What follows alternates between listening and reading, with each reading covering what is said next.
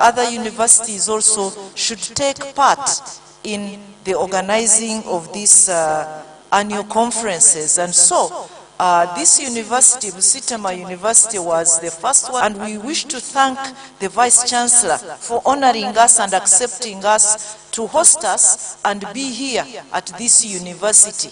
It is my first time to be here, but I'm grateful that I've been able to come, especially under the auspices of Napreca. I want to thank my predecessor, Professor Robert Byamukama. He was not able to be here. He sent his apologies. He would have loved to be here, but he is not in the country, so accept his apologies. But he steered this Napreca almost single-handedly, but with a few people around the country who were helping up to 2022, when he handed over to a committee of ladies and gentlemen who are here. I would wish to ask you to stand up. If you're on that committee, kindly stand up for recognition.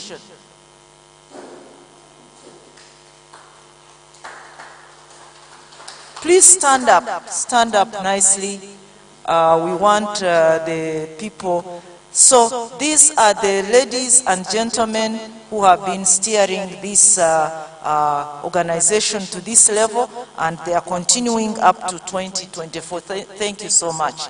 I also wish to thank the Professor Sami, appreciated.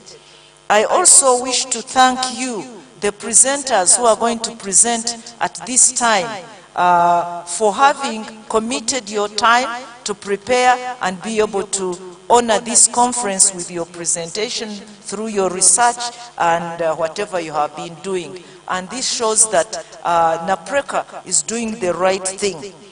And I don't want to take a lot of time, but I wish to thank the University of Uppsala and the International Science Program for sponsoring this conference, and we are very honored because successful deliberations at this conference. Thank you so much.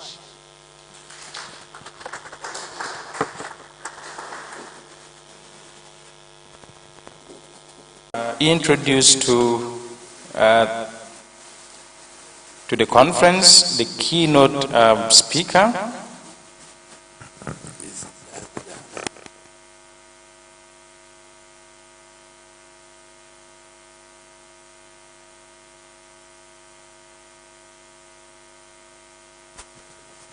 Professor, I hope you're still on.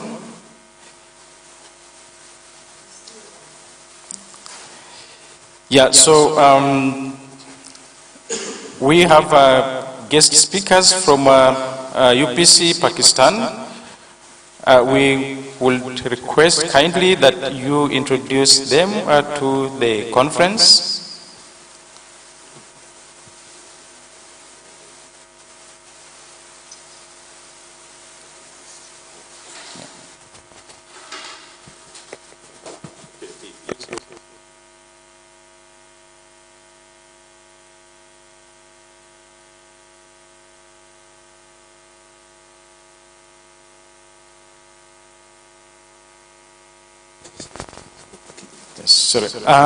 Sorry, Professor, we were muted a bit. Professor Sami, yeah, we would request that you introduce to this symposium our keynote speakers from UPC, Pakistan, kindly.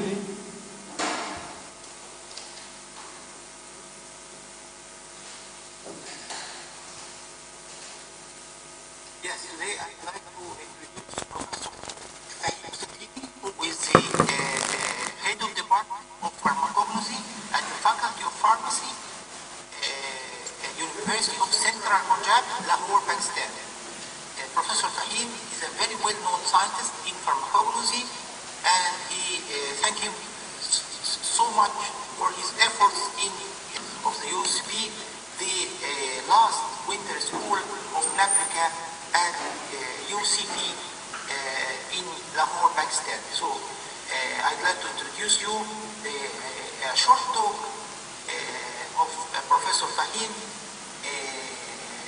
to all of you, members of Napreca-Uganda. Thank you very much. Yeah, thank you, Professor, for that introduction, and we will be glad to listen to Professor. Okay, so thank you so much, and then we go to the next welcome address. This will be given by the Dean, Faculty of Science and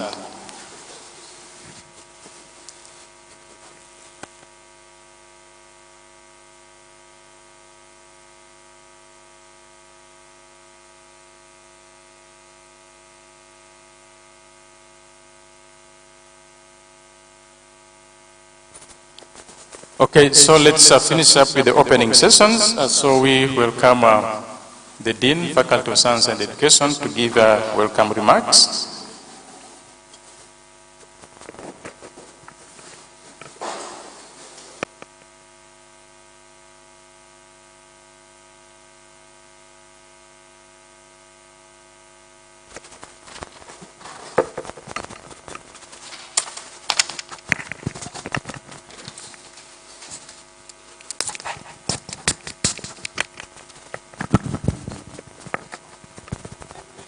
Thank you, Moderator. I'm by the names of Regencia Kamshambabas, Deputy Dean, Faculty of Science and Education, and I'm representing my Dean, Professor Orema. He has not been able to be with us. He's on other official duties. He has sent his greetings. Our Vice Chancellor, President Napreca, distinguished guests, esteemed colleagues from sister universities, participants, ladies and gentlemen, good morning. On behalf of the Faculty of Science and Education, I would like to thank you all for this prestigious Napreca Symposium. This platform has consistently championed the advancement of natural products research and scientific collaboration. Let our gathering today be more than just a meeting of minds, but a forum that has the potential to transform lives, communities, and the world at large. Natural products research holds a unique place in our faculty. Our researchers are deeply engaged in mining natural products for commercial purposes. These include Tascoff, Helcop, Creosote, Profildite, and others. And I think today you have been able to get the packages from these researchers, and we do hope you will enjoy the products and possibly contact our researchers for more of these. In addition, we have a number of graduate programs aligned to natural products, including Master of Chemistry, PhD in Chemistry, and PhD in Biodiversity.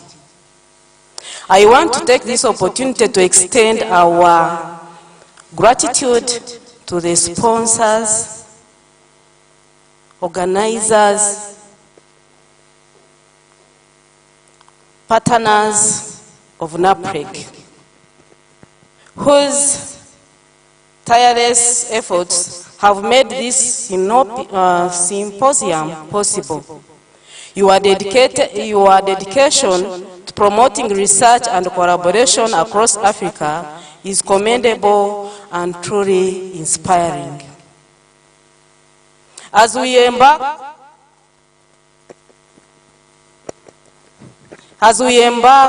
on this journey of knowledge sharing and discovery today, I encourage each one of you to engage actively and build new partnerships. Let this symposium be a catalyst for groundbreaking ideas and collaborative endeavors that will shape the future of natural products research. I would like, therefore, to wish you a good day. Thank you. And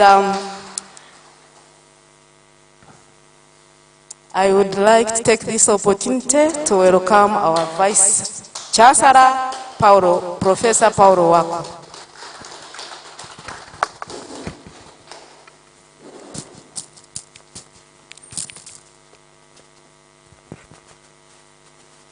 Thank you very much, Deputy Dean, Faculty of Science and Education at Ustema University, the Executive Secretary, Napreca, joining us online, the President, Professor Eseza Kakudidi, President of the Ugandan chapter, our STI Bureau Chief for Pathogen Economy, Madam Brenda, Dean's colleagues, and all conference participants. I want to take this opportunity to warmly welcome you to Ustema University. This meeting to me is in a way a reunion, because this is the community where I actually belong. I'm Vice Chancellor by position, but my heart is with natural products research. So it is a great pleasure for me to welcome the Napreca-Uganda Chapter Symposium at Ustema University.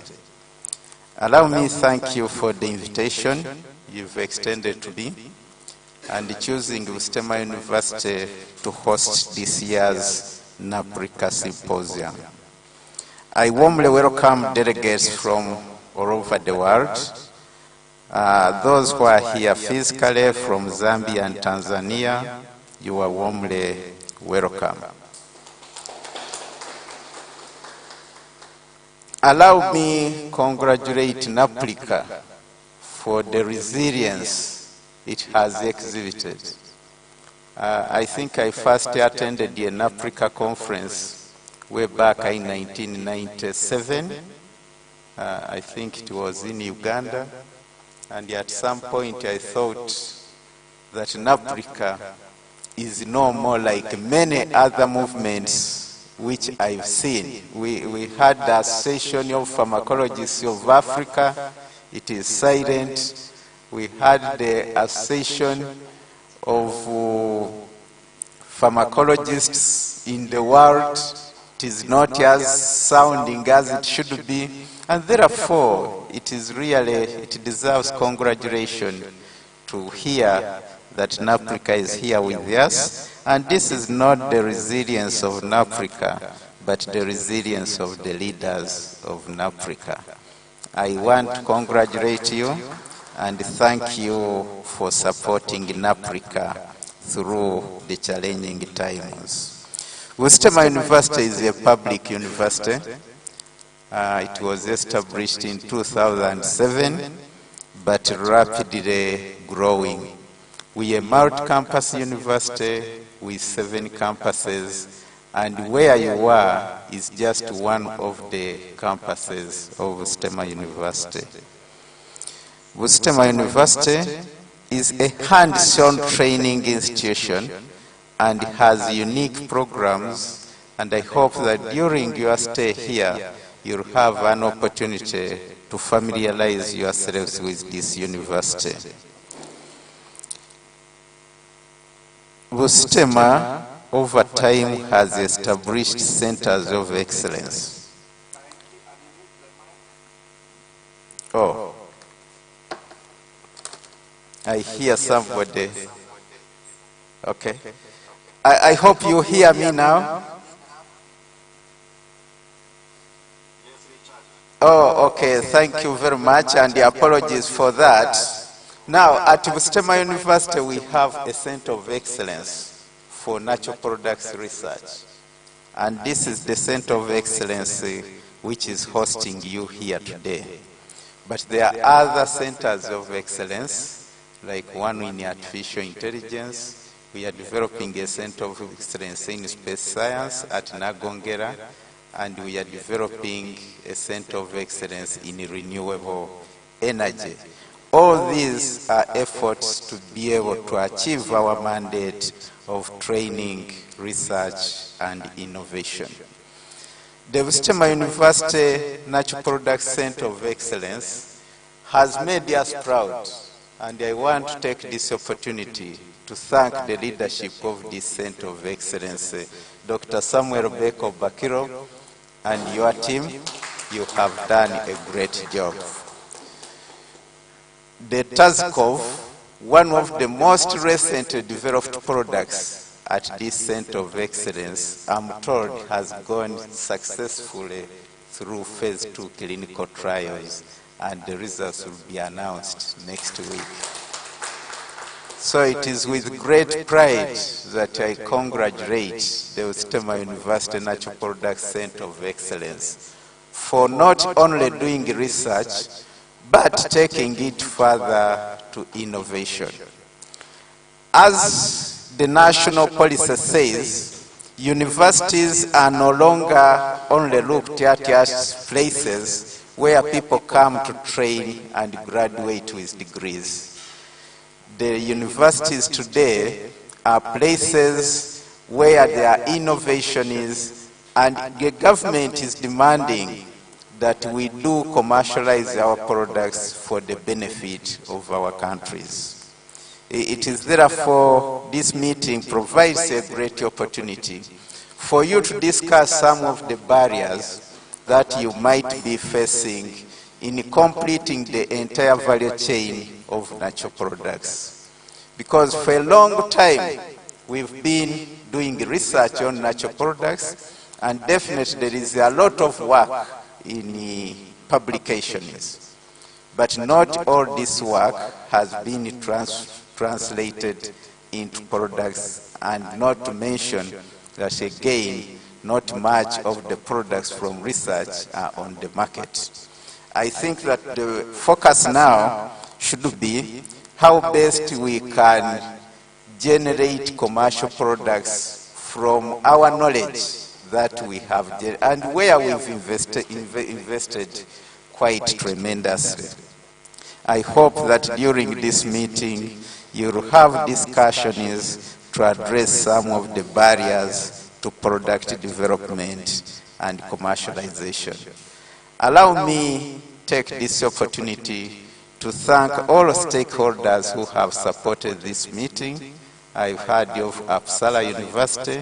Thank you very much for the financial contribution you've made to ensure that this meeting takes place. The various institutions where you are coming from, thank you very much for supporting the various participants at this meeting to be able to come and attend this symposium.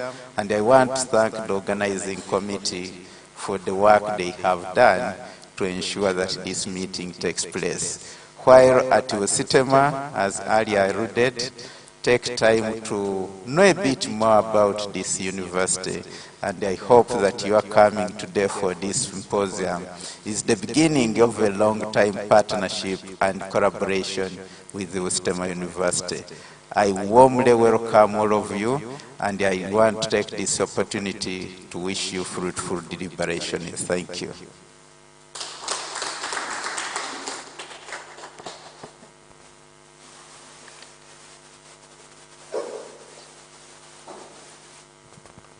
Yeah, thank you so much, Professor Wako, for the welcome remarks. So, colleagues, I take the opportunity to recognize the arrival of our regulator at National Drug Authority, Mr. Mtiaba Michael. You are welcome. Yes. So at this moment, we will now take a group photo. And our group photo, we are going to do it right, I think, right here, not outside. We'll do it inside. So the photographers, we possibly need to arrange this. This is going to be a memorable group photo, so we will do it just behind here, so that we can have this banner appear in the group photo. Yes, I think I'm. So, yeah.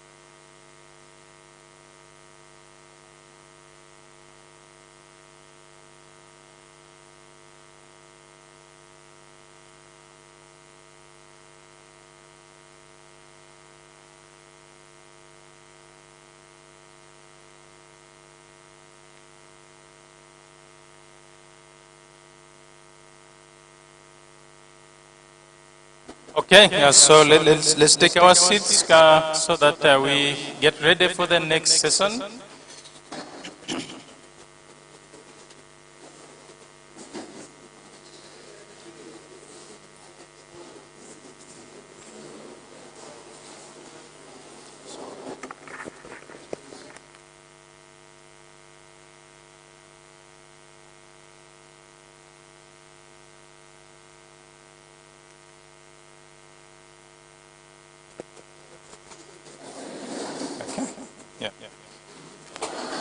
Yeah, so thank you so much, everyone. I hope we have taken our seats. So now we go to our next session, that's a keynote address.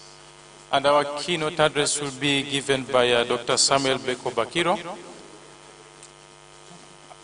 Just a bit of information about Samuel Beko Bakiro.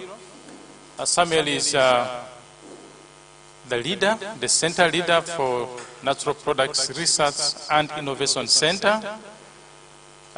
This center is based at the Faculty of Health Sciences in Mbale.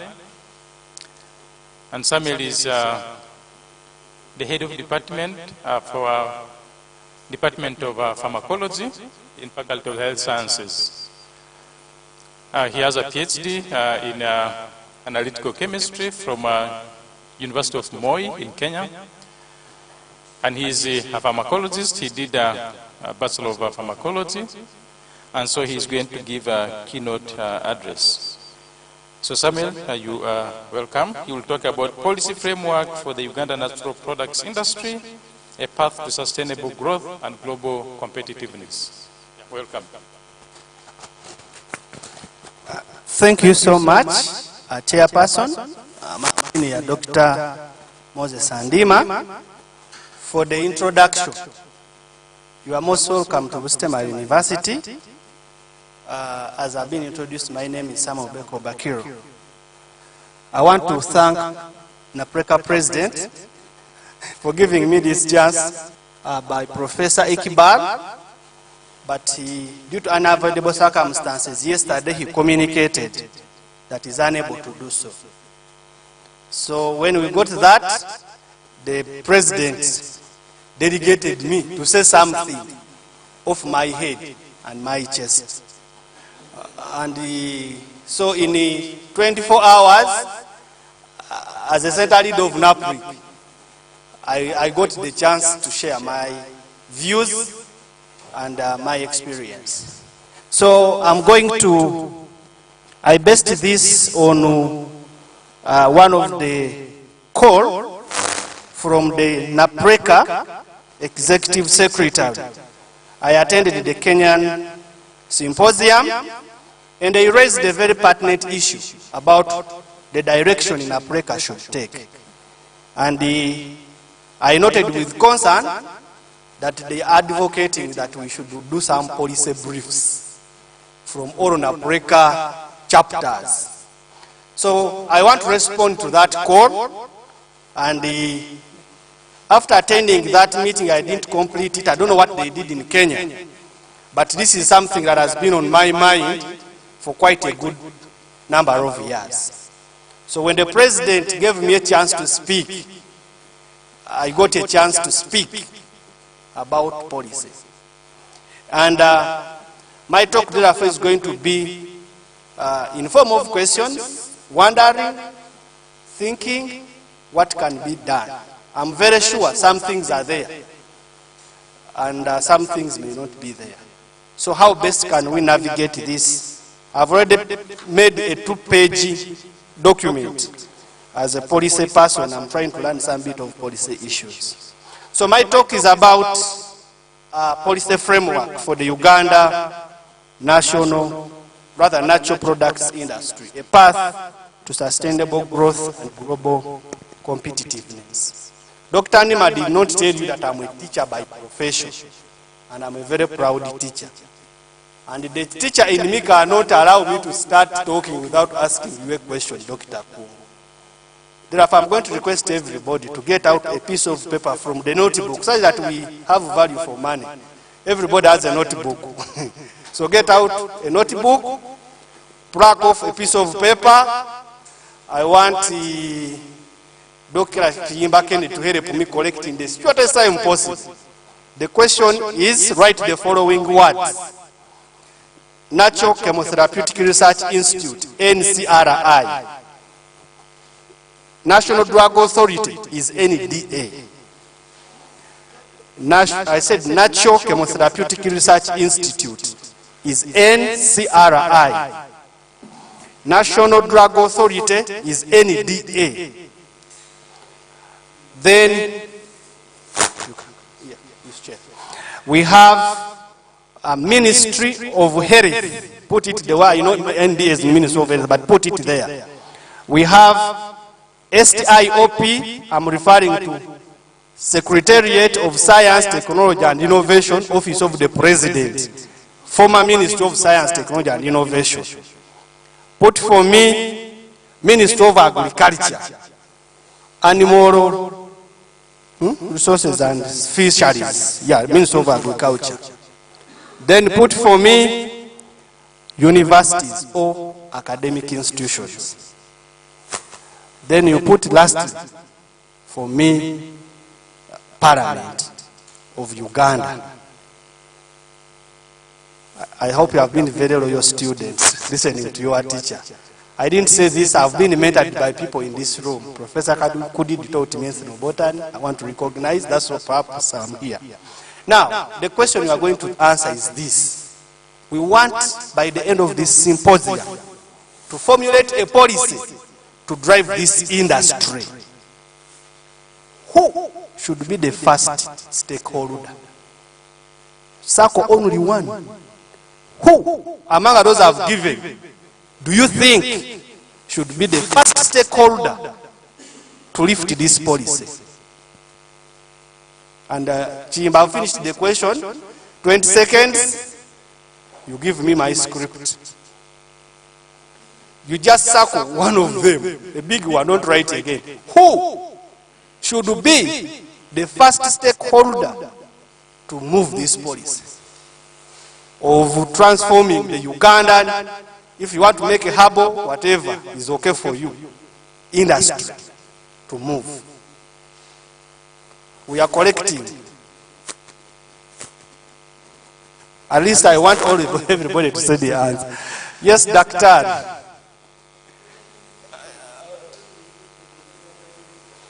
Indicate it on the script. Very good. We are collecting. We shall have our answers. I'm not saying say. Collect and bring the answers here. Let me collect from the high table. This is there's confidentiality. We shall not disclose. Don't put your name.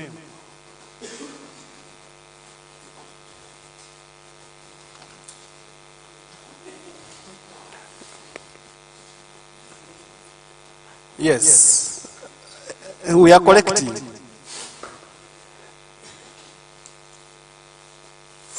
I'm going to request the treasurer for Napreca to will give us, look through them, and I will ask a question. Who is that stakeholder they are almost all of them talking about?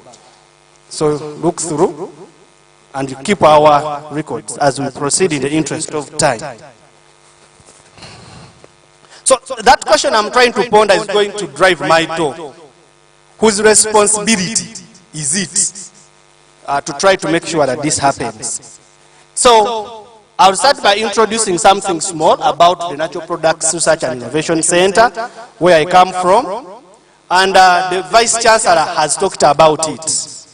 Actually, this conference was supposed to be organized in Mbale, where our center is, but we thought we are going to get very many participants, and the rooms there could not accommodate. That's why we thought, let's come here. But our home, we have a home sponsored by the STI Technology, a 2-story building, a 3-story building in Mbale. And we have our mission, and we have projects there, and we want to thank the Secretariat of Science Technology, led by Honorable Dr. Monica Musenero, for championing this.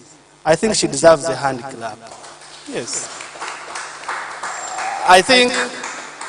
I know almost what is in Makerere, and so we are the first ones to have a dedicated building and facility with what?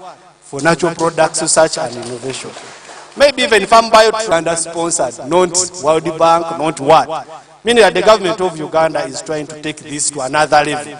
I hope that the Secretariat will talk through briefly about it. After my talk, we are going to have a panel discussion to consolidate some of the thoughts I'm putting on the table. So, allow me to share this slide, very important to all of us, in form of what we call. I do believe all of us know, I don't want to remind you so much, that you either solving a problem, or there is a need, or there is a gap you want to fill when you are trying to do research and perhaps innovation. And when you do that, you identify a possible solution that you think can solve this problem, and who can do this? Currently, it lies in the hands of academia, but it can also sometimes be entrepreneurs. They want to solve a problem. Then, once you get this solution, you have to develop this solution in the form of research, and you prototype it, and then downstream you proceed. Pilot your innovation or solution, get regulatory approval, commercialization, and what is very important for this meeting is the community to be using your solution to solve community problems, but not sometimes not a problem, to generate money and contribute to socio-economic transformation. Now, what is the goal of research? There has been this slogan or paradigm that research is meant for publishing research findings and outputs. If you don't publish, then definitely our old professors would say you will perish. Because the most important output from research back then was publications. It is now very clear to Africans that none of us wishes to publish in Ugandan journal. You do struggle to publish in Lancet, in Nature, and so on. But you are publishing issues to do with nodding disease in northern Uganda. You want to publish it in America. And they don't even probably have nodding disease. And that's where we are struggling to publish. When you try to trace this impact, I don't know whether it has yielded. Currently, there is a new phenomenon, or it may have been there, but maybe the momentum with which it was being driven was not up to. And we are saying right now in Ebusitema, and perhaps all Uganda, that research should be for products or you perish. And out of that, we need to think about what we are doing. So when you look at these two pictures, they speak about a shift that back then in our academic institutions, when you would visit maybe Professor X's office, you would find a lot of many publications there, and that would be reputation. But when you go to other developed countries, you will find in someone's office such things, but not the other. Because the focus for our case was published, the focus for these people is products. Coming to natural products, most of our tradition, I would use those ones. Their major efforts were to discover new molecules. And they would get a lot of credibility, a lot of attention that Dr. Richard Yoriko has discovered in his PhD 10 new compounds. And that would earn him a lot of lights and so on to talk about the 10 new compounds he has discovered. And that would be the end in most of the cases. When you go to developed countries like China, those ones, okay, they do it to some level. But what they mainly look what is on the what? On the shelf. So these are two paradigms we need to now rethink again in the field of natural products research and so on. So in the interest of time, I just want to flash this, that when you go, for example, in the innovation centers like in the Silicon Valley, they have well clearly mapped ecosystem for driving research and innovation. And if Uganda is taking this trajectory, we need to question ourselves. How is our research environment looking like? Do we have administrative support? Do we have access to information? Do we have research facilities and so on? How is the funding in natural products research looking like? Is it similar to funding epidemiological studies? These are things we need to find out. How many of us have received a grant to develop a natural product and put it on the market? You may be one lucky one. How many have received the grants to study malaria, dynamics, and so on? Many. So what is it that we need to do in this context? Technology transfer, regulatory landscape, entrepreneurship, and where is the industry in all of this? I recently visited China, and they are saying in China that every university should have an industry, affiliated or within the university itself. And they have a way they understand that the industry has a role to play in research as well as the university. So this academic industrial partnership has been well enshrined in the China philosophy. What is the case in Uganda? I can ask from our premier university, how many industries directly in Uganda work with Makerere, particularly in the field of natural products? Perhaps Dr. Godwin will give me that answer. Particularly that we have even a memorandum of understanding between Makerere and Sipura, OKPI. I'm just giving an example in that. If it is not, what do we need to do? Because we have to do it. There is no shortcut in this context. So based on that, I just want to briefly share with you one of our products, Janet Tazco, briefly, that when COVID came like all of you, everybody was trying to look for a solution. Even here, the scientists led by myself, Professor Wako is our mentor. I want to recognize Dr. Ndima, Dr. Rico, and Mr. Chimba. Stand up for recognition. Mr. Chimba is that gentleman behind. This is Dr. Rico. Why am I introducing them? I'm certain next week, that's the talk which is going to be in Uganda about Tazco. Finishing a clinical trial phase 2, the first of its kind, we can't keep it below the curtain. We can't. So we are excited. And this team worked based on their science they had done at doctoral training. I can just share a brief about the intellectual property of Tazco. If you look at this conceptualization, it's very important to have research at a high level. Dr. Richard Yoriko was studying Tephrosia linearis in Nairobi and Germany. At that particular time in 2018, he didn't know what it would be the use. So his PhD was about anti-inflammatory principles from this plant. So he did a lot of work. But at that particular time in 2008, 2007, he didn't know where it would be useful. When COVID struck in 2019, and we understood that COVID pandemic was driven by two phases, a viral stage and then a cytokine storm, which is principally inflammation. As people were looking around, what do? We asked ourselves, what is the best plant to give us the best anti-inflammatory properties? And this gentleman had got a doctoral training, and his plant was having very good results, both from extracts, from pure compounds, and so on. And no wonder, probably, Tazco we are holding. You can test, you will tell us about it. This is the beauty of doing doctoral training at that level. So he informed this study very much, because they had isolated, I think, 6 new compounds out of Tephrosia linearis, which had very strong anti-inflammatory properties.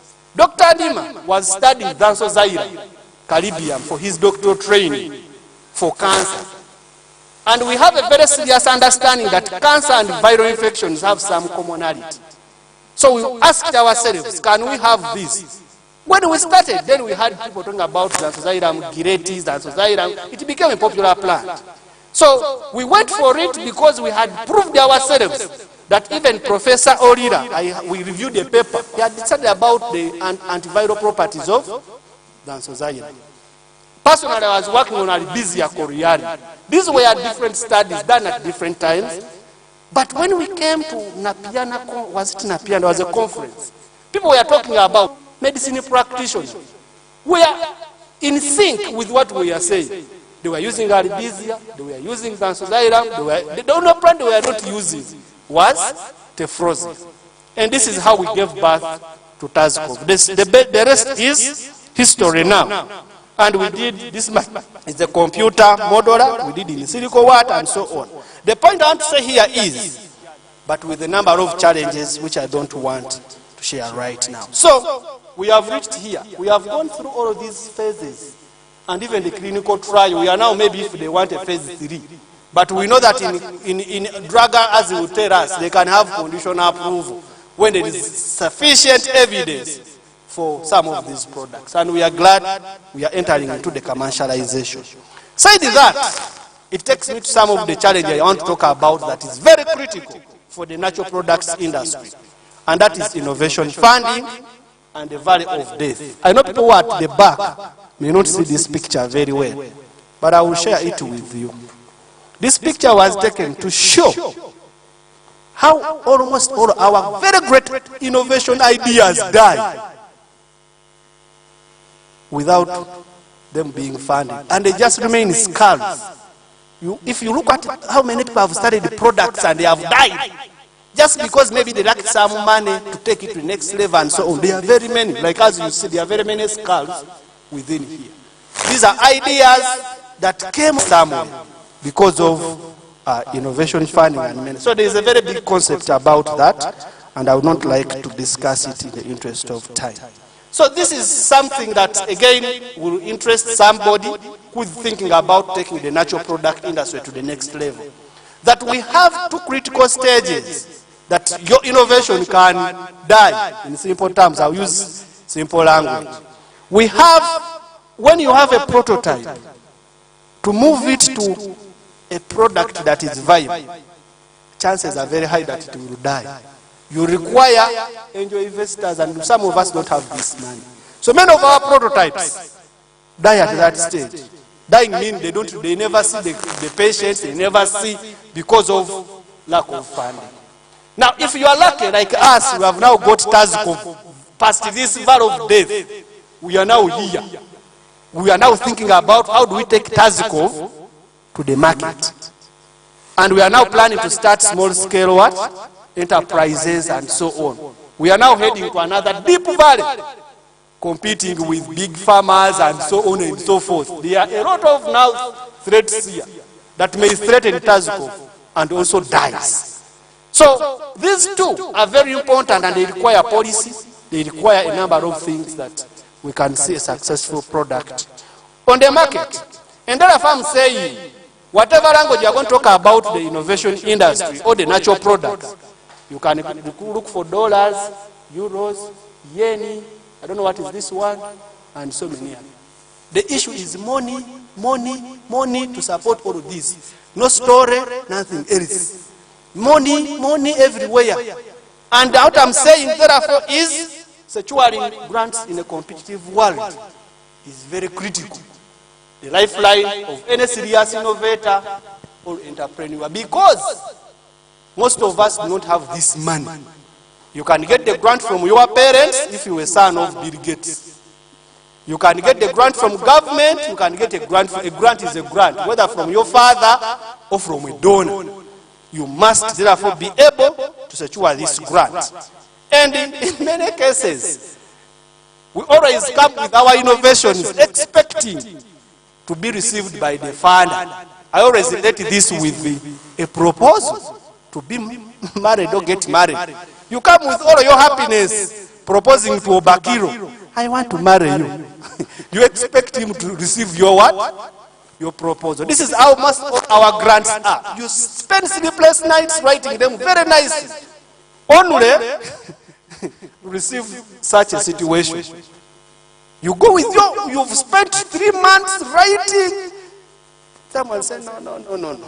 So, in that case, therefore, we need to improve this. Some of the questions to ponder about here, I'm seeing Professor is taking time, and I'm always very aware about our time. So some of the questions is in the natural product industry we are grumbling with, that are a real thing we need to think about as a group. that are we going to go for polyhybrid formulations or we are going to isolate? These are things I would like to just leave there because I want to talk about now my policy. Environmental sustainability is very critical right now. Right now, TASCOV has reached here. Then I've received calls from even the highest office. What plan do you have to produce TASCOV? Because we are going to announce some of the delays, my colleagues they are delaying to release the results. Because the next thing is going to be, we want 1 million doses in Zambia or in Congo. Can we? Where are we going to get these plants? Some of them are endangered. Some of them, even if they are there, are we not going to affect the environment? So how can we venture into this business sustainably? Is a very critical, very important question right now that we are grappling with in the system because of TASCOV. But the other thing is, all of us have heard of the issue of AI and how it is driving the next industrial revolution. Natural products research will not be left behind. The question is, we need to think about right now, how do we integrate AI in natural product research, particularly in preclinical and clinical trials. So with those things trying to go in your mind, I come up with a policy paper, which I'm going to read verbatim here, that has 6 themes that I want all of us to ponder about in order to drive this industry.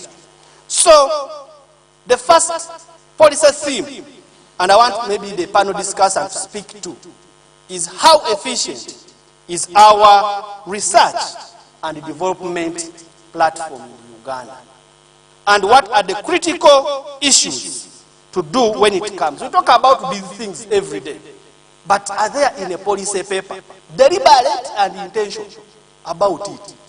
For example, how is our collaborative innovation? How is it easy for a pharmacist to work with a chemist in Uganda? Maybe even a botanist. How? If you are innovating TASCOV, how is it? Number 2, how is the funding for this R&D? Knowing that out of the many billions, you may fail. Is our government ready to throw some money, like close their eyes, the way they can throw, we are going to do this? Whether something comes out or not, continuously, consistently, and with a big magnitude. The other one is, how do we integrate traditional knowledge into this? We have talked about working with TMPs, but they think we are thieves. There are a lot of barriers. And not until we break these barriers. The truth, all of us now know. You go to a herbalist, and he will tell you a lie. Because he's scared.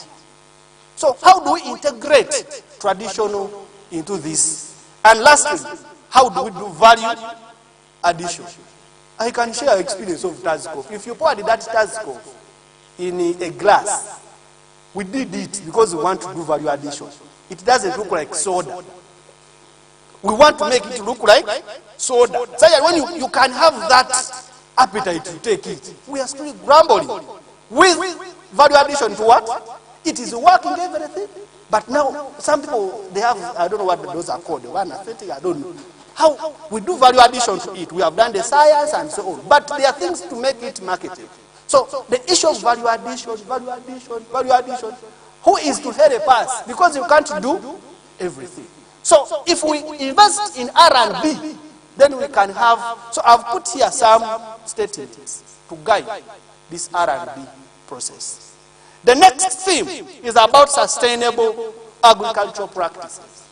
I can assure you, the natural product industry cannot stay without engaging agriculture. So we either work together or we create parallel lines to support each other. So in that field, therefore, these are some of the thoughts on paper that we need to do, and some people have done. For example, can we do farmer education? Like the way they have brought here some things and people have grown with them. Massively, moreover, can we also do some in this case, and sustainably? When we talk about climate resilience, very important for this industry to move forward. deforestation, and so all of these are things that we need to address in a policy. And then we have organic farming and sustainability standards. The other very important issue is certification and standardization. We are doing research in laboratories, but how are our quality assurance systems? Do we believe in them ourselves? This is what always happens, that you develop a product which you can't take. This is what we are saying. Because you also don't trust the quality assurance processes in that case. So can we have a policy that speaks to consumer confidence? And this is through certification and standardization. We have global harmonization. Can our product go to Kenya and they still believe it? What are those standards that have been put? That if you have this for natural products, good and good. Then digital traceability and as well as other things. The other thing is regulatory framework. What is the regulatory landscape currently in Uganda looking like? In here, we look at things like intellectual property protection. This is a big issue now currently with TASCOV sharing experience. But the government is handling. And I believe if it all goes well, it can be modeled for other things. But we need issues to do with supportive policies. We have heard of the Traditional and Complementary Medicine Act 2019. Where is it? Who has heard about it, by the way? Where has it been implemented? What is the problem? And they are saying we need a policy. We need the Ministry of Health. We need this. But where are we? And these are enablers that can make this work move. Then approval process, REC, UNSST, and so many other things. The turnaround time. Some of us have submitted and they have given up the requirements and so many. And we need to have all of this in place, and as well as compliance. So the policy I'm writing about speaks into that context. Then other one is education and awareness. I will not go through this because the most important thing here I've learned in China is how do we integrate tourism in natural product research. That people do not only come to take our product, but they can also, because tourism has a lot of ambassadors and people, and we can do this through education and a policy. When you come to visit our Budongo forests and so on and so forth, that one we can use it to develop our industry. Youth engagement is very important, then capacity building and many other things. Then support and incentives. I do believe that, I don't know that we have, but the issue of incentives, especially that most of this work is done by academicians. What incentive is there to drive us to go and do research? Apart from getting publications, which recognitions? I don't know if there is a natural product science who has got a medal from the president, I don't know. But what I'm saying is we must have some of these support systems in place in a policy paper, that we have technology transfer and support. I can talk about NMR, the whole country, Uganda. We have now taken how many since we got independence? We are now, I'm happy that some of these things are coming and want to compete. But how do you do natural product research without NMR? We have now our products. Someone can easily isolate these compounds and before you know, he's bringing back the same thing you sold to him. So the issue of technology transfer, central facilities, financial incentives, as well as business incubation. I know the STI is trying to do and other government, but we need to put them in a policy so that we have this done. As I wind up, the issue of networking and partnership becomes more relevant. It is not only relevant, but very critical. The fact is, you can't do this alone. Not as a person, but not as an institution. Bustema cannot do this alone. I can tell you that for TASCOV, we have been working with the Uganda Virus Research Institute. If they refused, we would not have moved an inch. We had to patiently wait for them, painfully. I can even add on that one. We have worked with DIGAR, and all of us know, with due respect to DIGAR. I went to natural chemotherapeutic, that's where Dr. saw me. Because we can't do it alone. We have now done the clinical trial at Napreca-Uganda Institute. So, the issue of networking and partnership should be, I think, the number one line. Otherwise, you can't have all these in Ustema University.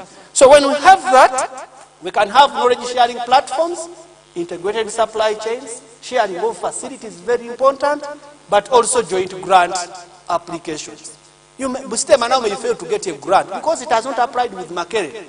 But if they together, like I work with Godwin, and we put the people, the chances increase. And this is something we are saying, that we need to network than even ever before on that case. And this comes to market expansion and promotion, since we have not reached there, but we need to think through. What trade agreements do we have, or have we signed? Branding, strategic marketing, when you have to move to the market. These are very critical issues we need to think about when you are starting your innovation journey. That, okay, how have I branded it as called? Let me give an example here. Someone can say, no.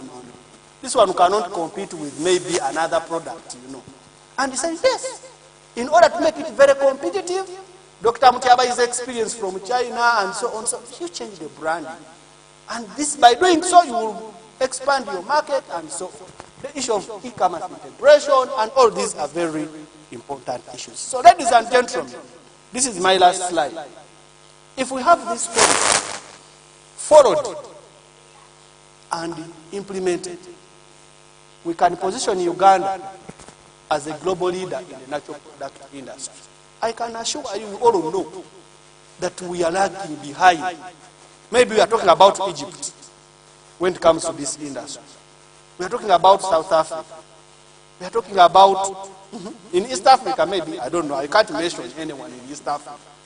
So, okay, we cannot go in Africa, but we can dominate East and Central Africa.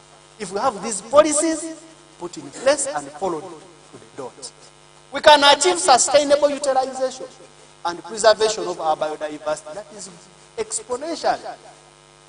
Becoming extinct, the botanists can tell me. We need to consult. Some of the species have become extinct and you can't trace them. Then we can contribute to the GDP. We have done some simple economics with the support of STI on a product. And we have predicted, my modeler is Mr. Chimba there. He has predicted that this Dazco, if sold for 1 year, can raise up to $200. 200 US dollars. Sold within Uganda. Professor Gwa confirmed that the money he made in COVID during the pandemic was too huge to disclose to the government. Don't quote me. But I'm trying to simply say that we can contribute significantly to our GDP in this. But importantly, we can promote good health and well-being. In the face of escalating antimicrobial resistance, emerging diseases, I've heard there's one which is coming from BRC again. Have you heard of it? I'm hearing that people are dying, and there's no, Mpox has been here. All of this is to serve humanity, and the solution will be natural products. And I'm saying we can have industrialization, and plus the one you are thinking about, which I have not said. And I say all of this for God and my country.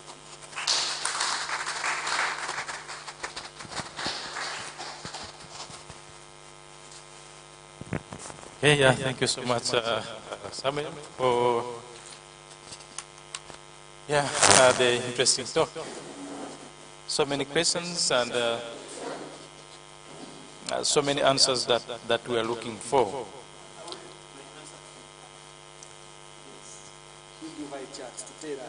Okay, yeah, so good. Give us the answer to the question. Who should champion the policy?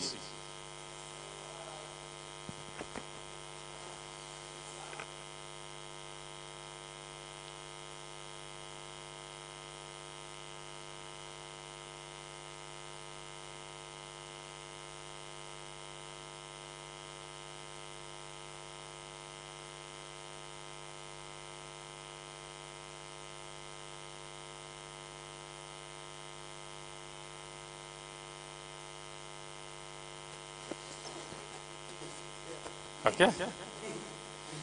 So, Yes, yes, yeah. So for those online, yeah, Samuel just did put a question. Who should champion development of policy to regulate natural products in Uganda? And so, yeah, the result comes out that it should be the academia who are at the forefront of natural products research.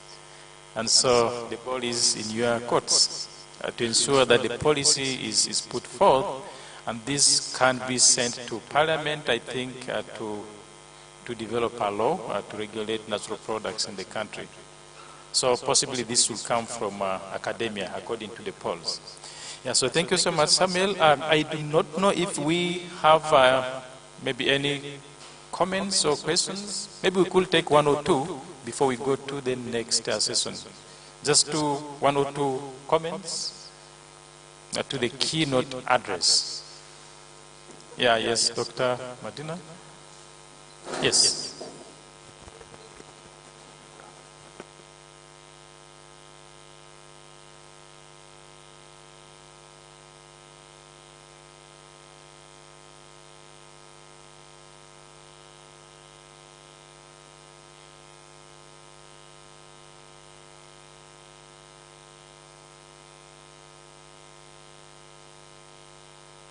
Thank you so much, Dr. Obaka.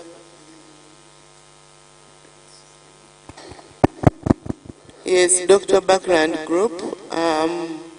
My question is about the markers, because when we are developing these products, in most cases we need to include what is the major constituents in that product, the active molecules.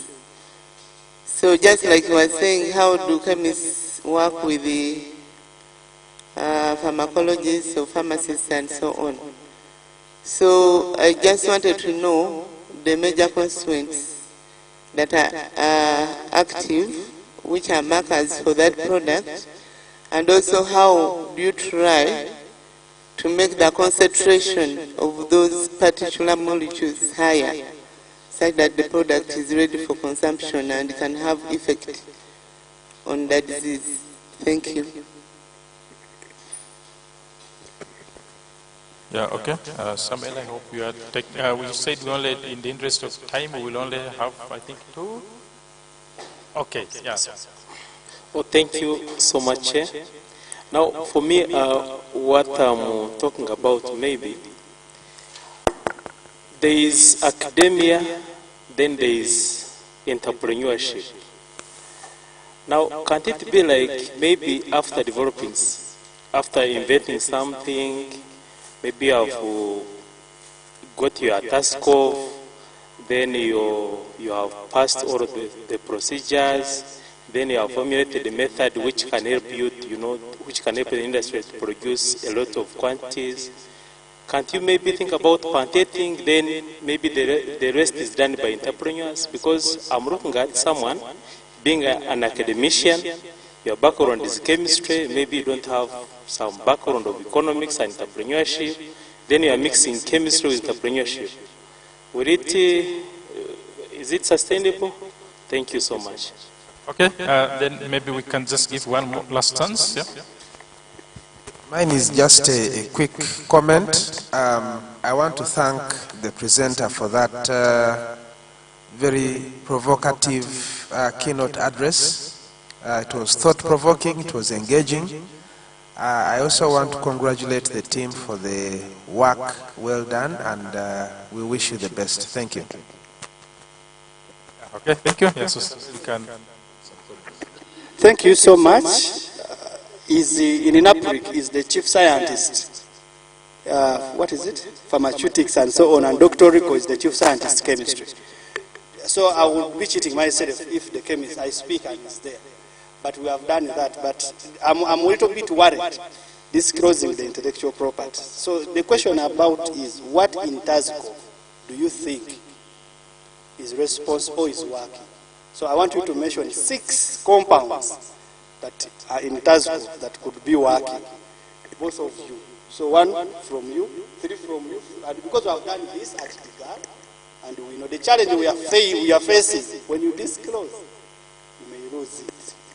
And my funder is here looking at me, answering this question. She may not give me the next money, but let's talk through it. Yes?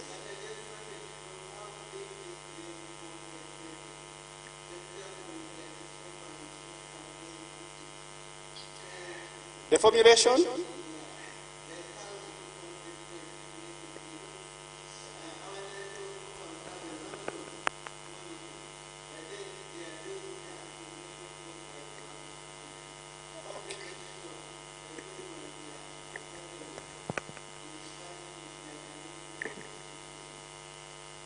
Yes, thank you very much. Yes, some of those studies we have not done, but I'm going to leave him to answer, since it is his docket. Please answer. Yeah, that's coming closer to process optimization and other things. And sometimes that's where the IP is. Because anyone can pick a plant from the wild and is able to extract it with water or whatever, and they can be able to make a crude extract and then develop it into a product. But then there is that unknown bit. How do I then ensure that if it's the flavonoids, how do I ensure that they are actually concentrated selectively? And I think that's where the IP is. And so we may not go into details of how we do that for TASCOP now, but that's where the IP is, and we'll be a little careful to keep that at the moment.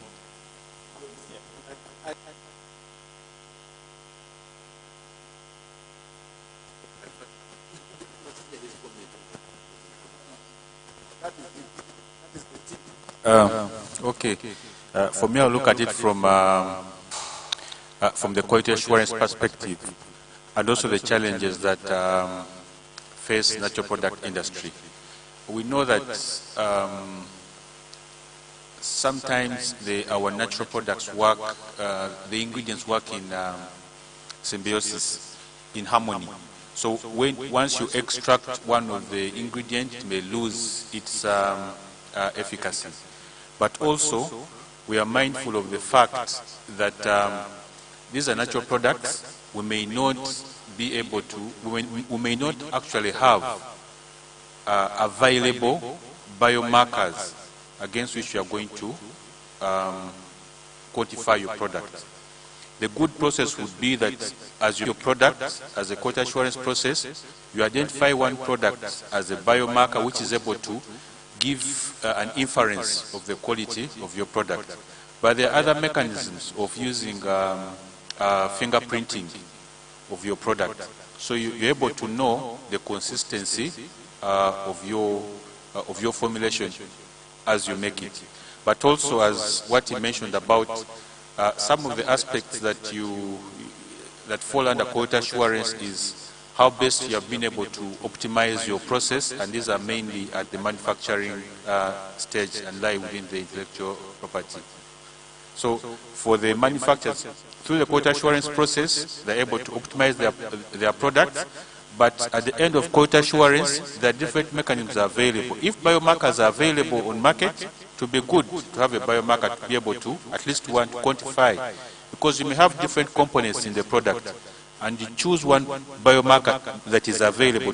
Once you quantify that, and also you quantify what's in your product, it gives an inference of what is available in the other product. The other alternative, you could do a fingerprint. You have your fingerprint of your product, and with fingerprints you can see if there's any variance. Yes. The last question was entrepreneurship and academia. Actually, I've been struggling and discussing with this chair. Can someone be an entrepreneur and an academician? And the answer is yes. My brother, the point I wanted to say is that we have in Uganda been thinking about what you are thinking exactly, that an academician should only be in the lab developing molecules, what, then there is another person who is supposed to come and pick this and take it to the market. The current paradigm is start with the two. So I myself, I want to become an innovator and an entrepreneur. The other issue here is when you get the entrepreneurship skills, which have been omitted from almost our curriculum, our minister, Honorable Dr. Museno, says it publicly that it was intentional by those people to remove entrepreneurship from our curriculum.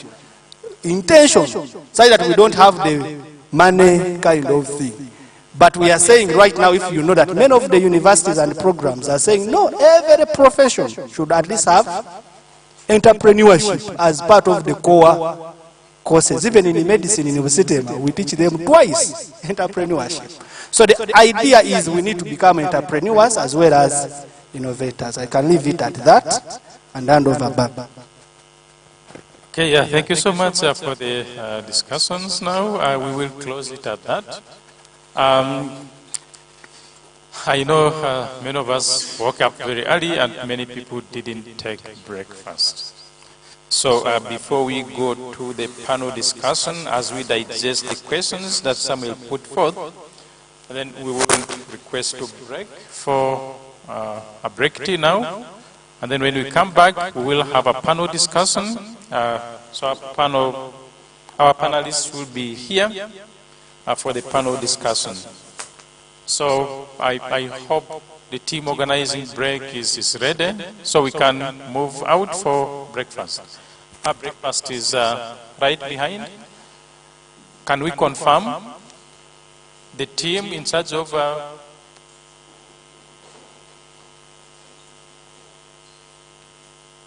otherwise, if they are not ready, then we could also maybe. We're ready? Okay, so members, you're welcome to have break. Our break is just behind here. You can pick your break and then you can get in with it.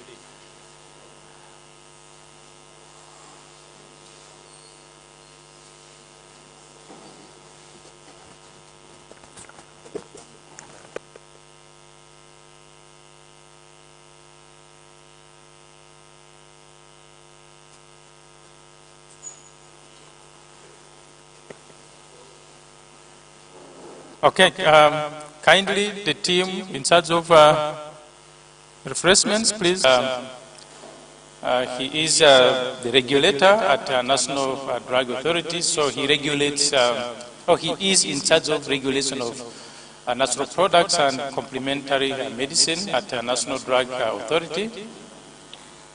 And then another person in the panel is Dr. Godwin Anwar. Godwin is a lecturer at Makerere University, a College of Natural Sciences. And then the other panelist is Professor Kirenga Bruce. Yeah, Bruce is the founding director, Makerere Lung Institute, and he's a senior scientist at Makerere Lung Institute. So these are going to be our panelists. And so what we want the panelists to discuss what are their respective roles with regard to natural products research and drug development. What is their role and how can they be able to support natural products drug research and development in the country, so that we take our natural products from the bench to the bedside, or from the bench to the agricultural fields, or from the bench to wherever we need to apply our natural products. So with that, I will welcome all the panelists to take their seats in front here.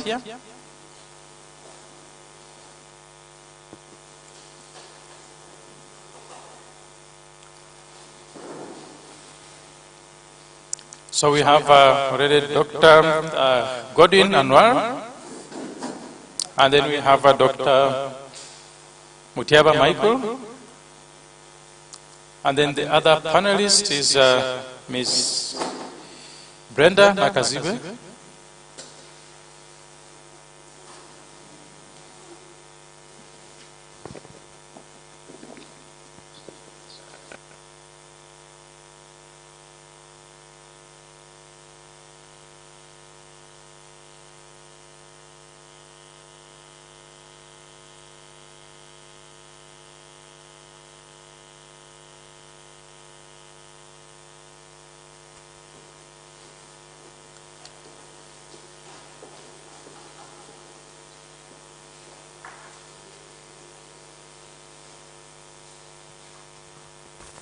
Okay, and unfortunately, Professor Bruce Chirega is not within.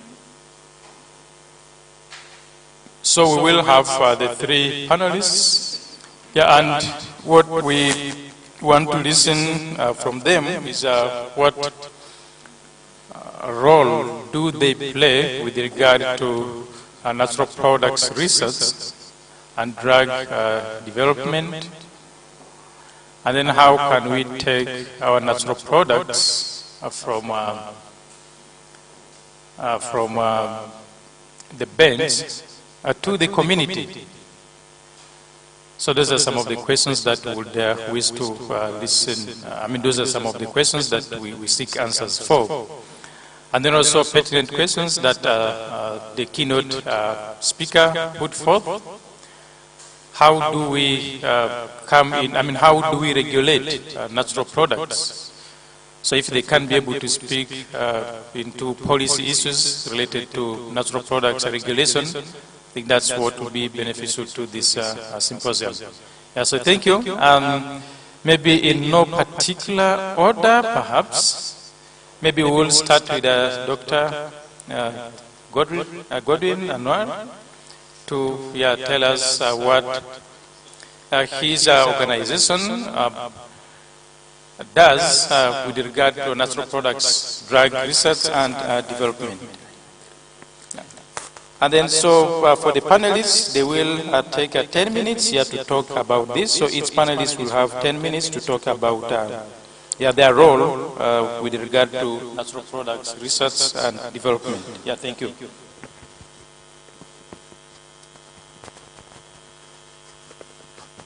Yes, thank you very much, Mr. Moderator.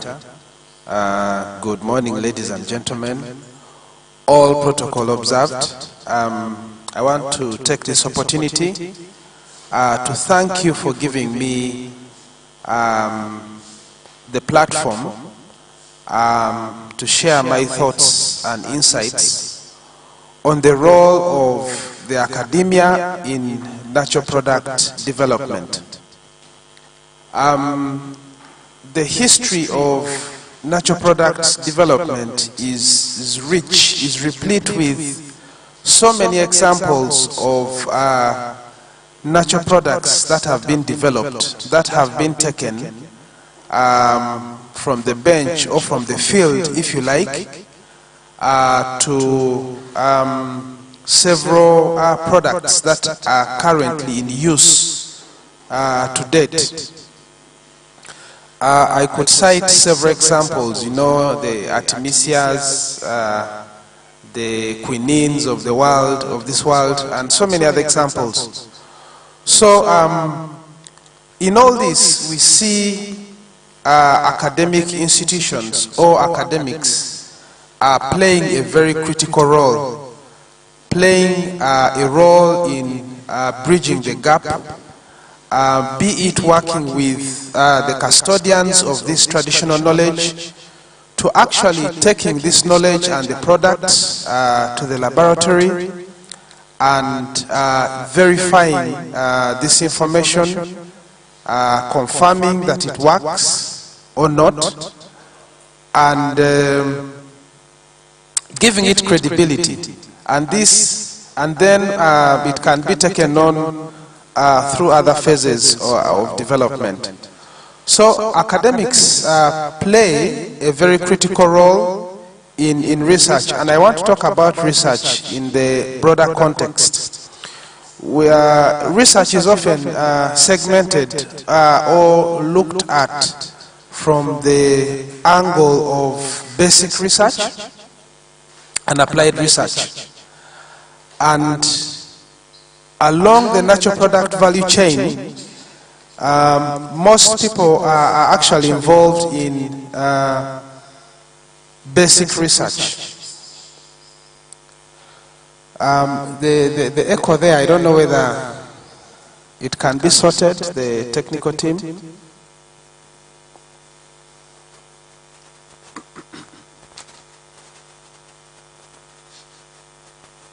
So Basic research or fundamental research is very, very important in natural product development, and academics, I like to emphasize, play a key role in this area. From working with indigenous traditional communities to documenting the knowledge they use, to collecting the plants or other natural resources they use, to taking them to the various academic institutions which have the necessary spaces, the laboratories, the equipments and the expertise to actually test these things. And that is what we do in the university. I'll speak in general terms, but also specifically from Makerere University. So the value chain is broad. There are people who do different things along the value chain, you know, from chemists to botanists to even sociologists, not looking at you know, research or science from the perspective of the pure sciences alone, but also the social scientists as well, because they play a significant role in helping us to decipher this information that we collect from the custodians. This information often comes, you know, packaged within specific contexts, and if these contexts are not unraveled, if we do not take care to understand why the indigenous people, for example, use certain plants the way they do, sometimes from the scientific perspective it appears to be, you know, covered or wrapped in mystery, rituals. There are things we may not understand, and the social scientists can actually help us unpack this information so that we can add value to it. A quick example I want to give is the role of spirituality, faith, you know, in healing. Very often, the use of herbal medicines goes hand in hand with spiritual healing, and I'm aware of institutions that have picked interest in the spirituality, the spiritual aspect of this, because new evidence suggests that faith, you know, believing in what you are actually using for treating is going to play a significant role in whether you'll get healed or not. So instead of looking at them in isolation, there's actually a new there's a new funding initiative from the NIH which is specifically targeting this. So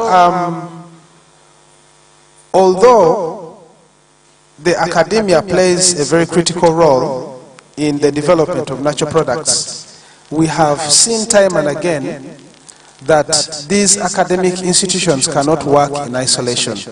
They need partners, they need players from industry, they need regulators along the value chain, they need entrepreneurs to come and, you know, pick up the pieces. There are certain things as academics that we are not good at.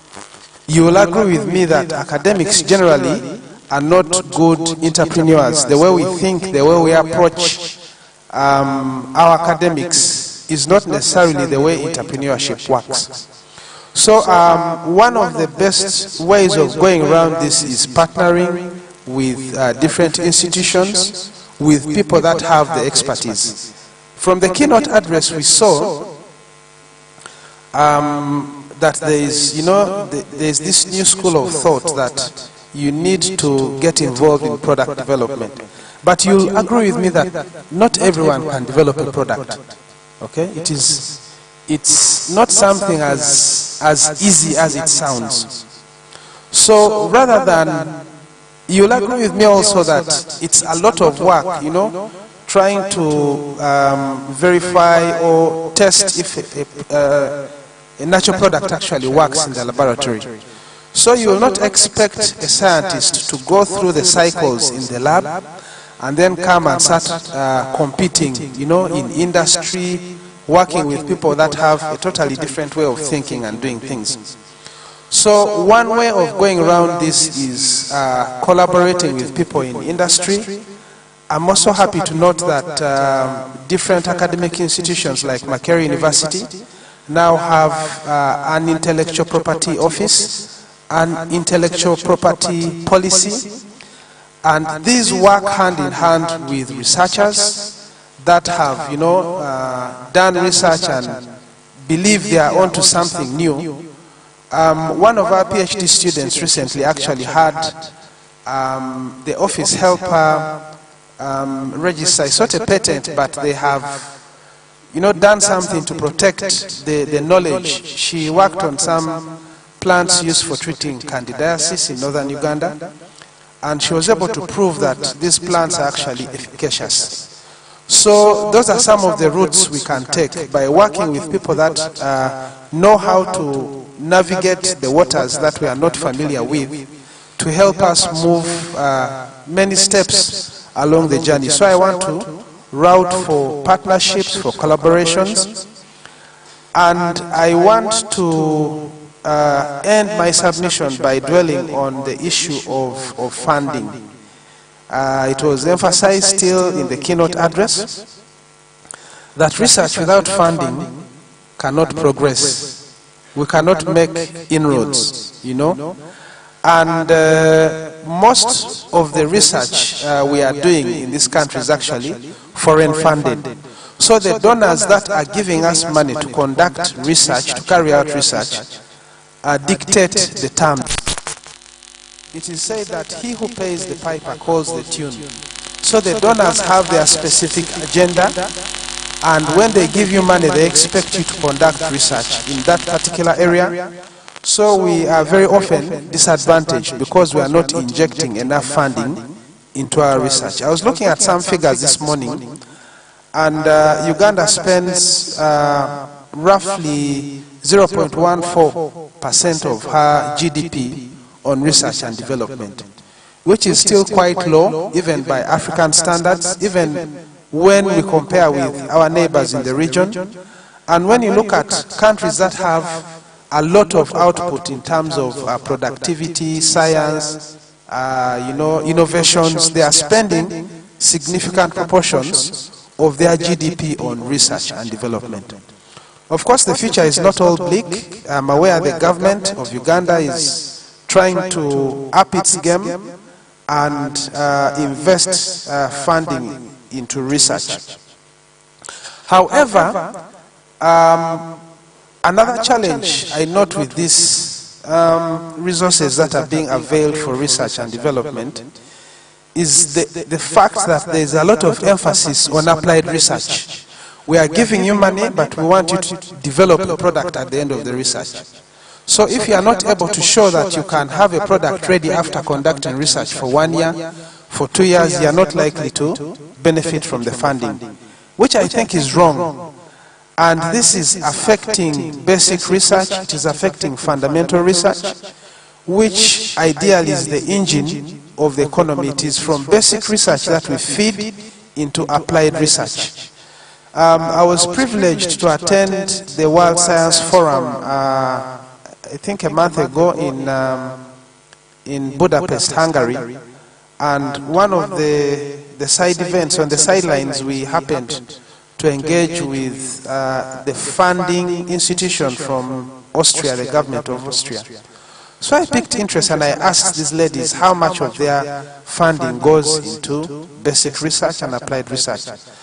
So she told me, because the government is aware of the dwindling funds that are going into basic research, they earmarked 1/3 of all the funding that is available for research by the government to specifically go to basic research.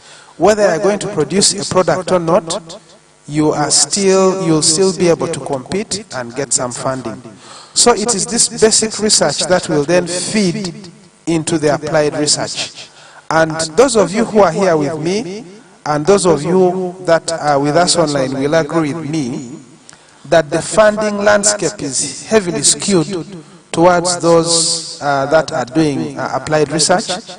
It is increasingly difficult to get funding for basic research, and yet basic research feeds into applied research. Without basic research, without knowing which plants are being used, without knowing what chemical, without knowing the properties of these chemicals, are they toxic, are they safe, you will not be able to move ahead and conduct a clinical trial. You won't be able to move ahead and verify that a product actually works and can be used. So I want to emphasize and end on the note that funding is very, very key for research. Partnerships are very key for research. Much as the academia is important, it cannot work in isolation. Gone are the days where we work in silos. We have to collaborate with all stakeholders along the value chain. And, you know, basic research is very, very key. It should not be neglected. In fact, more funding, in my opinion, should be moving towards that direction. I want to end on that note, Mr. Moderator, and allow my colleagues to share. Thank you very much.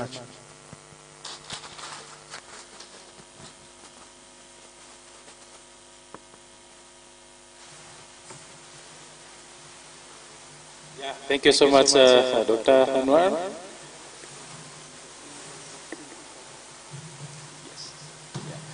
Okay, yeah, so thank you so much for those insights, and he has raised important issues. The balance between basic research and applied research. And most of the funding is skewed towards applied research. And it's nice that we have STIOP, I think, our main funder in the country. But of course, I think there are also other funders, international funders, and so on. So what's the balance between basic research and applied research? Because it's basically, if we borrow from our task of thing, it's the basic research that actually informed the application. So are we going to kill the basic research because we want the application? I think those are very important questions that need answers. Okay, thank you so much, Godwin, for those insights. And then before we come to that, we would now wish to, because money comes last. If we address the other issues, then we cannot be able to talk matters related to money. So let's then look into how do we then regulate natural products. What's the role of NDA in natural products research, and how can we be able to have products that actually meet the standards both nationally and internationally. Yeah, thank you so much, Dr. Mtiaba, you're welcome.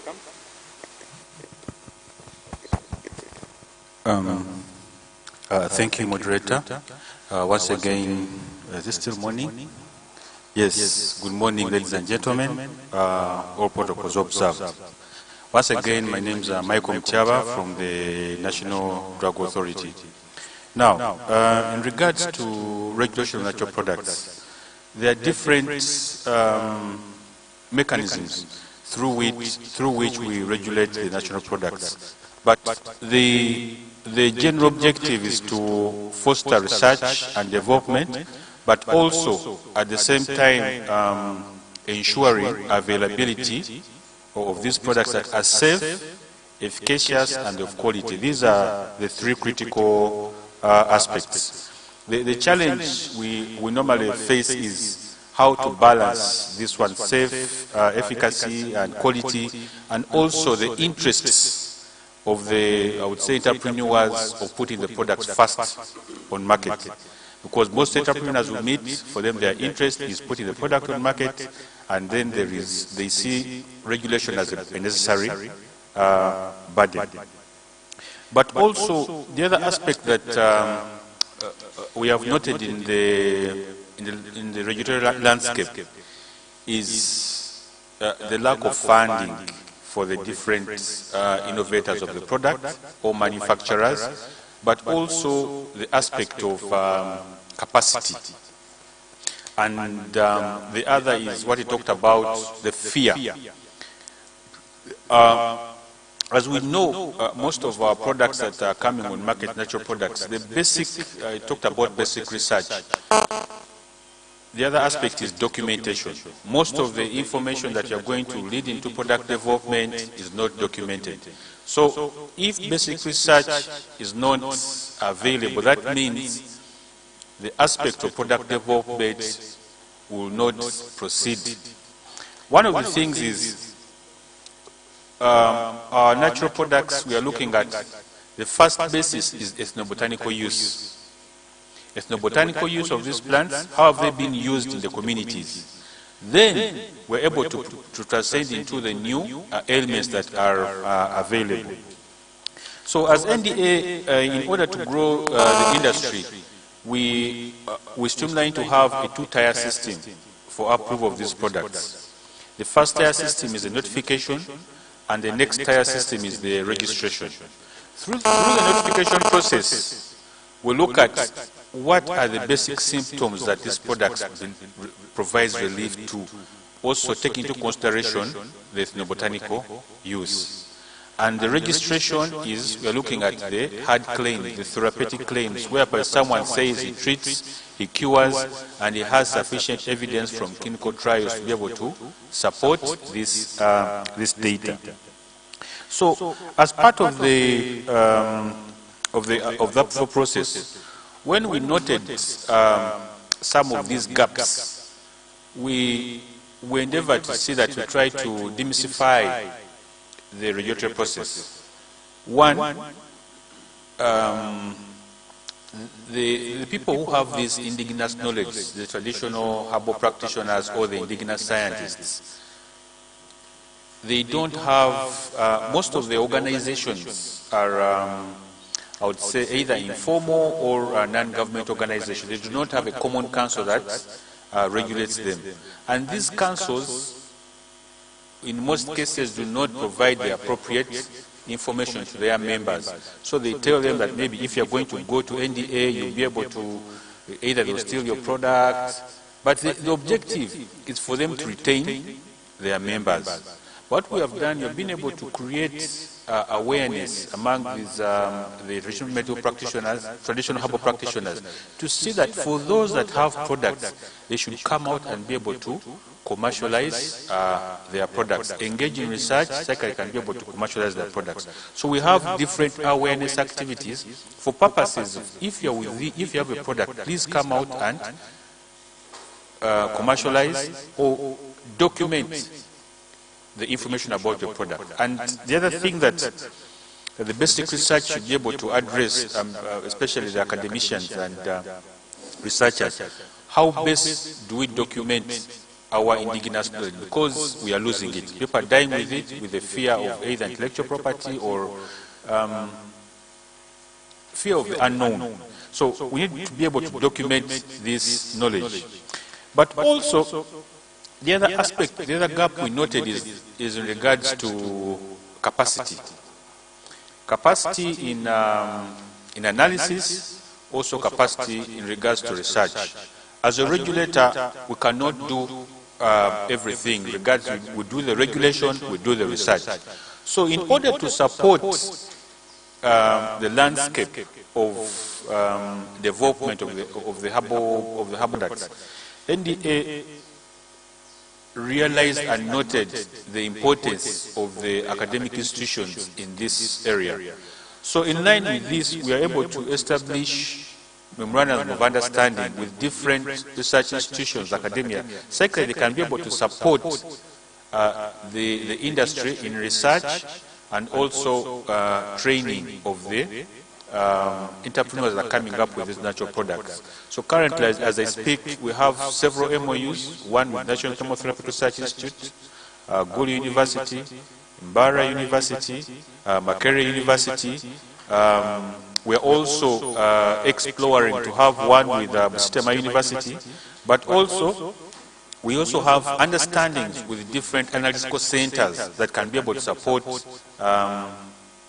the manufacturer, because we are conscious of the fact that the investment required is a lot, and the manufacturer will not be able to compile an application including an ethical test done from his premises. But if he can be able to do them from an additional premise that can be able to support the application. So with this kind of understanding, we're able to have applications that are submitted for registration or notification. Then the other aspect in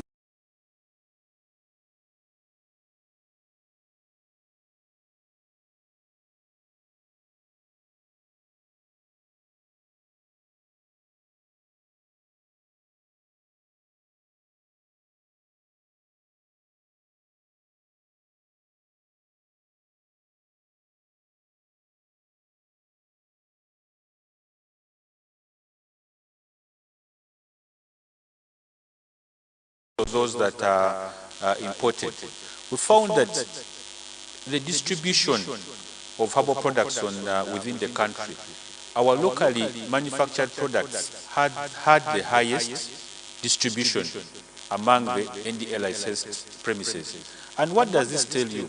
That many people need or use these standardized herbal products. Once a product is standardized, they're able to access it. And once you interact with the professionals, that is the pharmacists or the professional staff that are operating the drug outlets, they tell you that if they don't have some of these remedies in their premises, then the money component comes. They don't make money. So if a product is standardized, they will be very willing to be able to have it within their premises. The other aspect is in terms of quality assurance. Quality assurance, earlier on as National Drug Authority, we as in terms of assurance, we go out to the market. We go to the market as we use what we call mysterious buyers. Because what we want to know is, okay, we know the product you have submitted for registration, is of for notification, for approval is of quality, and what you're manufacturing may be of quality, but what actually do you put on the market? The mysterious buyers go out and buy these products on the market. So one of the things we earlier noted in the earlier times, I think about 2 or 3 years back, was the adulteration, especially for those that talk about improving male vitality. There was a risk of adulteration. But with the efforts we have seen, currently we are seeing lower levels of, actually next to nil, adulteration of this product. Because with the regulatory mechanism, we go out, once we find, we take the products for destruction. But now, what are we seeing? For products, we have the regulatory cycle of approval. Once the product has been approved, and you have an approved indication, when the people go into the market, they will be able now to either they change the label, add a different indication. So those are the challenges that we find on the market. But also, as we look at the market, there is what we call phytovigilance. Pharmacovigilance is for the drugs, common drugs that are developed, but we also have phytovigilance. How are these products that are being used in the community, how do they affect the people that are using them? That's why we try to endeavor that if the products are within the market, how do we get back this information on the effects of these products in the market? They're telling me I have limited time, but anyway, let me talk about the policy points that, some highlights about the policy points that were mentioned earlier. One is the effective R&D. We believe that if there is a memorandum of understanding between either the regulator and the researchers, it will foster development, but also the other aspect is that people who are carrying out innovation should be able to employ technical people. It's a very big challenge in the industry, whereby innovators think that technical people are going to steal their formulations. Then the other aspect was regards to sustainability. Sustainability, I would urge the person who was talking about, Dr. Obakiro, to also look at other agencies, for example, NEMA and National Forest Authority. We have been interacting with the manufacturers and asking them how have they been able to address this challenge.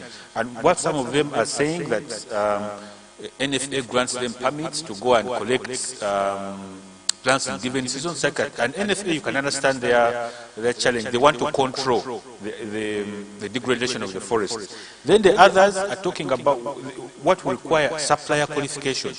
You qualify the suppliers who are giving you your products. Second, they know, you teach them what are the requirements that you're going to need in terms of the product. Then the other aspect, they're using outgrowers. The other aspect was regards to the regulatory framework. One, we are manufacturing these products, and it's good that His Excellency the President enacted the TCM Act 2019. And we envision that this TCM Act will foster integration of our natural products within the healthcare system, whereby as a patient, or currently, if you're on insurance will not pay for the natural product. So what we envision is that if you're a patient, you go to a hospital, you're able to choose either get a natural product and a conventional product as a choice. So with this kind of integration, we shall be able to have these products. Then the other aspect was networking and partnerships, and also leveraging capacities.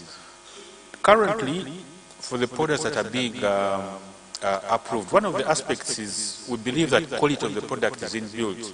So we look at the good manufacturing practices from the harvesting to the manufacturing and also to the product release.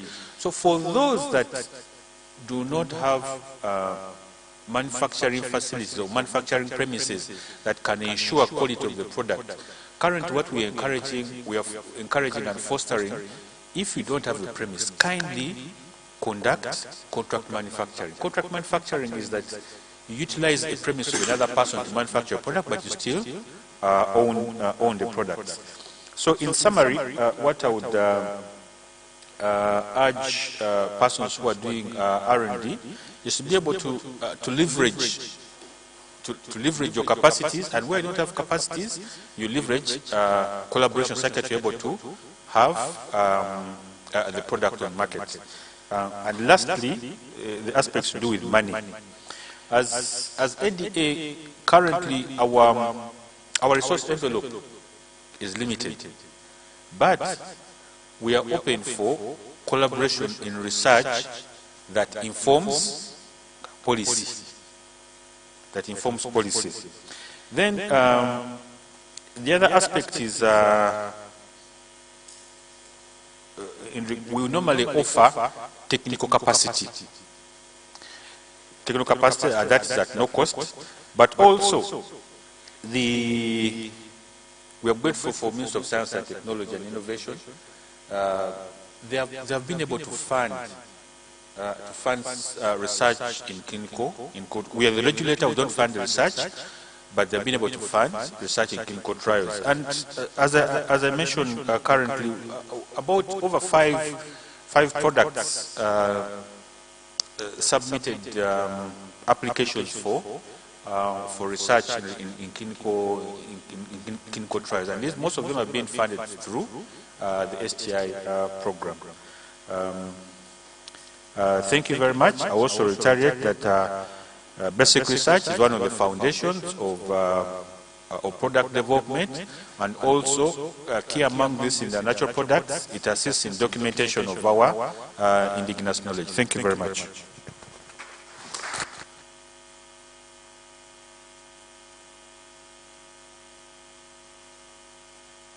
Thank you, Dr. Mutiaba, for those insights and affirming that it's important to support basic research, which is the foundation of product development. Without the basic research, it will still be a little difficult to develop a product that is safe, efficacious, and qualitative. So those aspects have to be done through basic research first.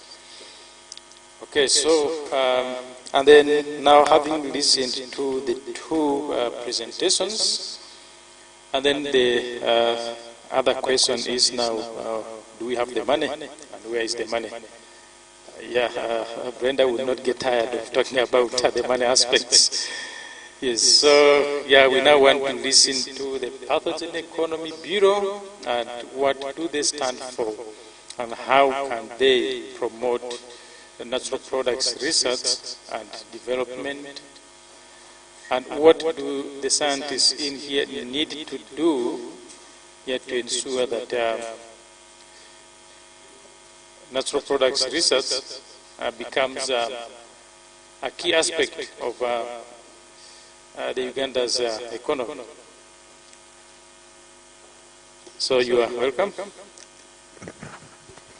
Thank you very much, moderator, and a very good morning to us all, distinguished ladies and gentlemen. My name is Brenda Nakazibwe. I am the team leader, the pathogen economy at the Science, Technology and Innovation Secretariat, Office of the President. Mainly, you'll be hearing me using STIOP so that it's shorter. I want to quickly run through this. I requested the moderator that I do some visuals so that those of us that are interacting with STIOP can remain with something. We are so new here. And to my colleagues, thank you so much, fellow panelists, for indeed the great work you do. And I want to tell you, STI rises and falls on members of the ecosystem. Without them, we have no work. Or if I'm to use the Uganda, tetuina waka. We rise and fall on the regulators' support, on the research institutions' support, on the market support, on fellow MDS, those are ministries, departments, and agencies.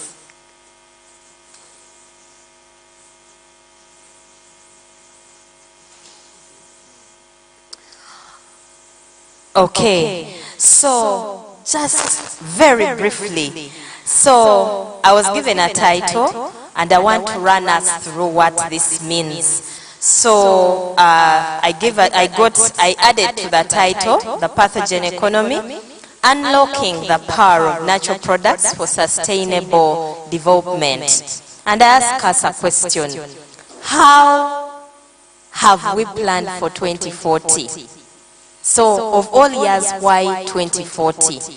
2040 is very important for us as a country because this is a year that we have actually set to count back on what we have, the ambitious plans we have set for ourselves as a country. And to give us context, not so long ago, Cabinet sat and looked at the sectors that are going to be driving us. And you know our famous, the Minister for Finance and Economic Planning. That one. My boss says it so well, and my principal is the Honorable Dr. Monica Msenero, the Minister for Science, Technology and Innovation, the Republic of Uganda. So, what does this mean? So, Cabinet chose 4 sectors, and they were called money. They are called money or ATMs. An ATM many times connotates with money. So, and it's an acronym. The A is for agriculture. The T in the ATMs is tourism. The M is for mineral development. And the S is the science, technology, and innovation. Oh, we had not logged in. Sorry. Okay, so what does this mean? That this meant that by 2040, Uganda will have reached it's worth in GDP at 550 billion US dollars. Currently we are at 55, but we are looking at a tenfold. Those that are Bible readers and readers of other books, the Bible so much uses the tenfold. The fold, meaning multiplication and those powers there. So, this 550 billion USD worth of GDP, when currently we are at about 55, what does it mean? That the economy has to be driven by certain sectors and the ATMs were picked on. So, in these ATMs, where I come from is the S, the Science, Technology and Innovation, ATM, okay, the S. The others were all given their huge, ambitious figure to look for, to contribute to this 550, and mine, the Science, Technology and Innovation, was given 138 billion USD. And this is what we are looking for. Science is supposed to work for us as a country. Are we bringing products on the market? That is what science is supposed to do for us. So from any angle of science, what is engineering doing for us? What is agriculture? Even when it's a sector, but what is it doing for us? What are the natural products doing for us? That is science. What is, any field of science, aeronautics and space science, what is it doing for us? So, our 138, our minister, the principal, sat us for quite a while, locked away, hackathoning and thinking. For most of June, July, August, even now, we are still thinking, how do we bring forth this 138? So, the thinking is STIOP, and I'll get back to the other figure. So what is our work?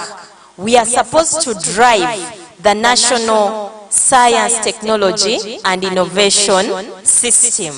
And who do we work with? And I'll come to the natural products, but I wanted to give us that background. So our work is to mobilize, to coordinate, to provide strategic and policy guidance to scientists and stakeholders in the MDS, ministries, departments, and agencies.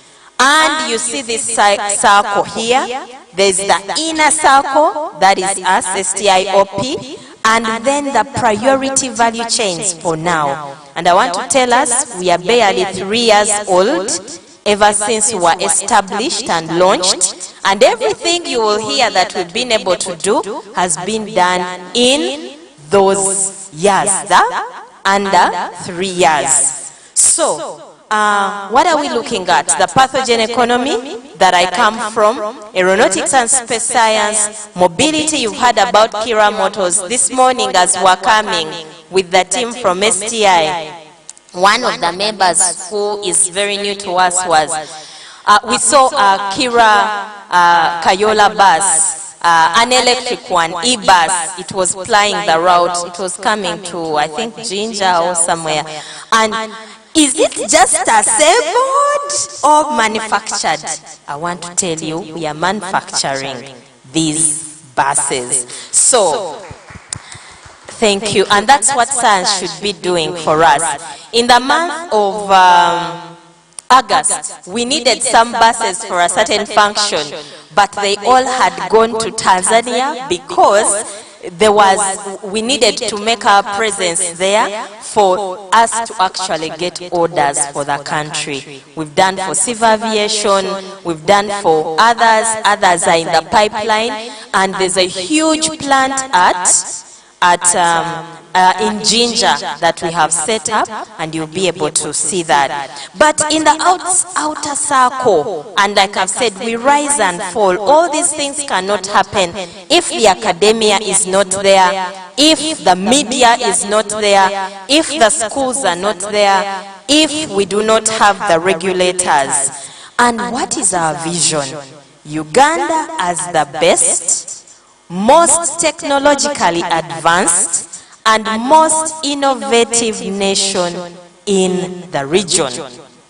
But simply put, making Uganda the best is our slogan. So fellow Ugandans in the room, members of the ecosystem, you can pick all the other things in any way. But if you're a member of the media, your one mission should be to make Uganda the best. If you're a member of the academia, to make Uganda the best, whatever vocation and trade we are coming from. So, this pathogen economy of the 138 billion is supposed to bring on 48.3 billion USD. But as we move in our value chain, we have the scientists, we have the innovators. Now I've come down to the natural products. We have the regulators. We have the RETs, the Research Ethics Committees. We have Uganda National Council for Science and Technology. We very importantly have National Drug Authority. We have the Ministry of Health and the Ministry of Agriculture, Animal Industries and Fisheries. Why am I saying about those ones? They are our major off-takers. The drugs we are producing, NDA, can they get onto the National Essential Medicines list? Why do we end just on the shelves and our natural products cannot? And all the time we still have to keep importing, and yet we are starting. But Dr. Mtyaba was talking about standardization, and that's what we are doing, as you're going to see. And as I finalize, we leverage pathogens to drive Uganda's biotech industry. It's been there, but majorly import dependent. We had not, the people in the natural therapeutics, I salute them wherever they are. Those in the academic institutions, yes, but they are those that are in the informal sector.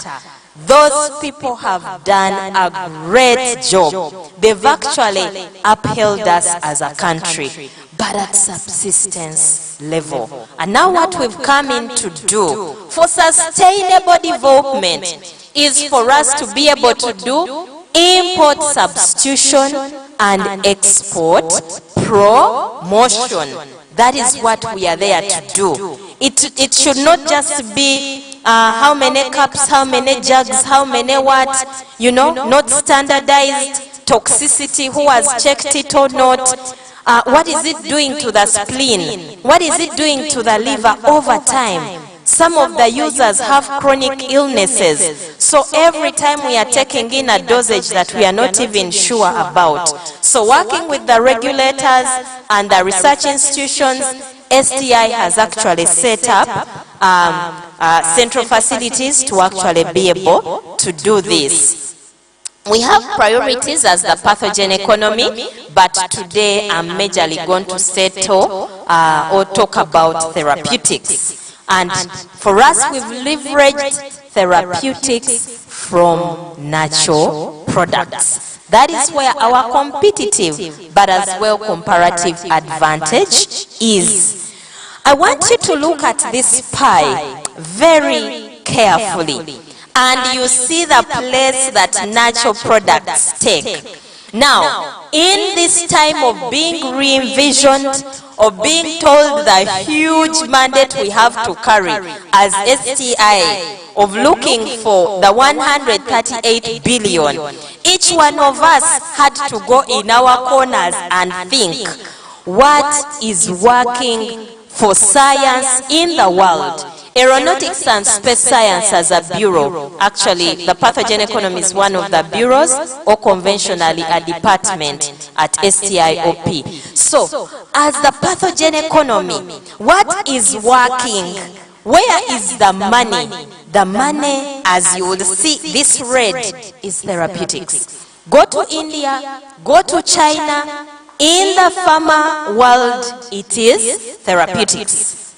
Vaccines, you see where they are? This blue, a certain percentage. Consumables, very important, but you see the place they hold. So for all these countries, all of them, we ranked the 10 best. US was the best. Germany was next, and as they followed, but there was Africa nowhere. So from our literature search, we also slotted in Africa, and South Africa held the flag for us. But even for South Africa, for biotech, it was still natural therapeutics. So when we talk about the importance of natural therapeutics, this is researched. We pulled data for all countries that at the time they were starting like us, and up to now developing over decades and for some centuries. What has upheld them? So, friends, this evening, distinguished ladies and gentlemen, today, as we talk about natural therapeutics, this is the importance. And for us of the 48.3 billion, it is going to fetch us 21.3 billion and more. So, we have developed a value chain. At every point, there is a player. At every point. And for all these points you're seeing, STI has funded. It has funded the innovators at this level, and actually we call herbalists indigenous scientists. We've funded them in many different ways. Some have won a grant, and I want to introduce some of them. Papa, they are working on a dental product, and they were notified thanks to STI. You saw earlier Dr. Rico, Dr. Obakiro, Mukulu Chimba there, their product, and we have exciting news for the country about that clinical trial that we've been doing. So you move through. We are down in the forest here. There is NFA, National Forestry Authority. You come here to the scientists, the indigenous scientists in universities, wherever. Then we have formulated, but now we are even into tabs, tablets, and capsules. And then there is URSB here, patents. And that is one thing we've emphasized. For every person STI has given a grant, you have an amount set off as a cost center for patenting. So the search will be done. If you have anything patentable, a trade secret, a utility model, a trademark, whatever it is, at least we are ensuring we are capturing this. Every Friday at STIOP, the Honorable Minister sets off about 5 hours. Every Friday, compulsory, mandatory. Even if 10 p.m. has found me in Busitema, I will run back to office because Friday is compulsory. And what do we do there? We learn. We are re-envisioned. We are learning from the best. How do you do things out of the ordinary? And in here, we learn on different topics. And for all of us that have a pen and paper, I'm a teacher in the making. Dr. Bakiro started us off with an exercise. Kindly write down something on Global Innovation Index and go and read about it. Global Innovation Index. Now, for the Global Innovation Index, patents are very important. But as a country, we are scoring very poorly. But aren't we innovating? Who is capturing them? Is the information there? So STI has even put up patent clinics to be able to follow through. So we learned very recently, we've had a series of about 1 month and a half now, just learning, doing exercises on the Global Innovation Index, and we are doing very badly. So URSBs here, in vitro studies, Dr. Mtiaba is here, he can bear me witness. Very few, if any, unless they are in the research institutions, have been doing in vitro studies, animal studies. In June, we had over 100 innovators and scientists. But all of them, apart from those that were from research institutions, never knew anything about animal studies. But we have over 500 notified products. Is anyone checking? What are the histopathology results? What is the toxicity? What is happening in the public? Even as we do pharmacovigilance, does it go down to those levels? So we've set up a whole in vitro platform. And I want to say it's a cost on government, but it's absolutely free for you here as scientists in the natural products. And then we've set up an in vivo. This one is at COVAP. This one is at in vitro is at Uganda Virus Research Institute. Then this one, the animal studies, are at COVAP, College of Veterinary, which we have raised from level 2, BSL level 2 to level 3. And I want to tell you right now, we are actually able to do challenge studies in transgenic animals. So, and we are breeding them. We started, our first model was the mice for COVID-19. We are getting into anti-cancers, we are getting into DM, diabetes, we are getting into malaria and all those. But we get pairs, get permits to have them here, breed them, and we are able to support the science out there. So at in vitro, it's simple. Just reach out to us and then we shall connect you to the scientists there. It's a charge on government because we've set up a whole scientist team that we pay, but your work is to just take the sample, therefore. So we work in an ecosystem, and I will not overemphasize that. We have a situation analysis, and majorly, you see, we are majorly distributors. Drugs come in from everywhere, we are distributors. But we are doing a lot of work. Can we translate this for our own market, where over 70% of us are using herbal products, or maybe in a complementary manner? You see this distribution. Here, we are majorly importing. We have a heavy burden. You cannot name it. 2.8 billion. The Ebola crisis. You know, COVID-19, over 200 jobs lost. And everything, all these statistics are everywhere. But I want to bring us to something as I end. Already we are seeing return on investment. Maybe if you can see something here. We've done funding, and this is our pie chart, and it's continuing to grow because recently we had a call out for scientists, innovators, and we've been able to fund them. And as we go on, we are going to improve and continue increasing. Remember, it's in 3 years. But in these 3 years, we already have a return on investment. Sorry, I first brought out the PCR kit so that you see it's coming. We've already saved the country 136.8 billion Uganda shillings, with a funding of about only 1 billion. 3 billion Uganda shillings, and already we have this return on investment. These are diagnostic kits. And then Jenna Herbos, Covidex, we've actually also supported them. They are building, they are at a certain level of building a GMP in Soroti, and we are also now handling their clinical trial for Covidex. We have a biosciences park. After all is said and done, you'll find that we don't have so much infrastructure, and we've set up a biosciences park to be able to handle this production, and it's somewhere in Nakasongola.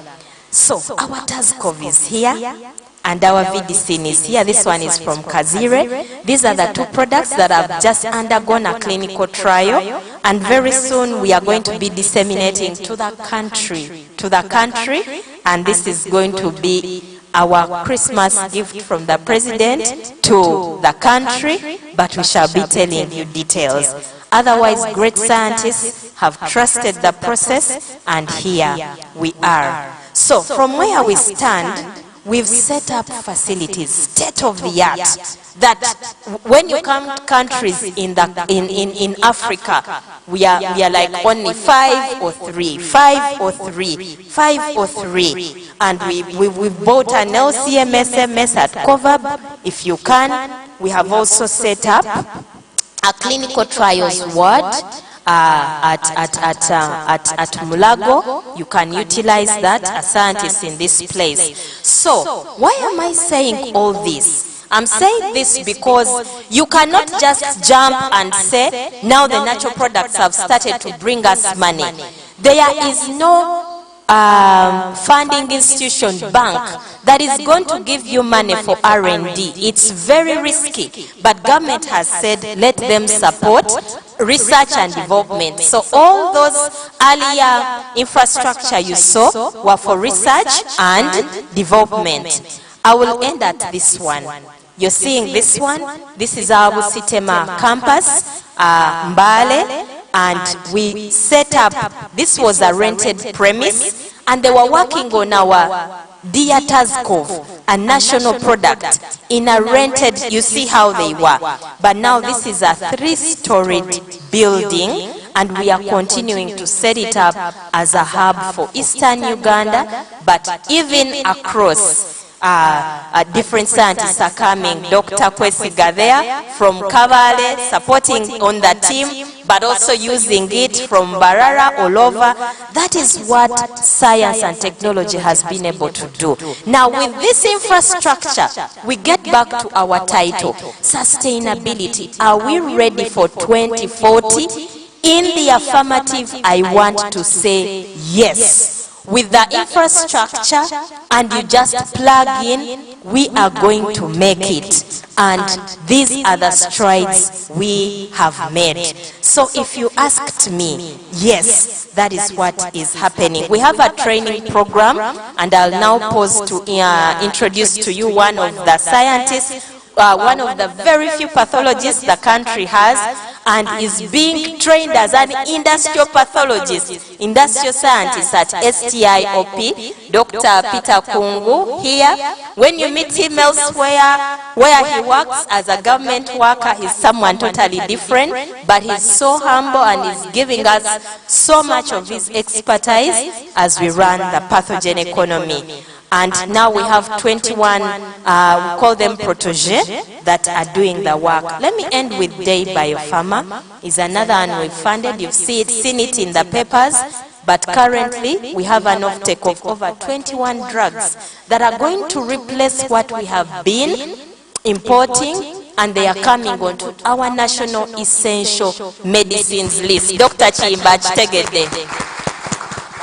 And we have said we found this investor,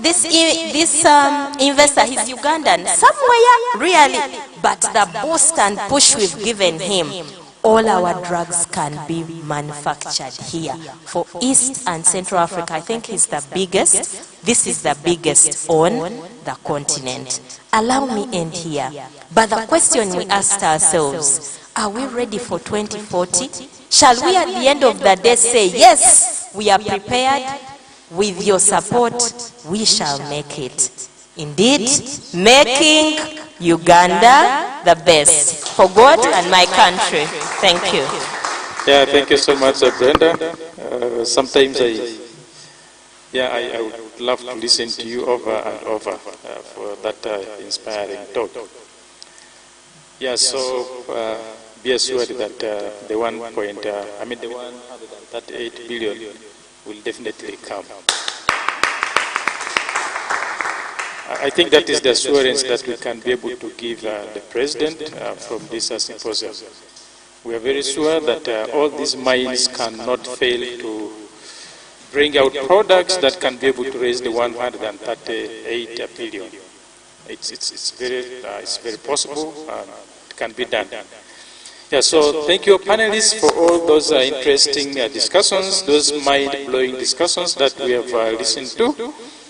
And with that now, I think we will now end that session there and then listen to some scientific sessions, okay, so some scientific presentations. The next session now will be chaired by Dr. Christine Betty Nagawa and Dr. George Kwesiga.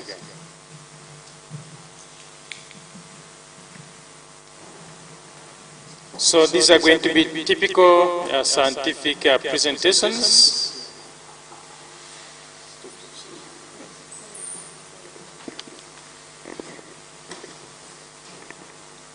Thank you, Dr. Ndima, for sharing this session. I know we are doing badly in time. I know probably some people wanted to raise some questions or comments. I don't know. But let us proceed with the session. This is now the first scientific session, and here we are going to listen to the real research. So we have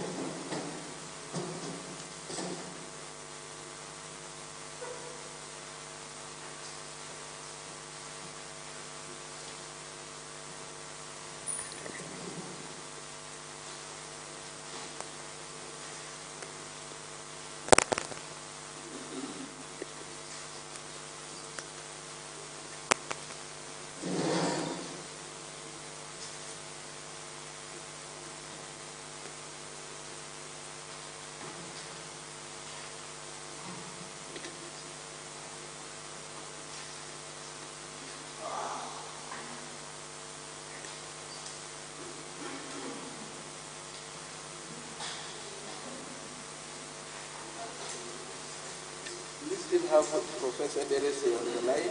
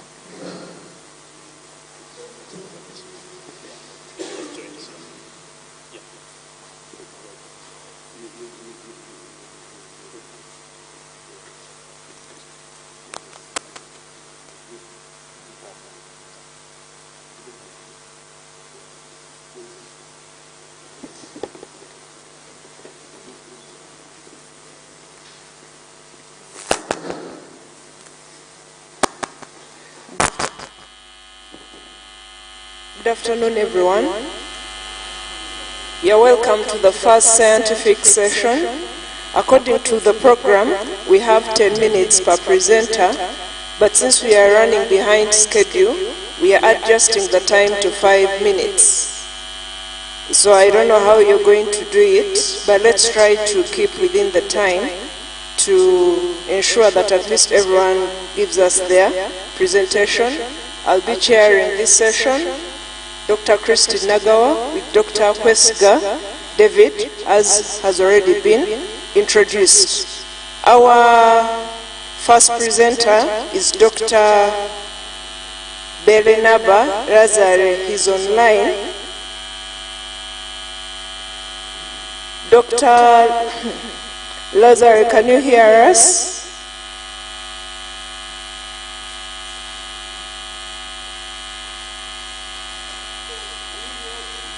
Yes, we can hear you.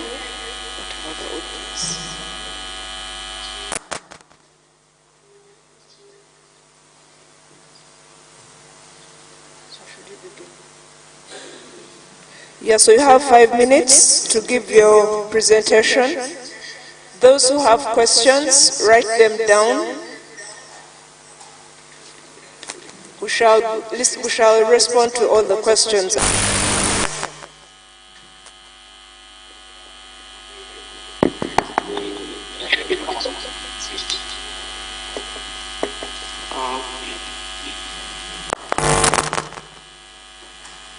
Can you make it on Japurama, please?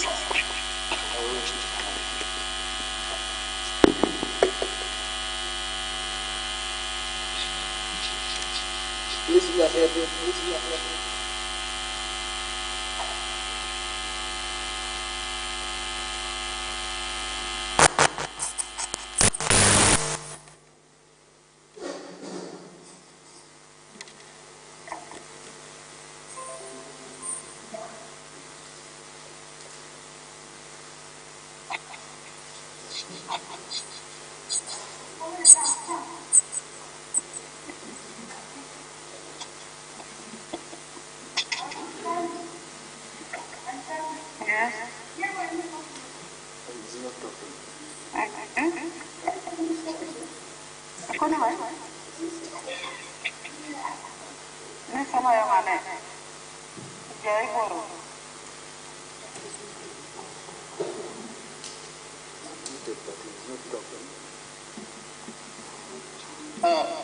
I'm waiting for the start.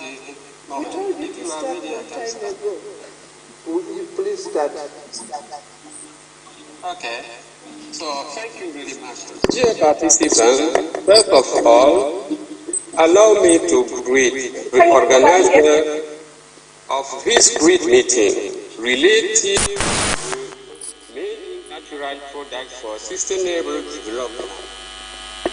I am Dr. Lazare Belemnaba, researcher at the Institut de Recherche en Sciences de la Santé from Burkina Faso, a country located in West Africa. It is a great pleasure for me to present in substance our results that we have initiated relating to phytochemistry, acute oral toxicity, and vasodilation effect of a plant extract called Sclerocaria virea.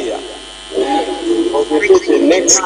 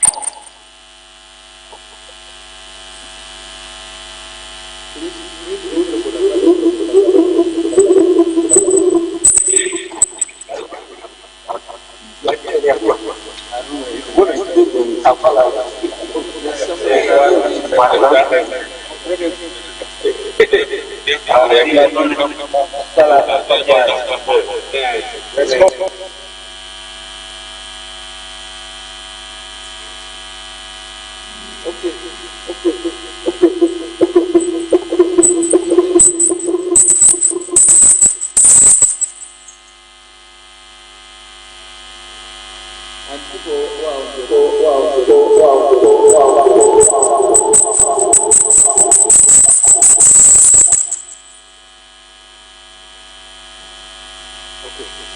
think you're okay. You're okay now?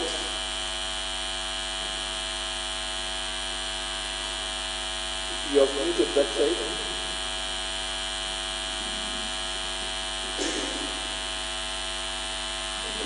Yes, Lazarus. Did you hear me? I am in the objectives. Do you hear me? No, we are not getting you now. You are getting loud and clear. Please proceed. Okay, thank you very much. Okay.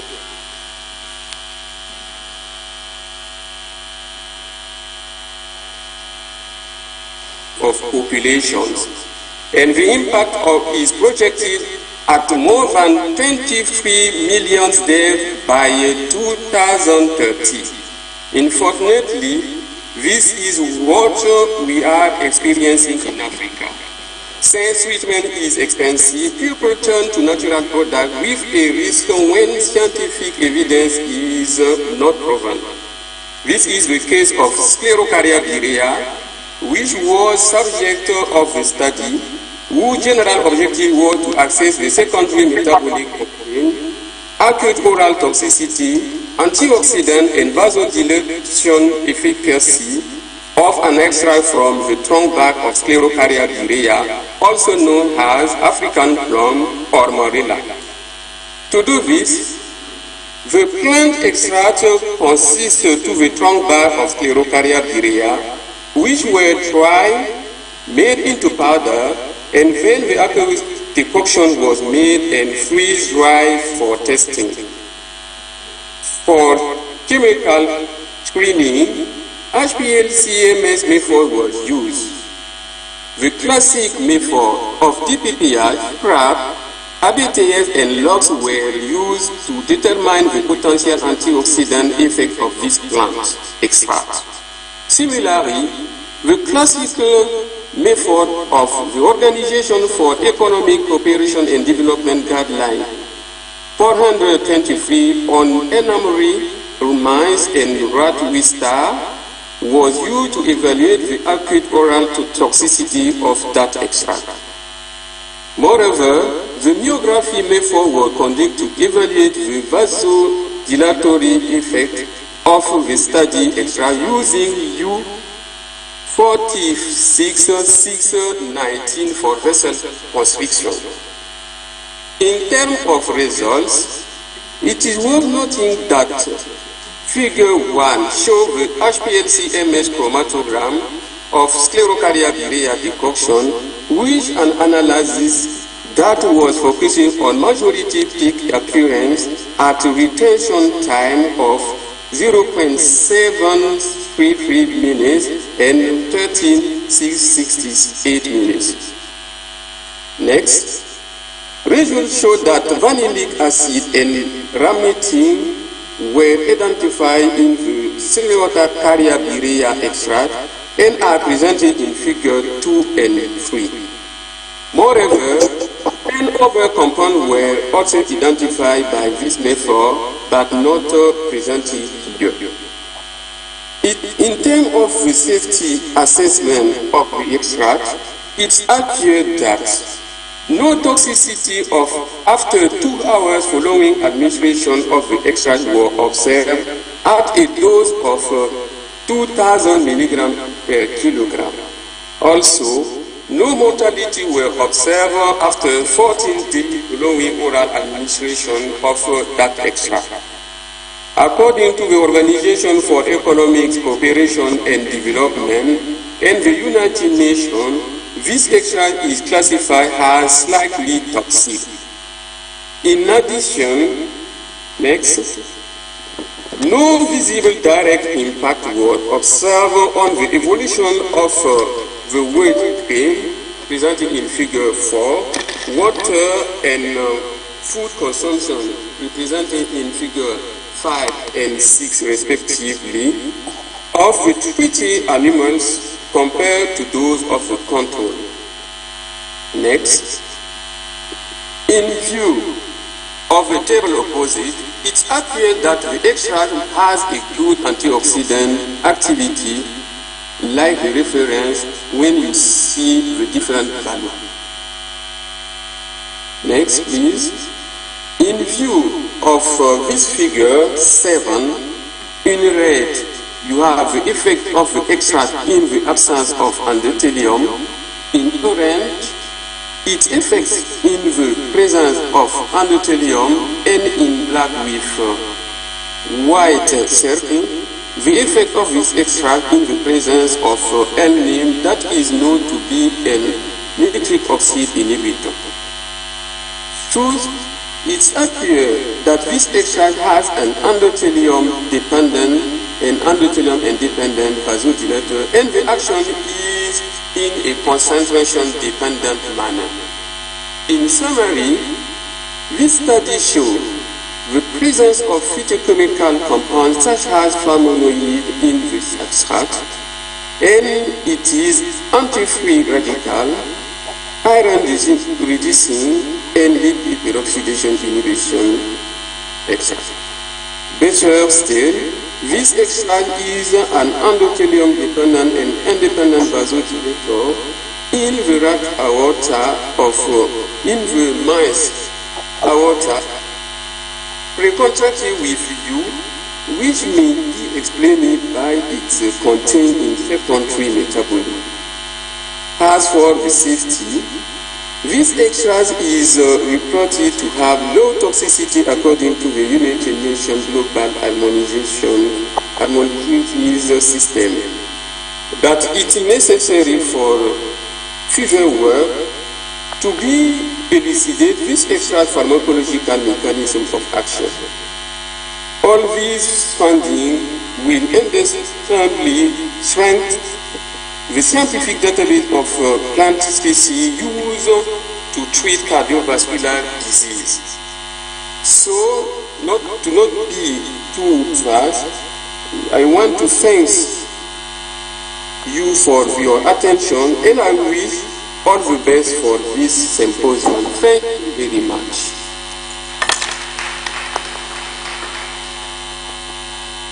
I will stay for any question when we return to response. Thank you.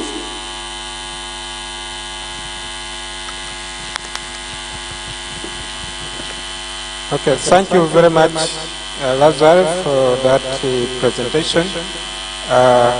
Members in the audience and those online, you can just note down your questions. We shall have all the questions at the end of the session. Thank you. Now let's have our next presenter, and that is Dr. Madina Mohammed Adia.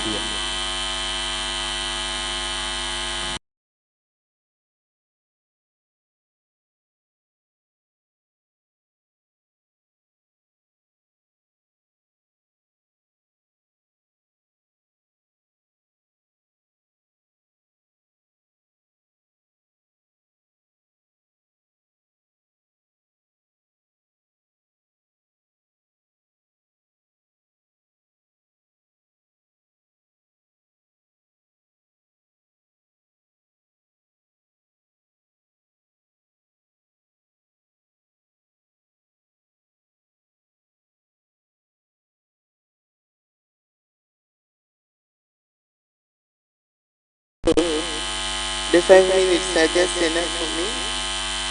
I've been introduced by the name is Madina Mohammed Adia, PhD, and I'm presenting work that has been done by one of my MSc students, and is titled Characterization of Antimicrobial Compounds Isolated from that plant, referred to as Helichrysum odostemum, and then carrying out activities against oral microbes. The microbes that were tested included bacteria and fungi that affect the mouth. So the plant is shown there. It is mainly found on rocky places. It's mainly in Uganda. It is found in Queen and Queen district and Kabale. That is the only places where you can find it. But the local people there use it to treat oral diseases. How do they use it? They get the stem back and use it every morning to brush. Then they use the leaves to stop children from that condition called teething. So from the survey that was earlier done, we went ahead and said, why don't we try to characterize and see, and also test the crude extracts for against oral bacteria and fungi.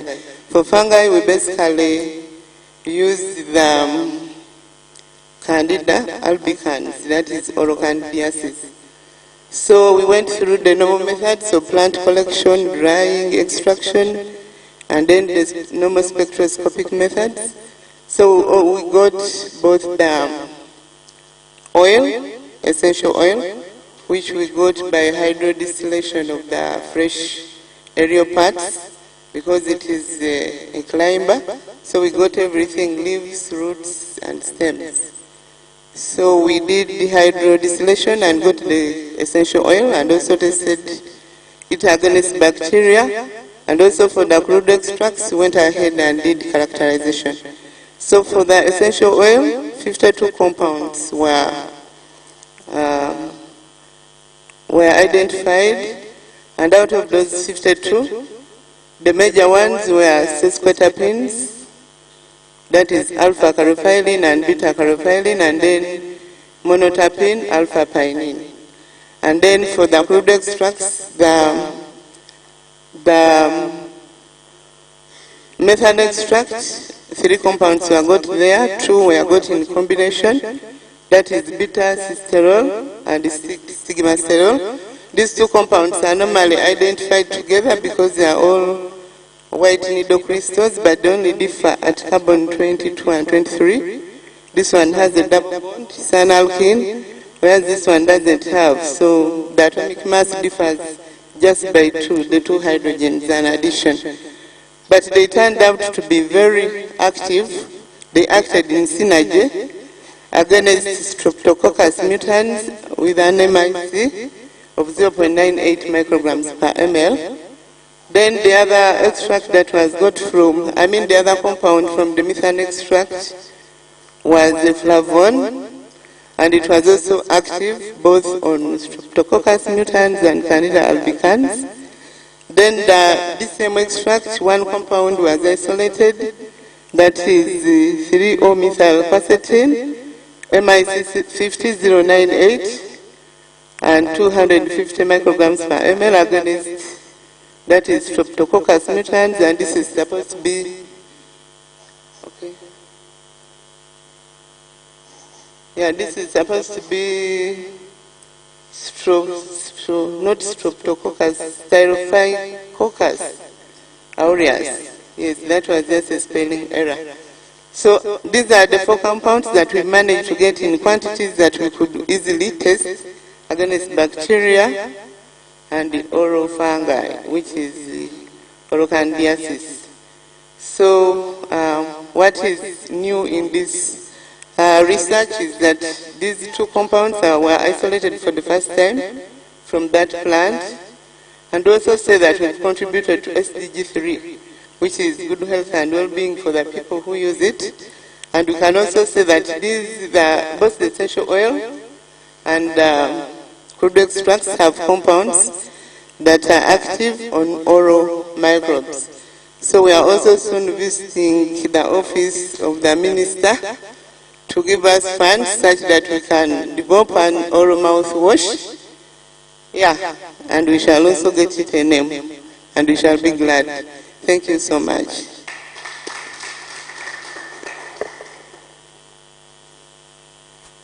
Thank you very much, Dr.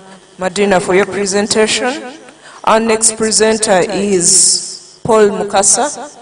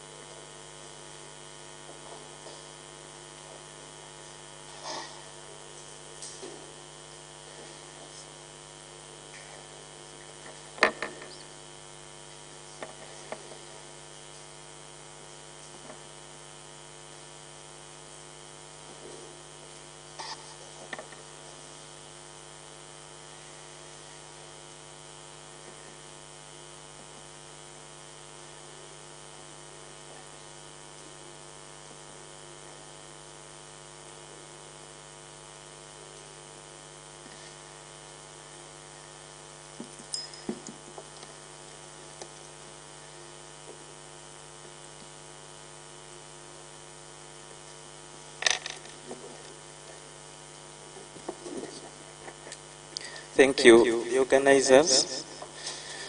All protocol observed. This is part of a bigger study presenting metabolomics. Okay. I think this will be okay. So, okay. It's there. Okay. Metabolomics profile and the antibacterial activity of some plants selected for dog bite. Just as I have limited time, we know dog bite arises due to interaction, either casual or tactical, with human beings.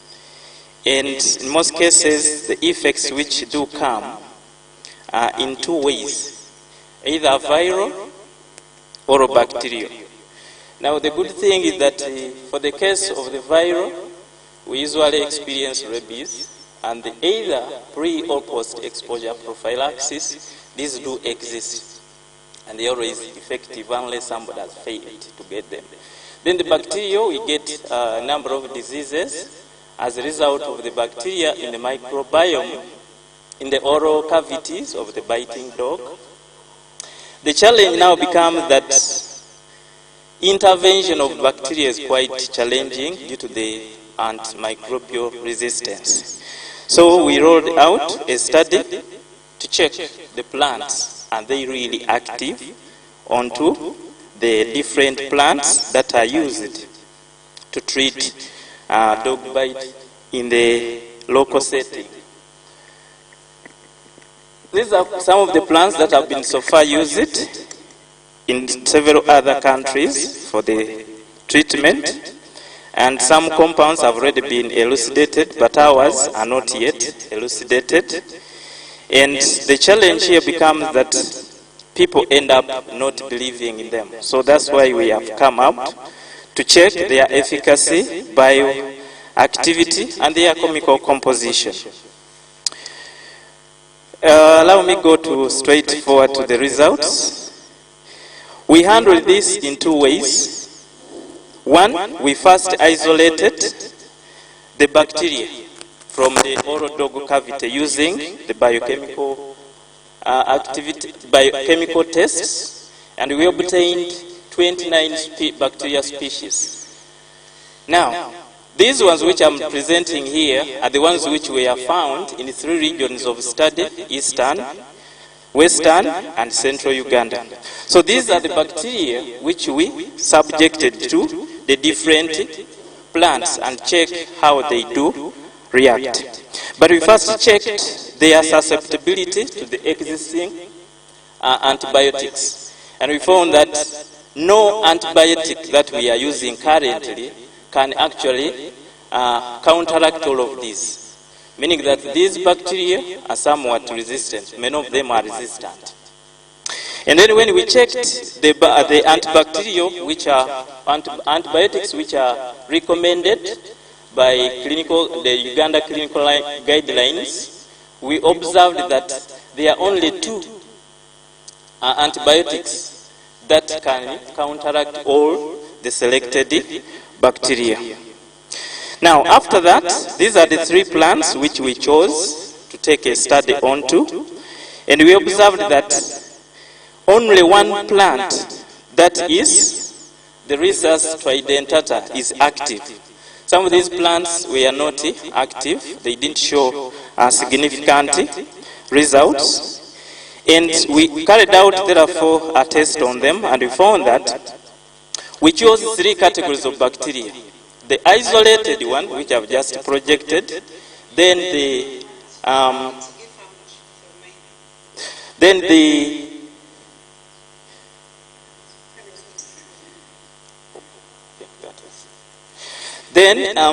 multi-drug resistant strains, and then we also looked for the susceptible ones, the ATCC.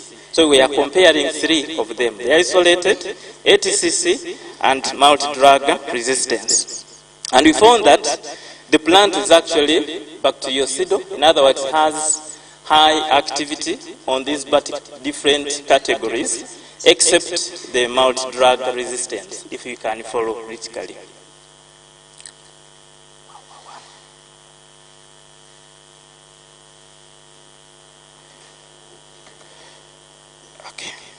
Now, on the plants, on the issue of the compounds that could be responsible for this, we used a silica approach, where we used a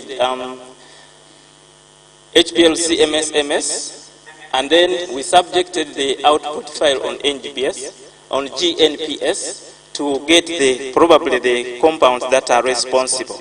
The compounds were categorized in groups.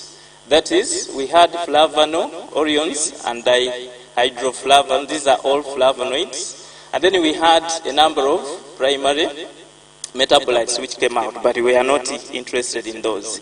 So the compounds which were of interest is the flavanone, the orion, and then the hydroflavone. Those are secondary metabolites, which we end up going ahead with to identify them as the bacrate, the bractane, and then the padmatin, and the pachpodol. These 3 have been isolated so far, but not yet taken up for clinical trials and so on. So they are from other different sources as well that have been already in literature. Now we checked the activity of these compounds, and we found that all of them associate with bacteria. So they have antibacterial activity, they have anti-inflammatory activity as well. Now we checked these compounds on how they interact with the targets in a bacteria. And we use the process of formation of the cell wall. So the transferases are the ones which we looked at first to check how do these compounds interact with these transferases to inhibit the cell wall formation. And we did this after validating, and then we assessed that these compounds have the potential to inhibit the formation of the cell wall than even compared with the compounds that have been validated that they do inhibit the transferases. So it means that these 3 compounds which were identified have a higher chance to inhibit the formation of the cell wall. These are the different interactions of the compounds which were identified, and the enzymes. These are the amino acids around those in the enzymes which we used. That the MORU A and MORU Y, the ones which are common in the formation of the cell wall of a bacteria. We checked the admate properties, and we found that these compounds display optimal potentials. So in absorption, distribution, metabolism, elimination, and toxicity, they actually meet the standards as well. We also went ahead to check the drug property, and we used basically the rule of 5, and we found that these compounds do accept within the rule of 5. So the conclusion is that we isolated 29 bacterial species from the oral dog cavities from 3 regions of Western, Central, and Eastern. And then the one plant, that is Rhesus tridentata, exhibited the significant antibacterial potential. And then we also conclude that tridentata possess basically flavonoids, which I have just seen, And via molecular docking, which are in silico tool, they do bind significantly with the targets that we do love to check. So it means that tridentata is actually a promising plant in this case to move with, and we end up producing probably better antibacterial agents. I celebrate these organizations which have helped this work to come a reality. I thank you.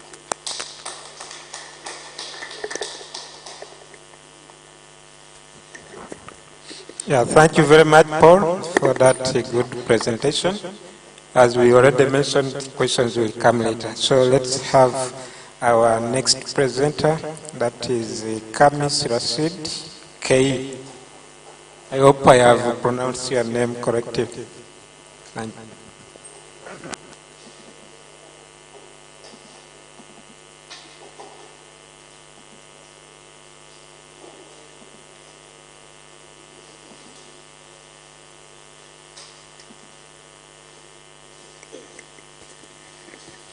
Hello everyone, my name is Amis Heri from Zanzibar Health Research Institute. First of all, I would like to thank you all for invitation for this important symposium, because we are the one which are under the part of East African community, so we are enjoying for the Natural Product Symposium. So actually, for me, I will take you through the ethnobotanical survey. In Zanzibar, we have been conducted almost 4 ethnobotanical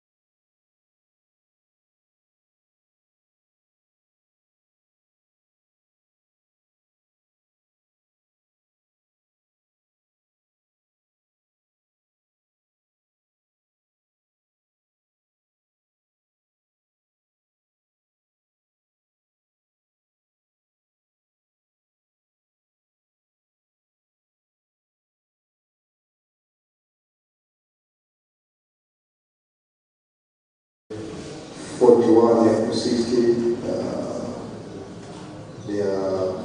most of the traditional areas of Zanzibar are really decent with these rates. And also for the case of education background for the traditional areas of Zanzibar, most of them are going to Quranic class also, but secondary education are higher, and very less who are attending for the higher education like universities. I can say there is a traditional leaders who attend the university but not many. Their families are so various. And also for the case of disease management, actually we encourage for the case of our study in terms of asthma, that most of the traditional healers, 80% of them, they say that they treat asthma. So the asthma was a living disease that have been used to be managed by those traditional healers, and followed by diabetes, diabetes, and hypertension. So, as you see here, the number of medicinal plants that you are recorded, asthma is highest compared to diabetes and hypertension. So generally, in conclusion and combination, those Zanzibar is a place whereby there are no very number of botanical studies have been conducted. As I said, after only four. And now people are using traditional medicine for their health care needs, or general health care needs. But now we need more collaboration to conduct research, specifically in phytochemistry and pharmacological activities. But for my young age, I've never heard about the people in Zanzibar, especially for the State University of Zanzibar, to go there and go college for traditional medicine or natural products to isolate compounds, whatever the case may be. I think it would be new to studying pharmacological activities, action, and formulation of drugs. But in general, what I want to say, these studies have come up to do our projects called the validation of all the medicine products used to manage uncommunicable disease in Zanzibar, and specifically we came up with the 3 prototypes of the drugs, which the first one was antidiabetics, antihypertensive, and anti-asthmatics. And these drugs actually soon will be launched, and in the near future will develop much for commercialization and whatever. So this is the one among the products or milestone for the botanical science. So we would like to acknowledge the Tanzania Commission for Science and Technology, the one who gave us the funds, Zanzibar Research Institute for researchers. And the last but not last, depending upon my time, but I thought I did here, remain some of the times, but I say that next year we will conduct one among the scientific conference in Zanzibar. We'd like to invite you all to come to Zanzibar to explore some of the life. Thank you very much. Thank you very much, Dennis, for your presentation, and thank you for keeping time. Moses Ophir, we'd like to hear from you next.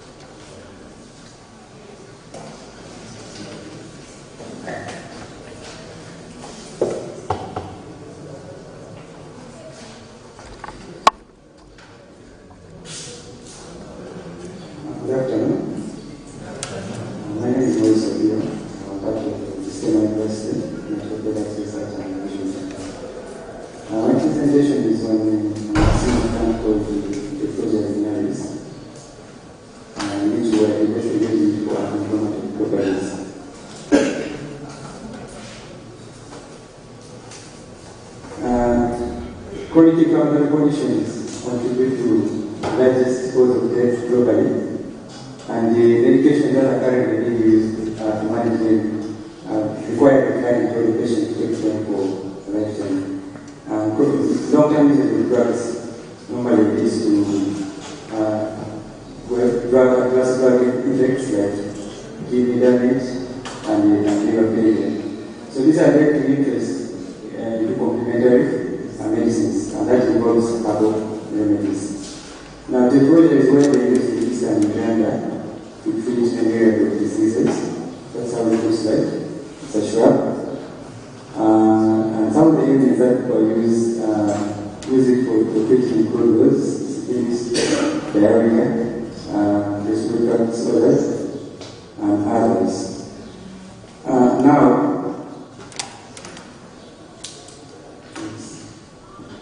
there are very little studies that have been done to evaluate. There have been very few studies that have been done to evaluate the anti-inflammatory properties of this plant. So far, very few studies have been done in vitro, and almost all studies have been done in whole organisms in vitro. So this study is meant to explore its potential in our immune system. Briefly, this summarizes the process from extraction and conditioning of antibody systems. So we extracted it using 70% ethanol, filtered, and then processed by the and then also phytochemical analysis was done by UV spectroscopy. And finally, to guide our dosing, we did prepare some acute toxicity studies using those methods.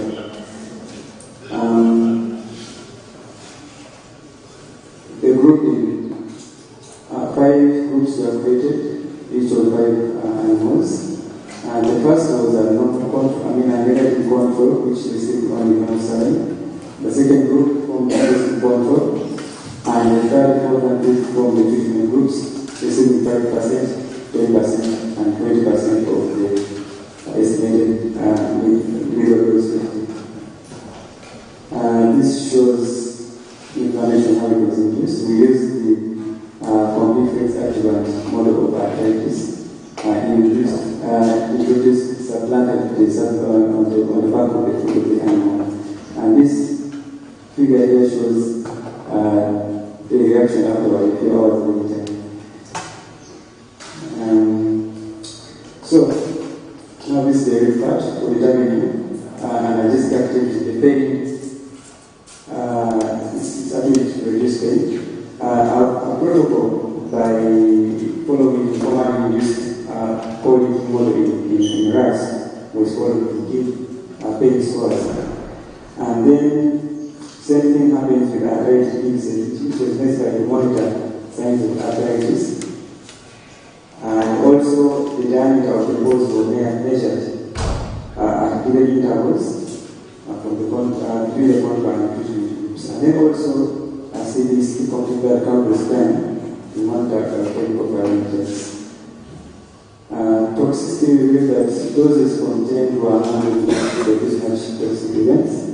1,000 caused just mild decreased mild activity, while 2,900 and 30,000 actually were new and were used to estimate the dose safety. Also, biochemical analysis revealed the presence of these second metabolites. Now, these are the results. This is the percentage analgesic activity compared against the negative control. You can see that there is a dose-dependent increase in the percentage of pain inhibition. However, when compared to the standard drug diclofenac, the activity was actually reduced. Same thing happened with anti-inflammatory activity. You can see that there is a dose-dependent increase in anti-inflammatory activity. However, it was not able to be as good as the diclofenac. And then when you look at the resolution of visual symptoms of arthritis, they see that dose-dependent pattern. However, you can see that everything is still outperformed our drug. It is a very complex cascade of events that lead up to inflammation. But central to them all is a media factor pattern, which is present in the cytosolids inactive form bound with its inhibitor. However, when it is activated by phosphorylation, it dissociates and initiates events which lead to expression of these molecules that point to the inflammatory process. So phytochemicals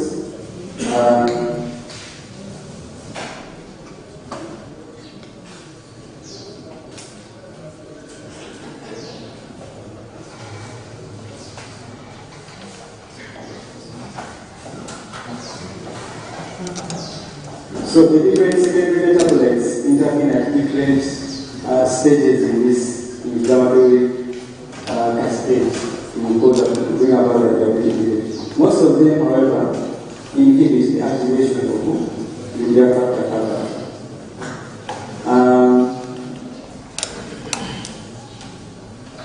I've given a few examples here of the phytochemicals that interact with this inflammatory cascade to bring about anti-inflammatory activity. This table summarizes the results that I presented in these graphs. It summarizes the physical activity and inflammatory activity and the anxiety indices. These are the numbers. Moving on to blood parameters. Noticeably, there is no much change in the blood parameters at all the investigated doses, except in our positive points of that reason could perhaps as a side effect of the treatment. In conclusion, the dose of inheritance demonstrated an inflammatory activity. However, as investigated doses, it wasn't able to produce significantly different results, and therefore there is a need for optimization, maybe by select out active ingredients for better therapeutic effect. Thank you.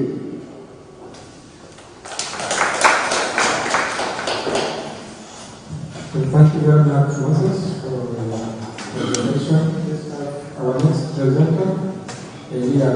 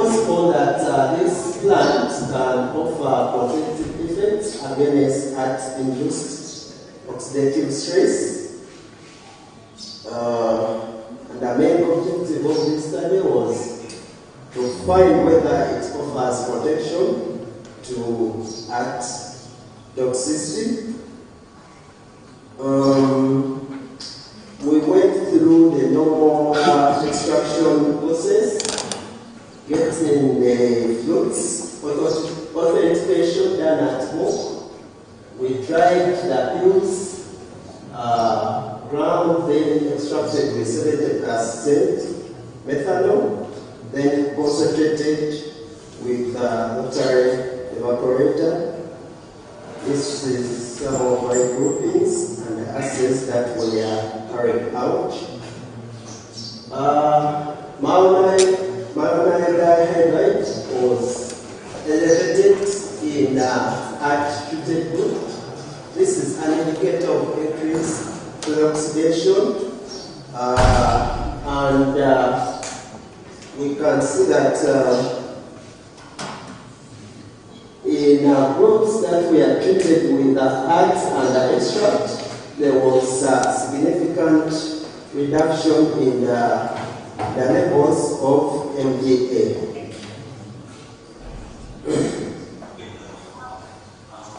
So MDA is as a result of increased reactive oxygen species, which counterbalance the antioxidant, the endogenous antioxidant agents, normally SOD and CAT. So we also looked at SOD and CAT. SOD is super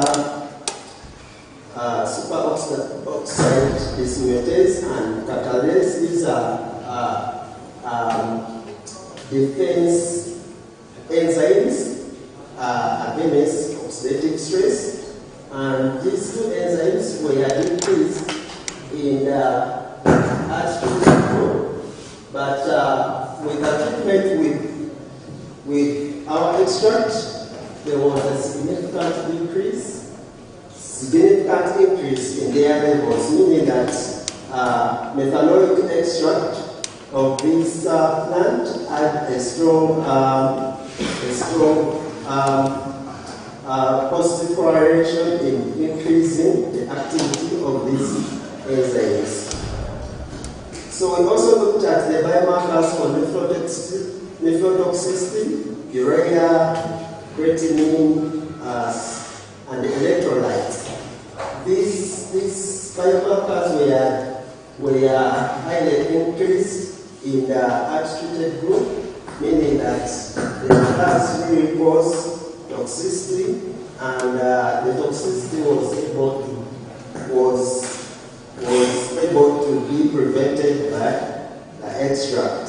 We also did histology, and we observed necrosis in the age-treated groups, but in the extract-treated groups, the toxicity was reversed, or there was moderate eosinophil infiltration. So in conclusion,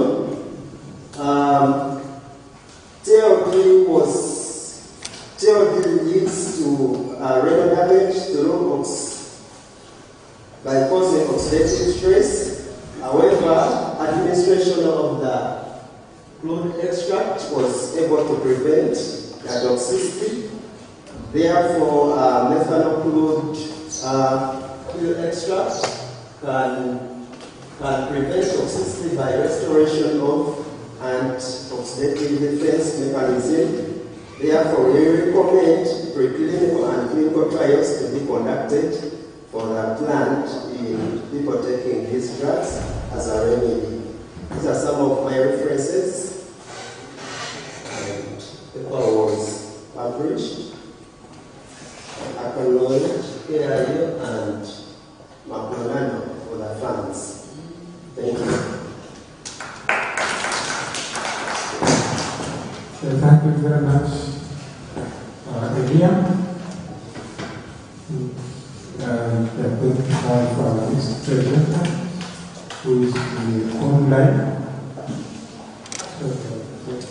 Technical person can help us here. That is Kene Yemak.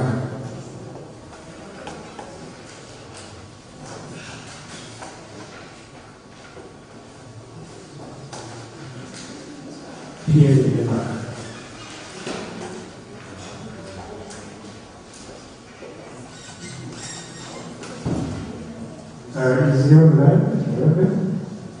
confirm.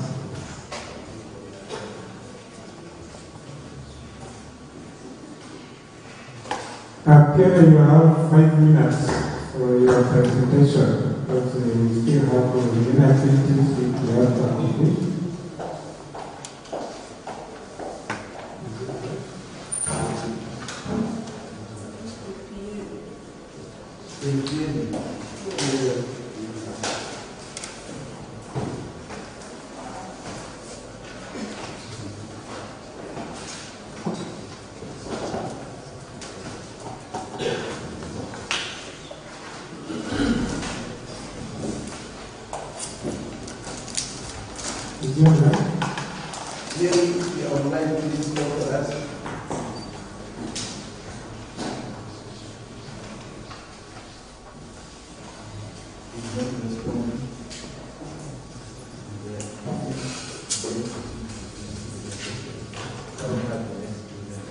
So if Pierre is not online, I think we are finished.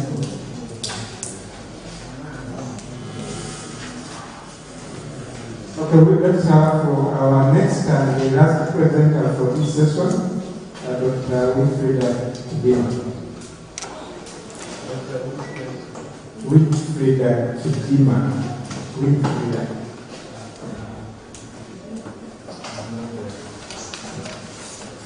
So if Winfrieda is not there, I think we have come to the end of presentations for this session. So we can have some questions for all the presenters who have presented in this session.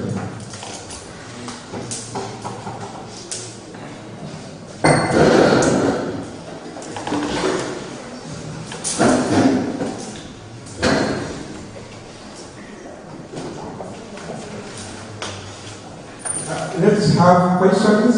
If we have any questions for all the presenters who have presented in this session, so when you ask your question, you specify to whom the question goes.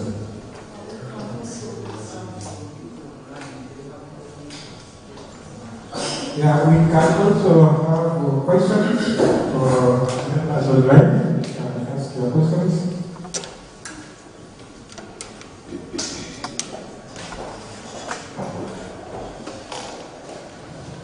Thank you. I'm from Napreca. Yeah, mine is a question to probably most of the time presentations to do with antibacterial and there is sometime back, there was a story of one meeting and it was a question. It was like, can we look at the products from Tascova and the rest and look at the microbes onto these plants? What is healing be as a result of the plant ingredients or the microbes onto the plant? We discovered penicillin was discovered as a mistake on that, and realized that nowadays we do not reproduce that mistake. Yeah? You realize that this could not allow, suppose for example, like in anti-skip was found by root. What's actually the active part of this is not from the plant ingredients, but it's from the microbes that are through this plant. So from the people who had those antibiotics, have we ever thought of characterizing the microbial colonies onto these plants and the possibility of them actually having the drug effect and in the plant, and then we look at probably the relation.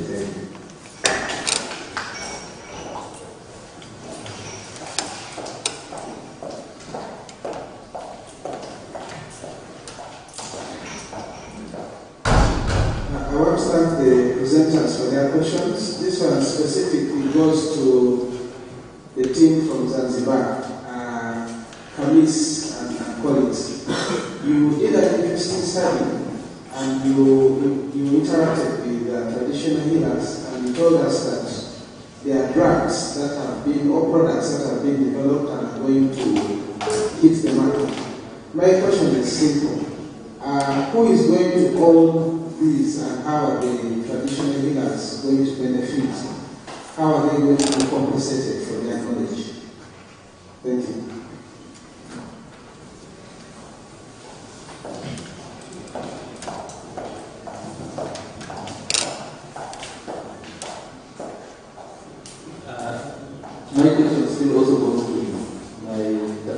Zanzibar team. In your presentation, you told us from the ethanol botany you developed the drug, and you did all kind of chemistry in your area in Zanzibar, and probably also the pharmacological activity.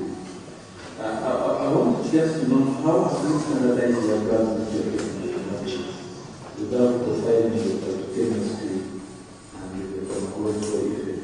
Thank you.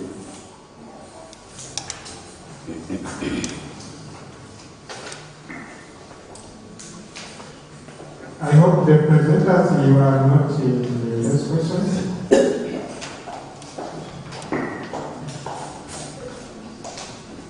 Okay, thank you so much to the presenters. My question goes to the team from Zanzibar. Out of experience dealing with the neighbors at my home when they're using herbs, majority of the people who use herbs, they are females. Why? Because they are the ones who have kids, who take care of the kids. They are the ones who really take care of the family. And also it's actual that females like using these herbs, even incorporating them in food. So now, why was it that 28% of the females were interviewed, but 72%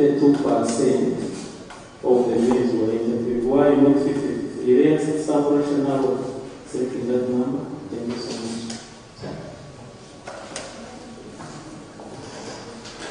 Okay, maybe let's have respondents from the presenters. Okay, we can start with the team from Zanzibar. I think you have more questions. You can answer from there. Okay, thank you very much. 3 questions. I think I don't remember all of the questions. But the last question is on data that have been presented there. Actually, the interviews that we conducted and the answer the result that we reviewed that the number of males is high compared to females. It was not like a bias, but we did a purposive sampling. We communicated with village leaders and we said that one among the categories to be involved in our interview is actually to be experienced man or person with almost 15 years of working to be a traditional healer. That's why we went there. It was just, it's not like a bias, but it was part. That's what the answers. And the second question was the issue of how we compensate these traditional healers. Actually, in Zanzibar, it is one. Though there is the issue of IP, intellectual property rights, and something like that. But in Zanzibar, when we went there to see how they have their formal formulation for the drug formulations, those traditional healers we cooperate together very, very, very nice, because the country of Zanzibar, people were brought there to seek for their information and reviews. It was not like a compensation by bias in terms of research, of cost compensation. What we did, we gave them some of the, we say in Zanzibar we have a language. You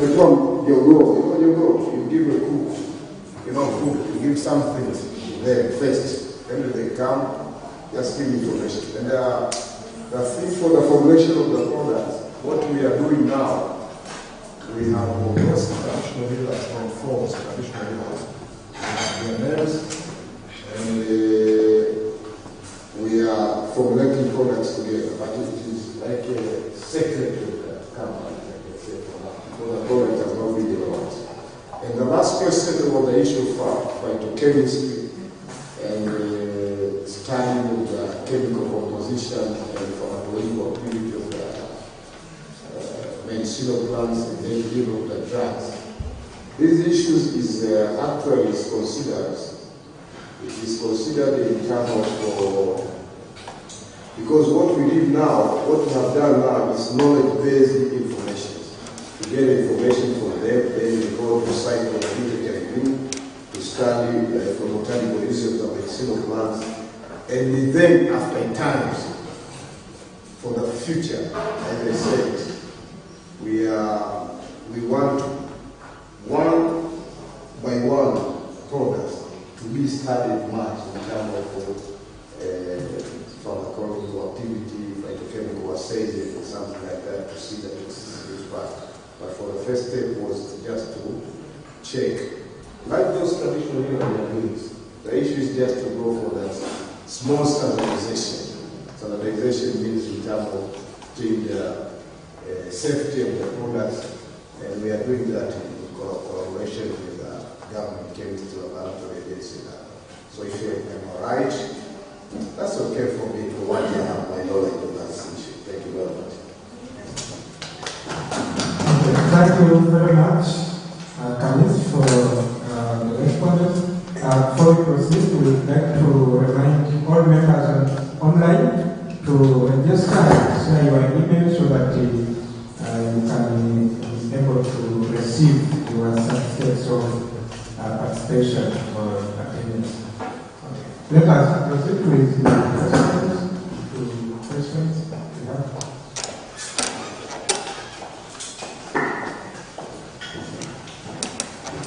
Thank you, Dr. Moses. You have asked something about antimicrobial. How are you sure that the inhibition problem reactivity might have not come from any other bacteria element? Now, issues of quality are very important when you are assessing antibacterial. And then we usually look at the positive, negative controls when you are doing carrying out the tests. But again, when you are doing these things in a better lab, like enough one of the lab that personally uses STI has spoken about it, that is the cover. So one thing we look at is the media itself, the solvents themselves. Then, for this particular case, honestly, we culture with plant extracts or the medium to check what happens.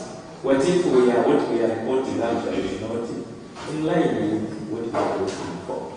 So to be specific, in this particular case of antibacterial, we reported with authority. Actually, this paper about the activity is soon coming out, and there is a section talking about the quality control, and to explain it out how we carry out those. So we are confident that what we are reporting, the antibacterial activity of our extracts from the bacteria isolated from the dog bite oral cavity, the dog oral cavity, and then the HCC, and then the not drug resistant for sure tears as a result of the blood extract, but not again every agent.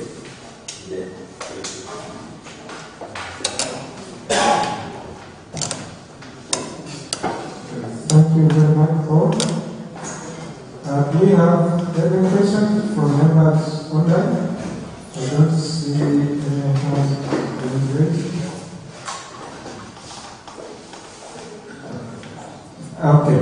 Now, I also have one question.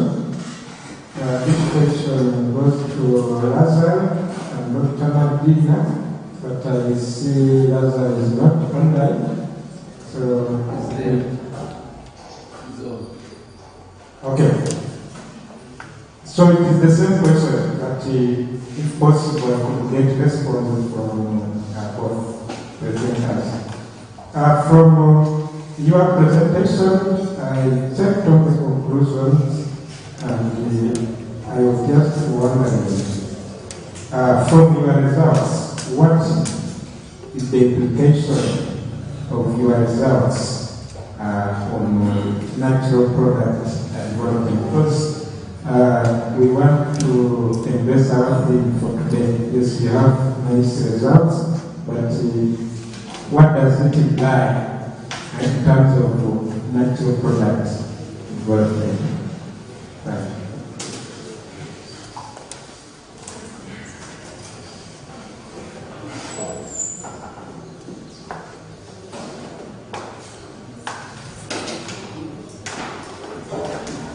Thank you for your question. I remember when I was concluding, I said we were looking towards commercialization. And I think I concluded by saying we are also shortlisting the research office. Get funding that can help us to go for products. Because we already have the only thing missing there is carrying out the existing assets that we have. The technical profiling, we have all the bioassurances. So when you look at existing, then we can then think about the clinical trials and then product development into a mouthwash. So that is what we are aiming at. Thank you. Yeah, thank you very much for that good response. If Lazar also has something to say on that.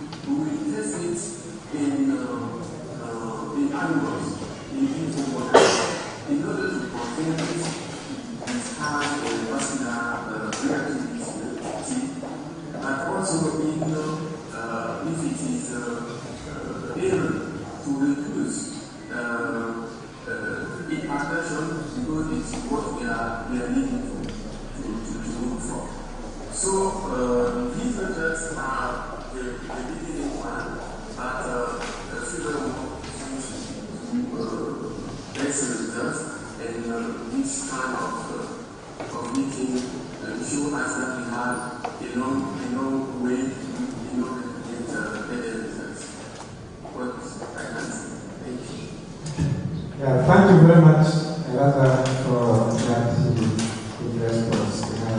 Very satisfied. Now, thank you, members, for your audience. In this session, we have come to the close of this session. As we close, I call upon Dr. Christopher Dabu to give the closing remarks for this session. Thank you very much. Good afternoon to all. I'm here to give a brief wrap-up of what has been presented this afternoon. This group has basically presented, I think, a basic research generating initial information that can be utilized for product development. We would like to thank all the presenters for the job well done. I think they deserve a very big clap.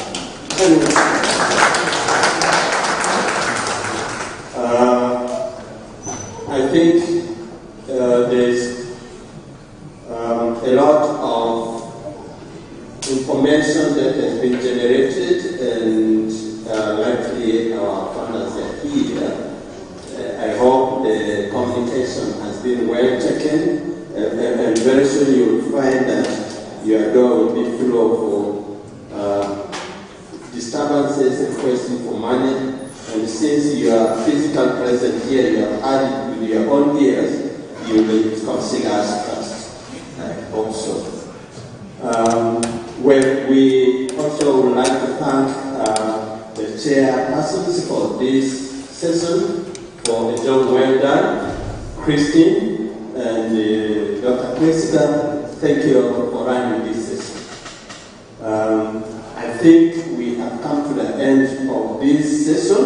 Now I'd like to hand you back to the organizing committee to give us the next program. Thank you very much.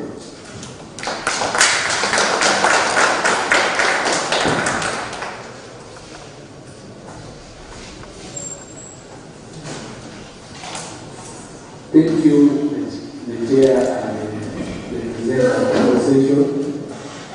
Right now we're going for lunch. Lunch is ready. We can walk through that door and pick a little food. Also, I want to inform you that outside, I'm told to pass through this side, this door, we them through this way.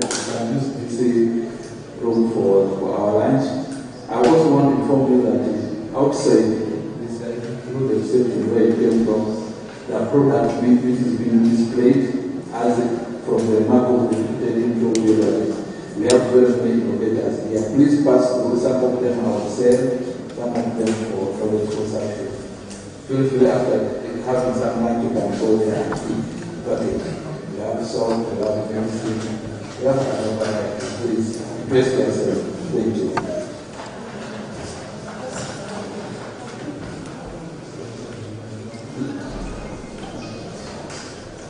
Can we have it in 40 minutes?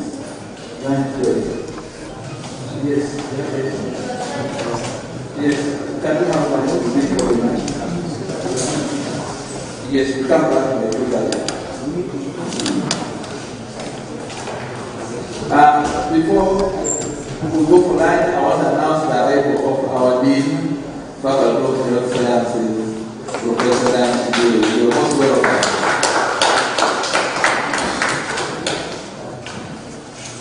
Later when we are going to lunch, please join Professor for doing this.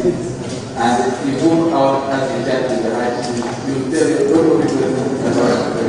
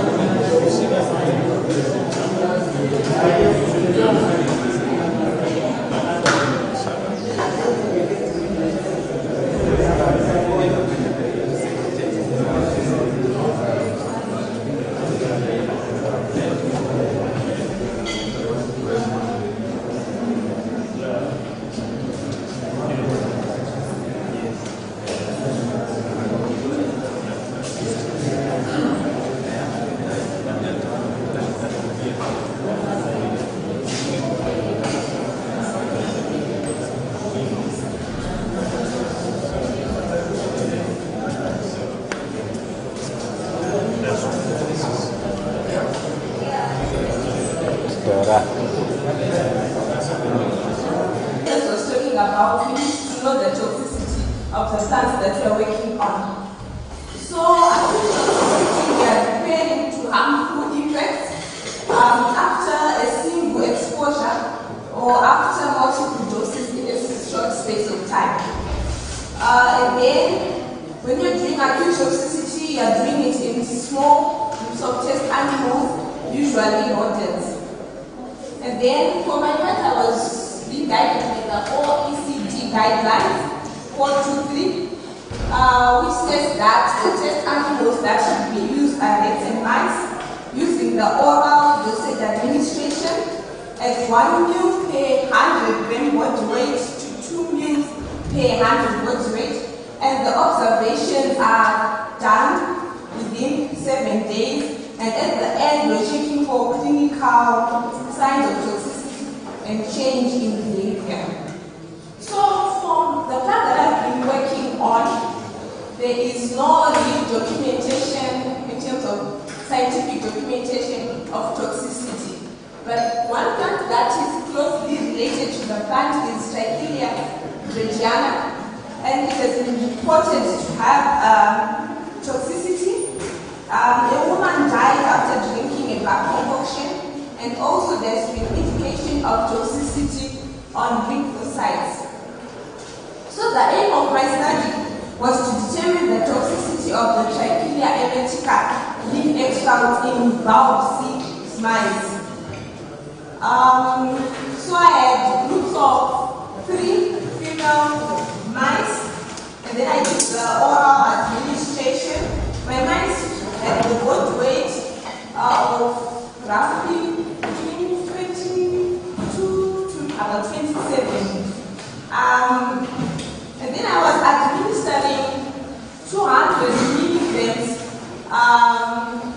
per kg body weight and 300 milligrams per kg body weight. So that is the picture. On the top, that's a mouse that had been given 2,000 milligrams body weight of ethyl acetate. And the way I forgot to mention that I was using the ethyl acetate and the 70% ethanol leaf extract of this plant. So the one that is on top is the one that had been given 2,000 milligrams per kg body weight, and the one that is below was the control, which had been given distilled water. So for the observations, I have been observing skin color changes in hair color, convulsions, salivation, diarrhea, sleep, and vomiting. So after administering the mice that had been given the highest dosage, they vomited upon administration. And then also after the 14 days, I noticed a change in the fur color, and also some erection in the fur color, in the fur. And then the body weights of the mice, for those that have been given 70% ethanol, they gained more weight, and those that have been given the HQ acetate actually had weight that was below the control group. And then for the body organs, those that had been given the 70% ethanolic extract, they had big livers and big kidneys as compared to our control. Okay, so for my further studies, I need to do histopathology as I collected the metabolic organs of these animals, and then I also need to do the subacute toxicity and also some wound healing assays. I would like to thank my supervisor from Kanganyama and our panel. As regards my presentation, good afternoon, ladies and gentlemen. All protocol observed. Lambert Justice is my name. Warm greetings from Natural Chemotherapeutics Research Institute. I'm here to present results of some ethnobotanical undertaking that we did with Dr. Mujab as our principal investigator and the rest of the team members, as you can see in that slide. This work was funded by the Global Environmental Facility, National Environment Authority, and it was undertaken by Natural Chemotherapeutics Research Institute. Just a brief background. The study was titled Ethnobotanical Survey of Medicinal Plants used by the Batwa, indigenous people, and local communities of Kisoro district, which is in southwestern Uganda. The Batwa indigenous people relied on forests for their healthcare and food for quite a number of time. However, in 1992, they were evicted from their forests, and this caused enormous loss in traditional medicine knowledge. So our study aimed at documenting the traditional medicinal knowledge of Batwa indigenous people and local communities in Kisoro district. Of course, we used the ethnobotanical methods, and these were conducted in 90 participants using the focus group discussions and then also individual respondents.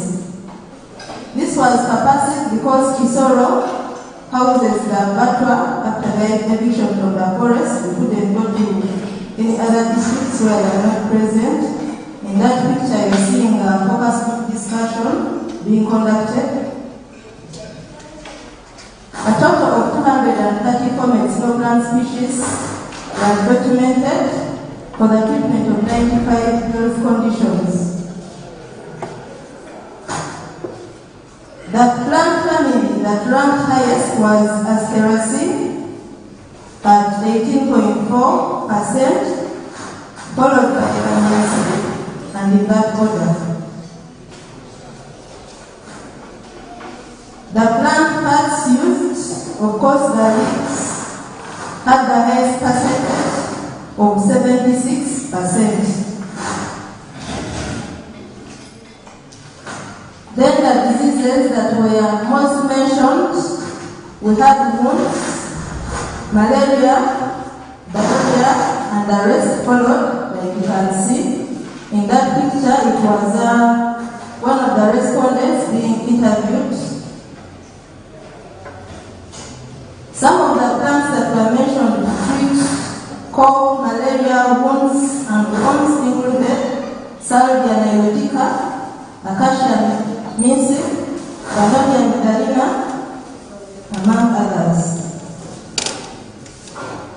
course, the oral route of administration stood out, followed by topical at 24%, and then inhalation and auricular at 2%.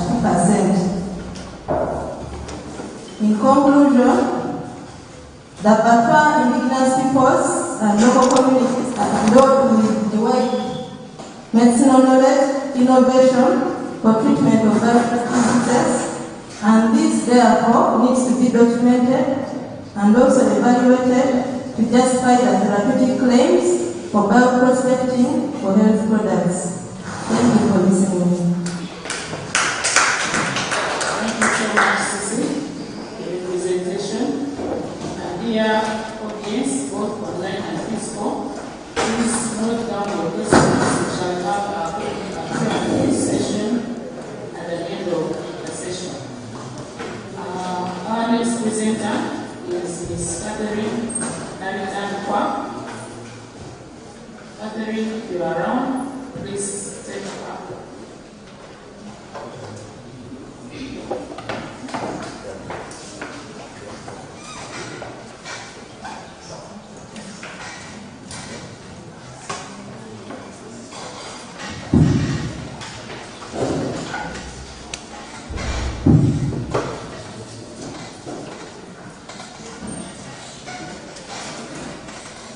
Catherine?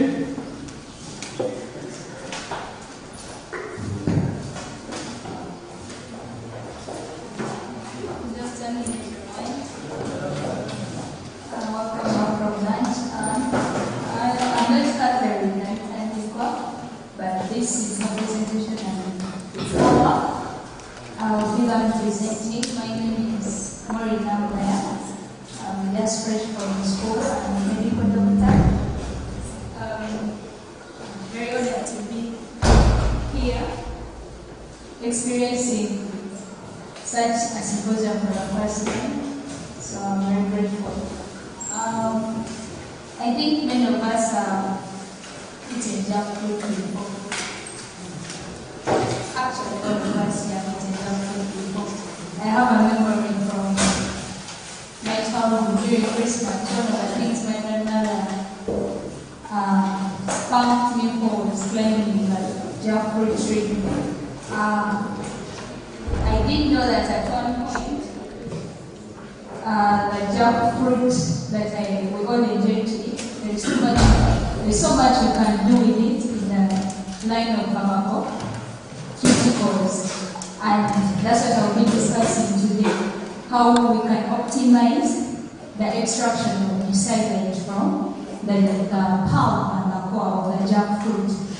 Mucilage is a complex polysaccharide biopolymer, so it's present in most of the natural products. Normally it's picked from seeds and naturally it is synthesized within the seeds of many plants during their growth cycle, but you can extract it from other parts of the plant, like the fruit, the leaves, some other plants. It tastes like jackfruit, for example, okra.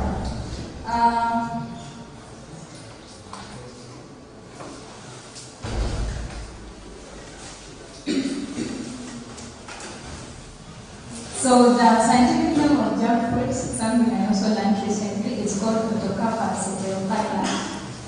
And as I've already discussed, why do we need this mucilage? What is it used in the pharmaceutical line? One of them is that we use it in drug formulation, like to have, so that we can have these modalities, like the sustained and controlled release modalities.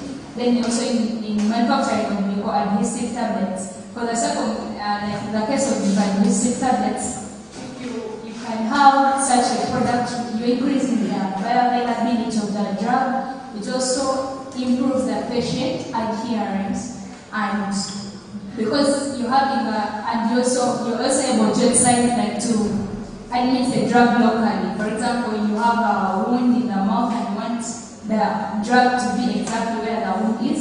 With the help of the mucilage, you can formulate such a product.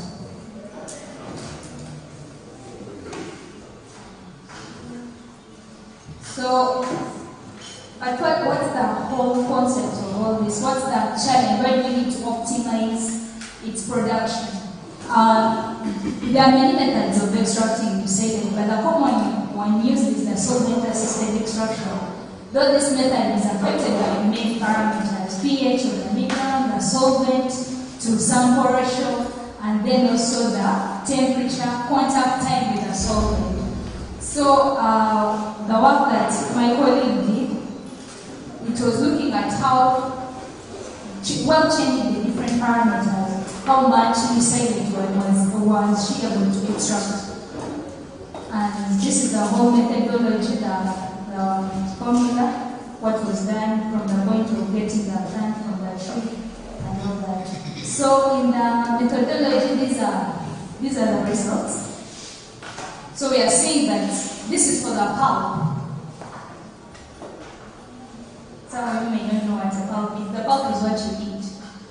Then the core is the center, like this white part, those things you keep floating. So, according to the results that we got,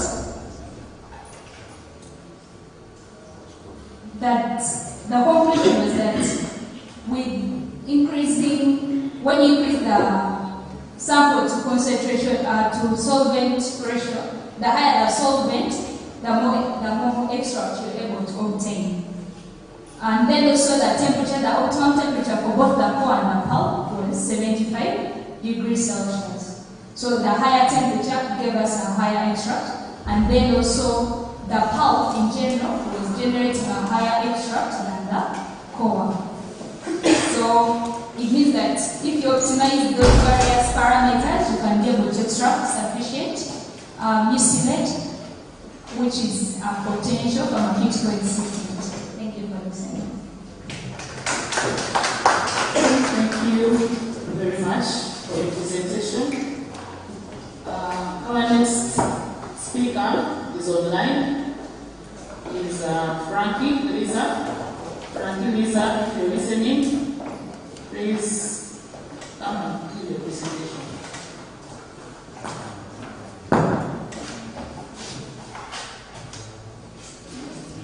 Frankie Lisa.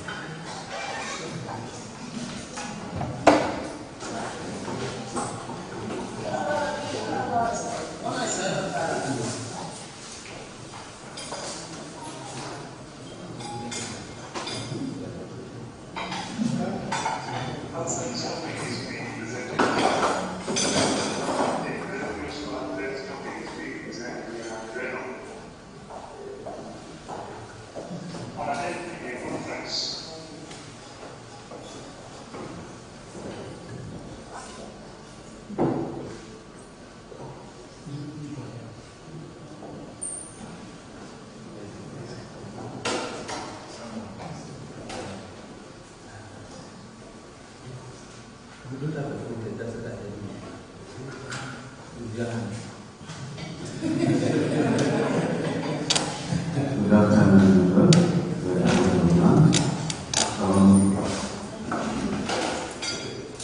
I was given my findings, so this purpose was meant for result dissemination of the research project. I didn't even pull out from the manuscript I'll brief the work. I'm not going for the slides for the introduction so much because you know the cases of snake biting. Actually, it is an estimate. They say around 5 million or 5.5 per year get due to snake bite. And you know there's like venom toxicology and pharmacologists they can talk about that. It's potent in terms of enzymatic activity, neurotoxicity, and all those other aspects. Now, why are we doing this research? Because we found out that people in rural areas, they use, and research has not been done to find out whether they're working. So this research project has taken some years. We have done beginning from the pharmacology, and we have at least actually development of names of plant treatments. And then those plants also, we tested them individually. Not some people they use the combination therapy. So the interest here is that we need at least to see which plant products are working singly structure of the compound. So this research started from the pharmacology, documenting the traditional information up to the level of testing the actual compound against the enzyme activity. So I'm going a little fast with this with the work here. That is how we tested LD50, just flash it. Then we also calculate the profit. Okay. So out of the 1 minute, I'm going to show you this animal analysis. So briefly, the chemistry part of it, I'm not finished now. Thank you so much.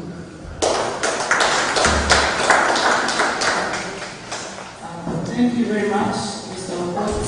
David. Our next presenter is Dr. Hamilton Mr. Dr. Hamilton, you're on.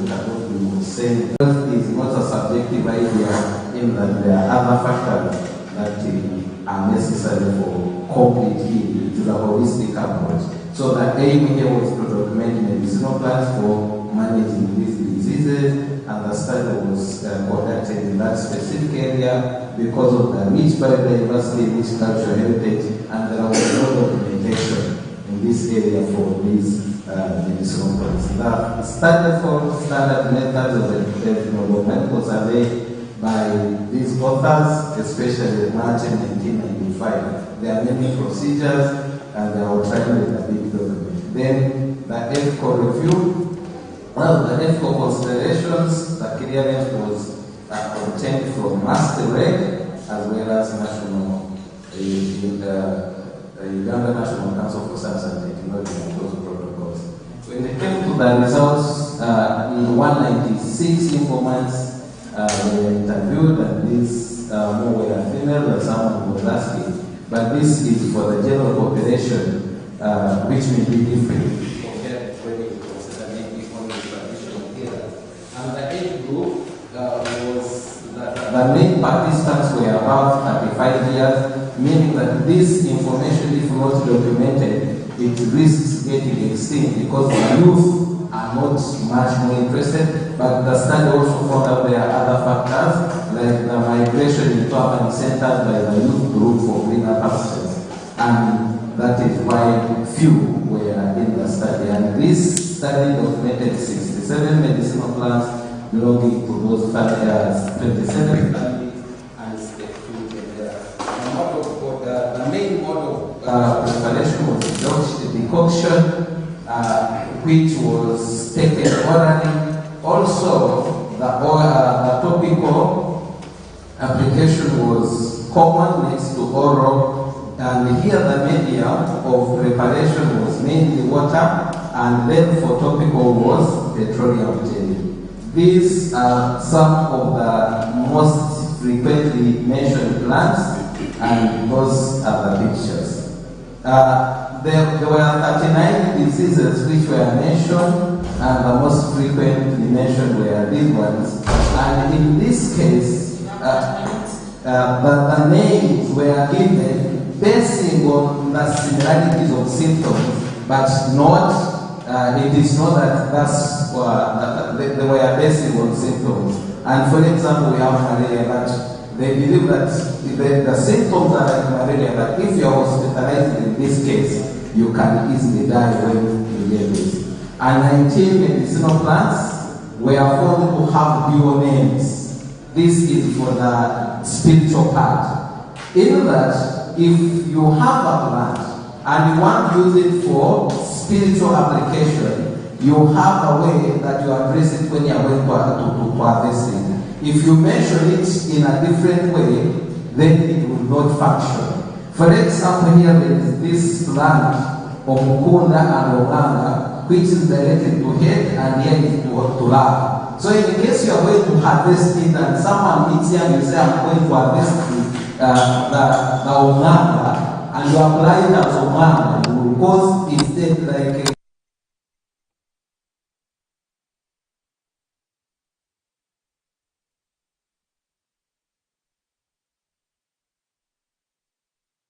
what was found out. So you have to be careful the name that you use or the terminology.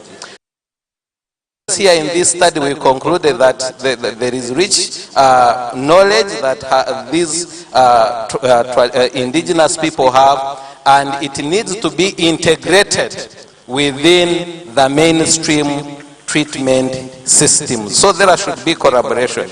I presented similar work one time, and a medical doctor asked me, do you also believe African diseases do exist? I almost responded in a way, because sometimes when you have not experienced something, you don't have experience, but there could be people who have been admitted and they test for all symptoms of diseases. You find they all turn out negative, and some are taken for prayers, some are taken for traditional treatment, and they get relief from there, not from the hospital. So if someone has experience, can know that such things are real in the African setting.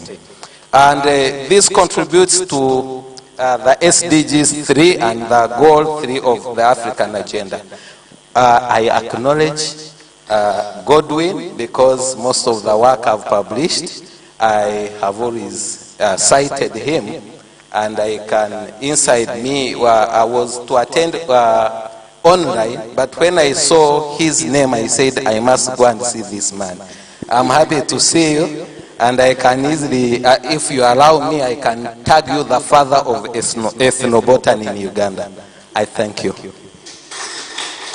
Thank you very much, Dr. Hannington Gumisiriza, for this exciting presentation. I want to have that herb of Omukunda. If you have it, please. I need some of it. Our next presenter is the father of ethnobotany, Dr. Godwin Anywa.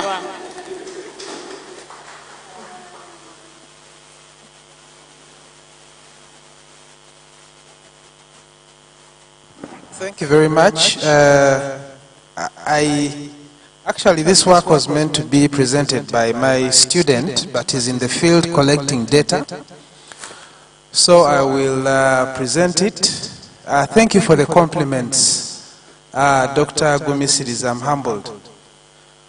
So I'm going to talk about ethno-veterinary medicine in Uganda. And, oh, okay. It's a different study. I can still talk about it. Medicinal plants used for treating malaria in West Nile. And because of time, I will skip some of the things, but we all know the severity of malaria. It's a very huge problem. And we have had a few studies document the use of medicinal plant species for treating malaria in Uganda. We have actually done some studies to look at their antiplasmodial activity in vitro, in vivo, and we have confirmed that indeed some of these plants do work. However, most of these studies have been limited to particular areas of the country, and we have not had any work from West Nile. It has been a marginalized region. So we went ahead to document the medicinal plant species used in this unique region with a diversity of tribes. The study was ethnobotanical in nature, and we looked at 10 districts in the region. So we followed the WHO guidelines on good agriculture and collection practices for collecting medicinal plants, and we followed the standard SOPs. I will not go into them. So this is basically the study area, and quite a number of medicinal plants were documented for treating malaria. There were over 150 medicinal plant species. What was interesting about them is that some of the plant species commonly used in this region are actually widely used not only throughout Uganda, but in other parts of Africa as well. And one of those common plant species is, you see the name has been changed, there's a name change, Gymnothemium amagadlinum, what used to be Vannonia amagadlina. We have done studies to show that it's widely used here in Tororo for treating malaria. In Nigeria, it is consumed as a vegetable. And there was a clinical study that was done in Uganda, actually, by Professor Malin, and they actually confirmed that this plant has some anti-malarial activities. So over 183 medicinal plant species were mentioned. The most common include Aristolochia elegans and Gymnothemium amagadlinum. So I'll pull out a few. I'll not go into the details of all of them. One of the interesting plant species is Securidaca longipendiculata, and indeed there are studies that have confirmed its antiplasmodial activity in different parts of the world. I've also mentioned this plant and the clinical studies that have been done to confirm its antiplasmodial activity. Aristolochia elegans. What is interesting about this plant is that it contains a compound, aristolochic acid, which has been found to be carcinogenic from the seeds and nephrotoxic. Okay, but the local people continue to use it. It's quite popular even in central Uganda and many parts of the country. Malaria also goes by different local names among the different groups, and there are different beliefs surrounding the causes of malaria and how it is treated. So I want to recommend testing of some of the plant species that are widely used for treating malaria, for their antiplasmodial activity and toxicity, because most of them have actually not been tested to confirm how safe they are. I want to thank you for listening and acknowledge the government of Uganda for supporting this program, and Moni University and colleagues I partnered with. Thank you very much for listening. Thank you, Dr. Nyuar, for the nice presentation on malaria. As you are aware, malaria is a big burden here in our country. So such studies is promising and gives us hope. Our next presentation is going to come from Malama Sande.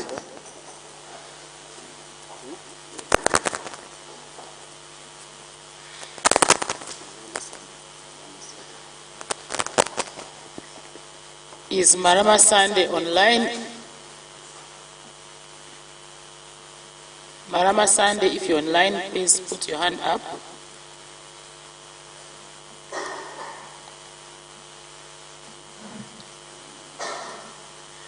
So it seems this person is not available, so we can have... Let's have a question and answer session for this session that has just ended. Any questions from the audience? Questions? Comments? I just want to lead the way and ask just some very basic question for Sisi, presentation number 1.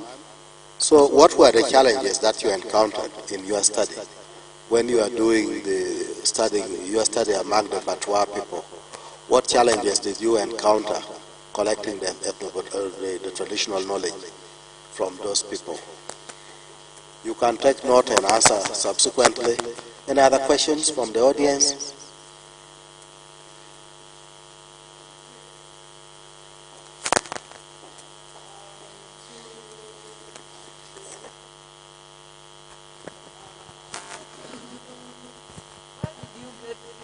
Information, Dr. Okot, who supplied you information regarding the plants used for as antivenom?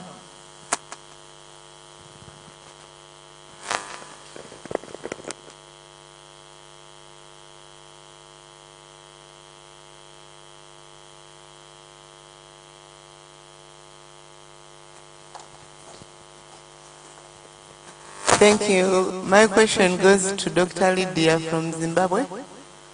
I just want to know, how are you doing?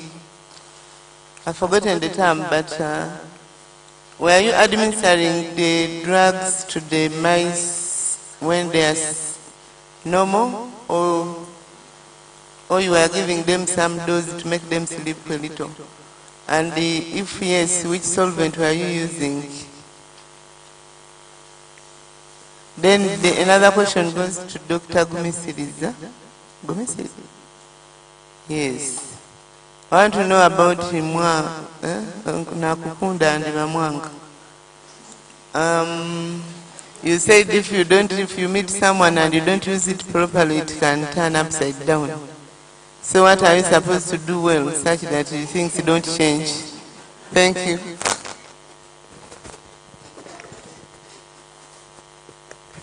Thank you, the presenters. My question goes to Dr. Godwin. Now, when you were presenting, I saw something like the name of the plant species has changed. I have accounted that, like I was working on the plant called Elangia tomentosa, but when I checked, I found that the name had changed from Elangia tomentosa to Bothreuch and Longites. So in that case, which name should I use when I'm, writing my literature? Thank you.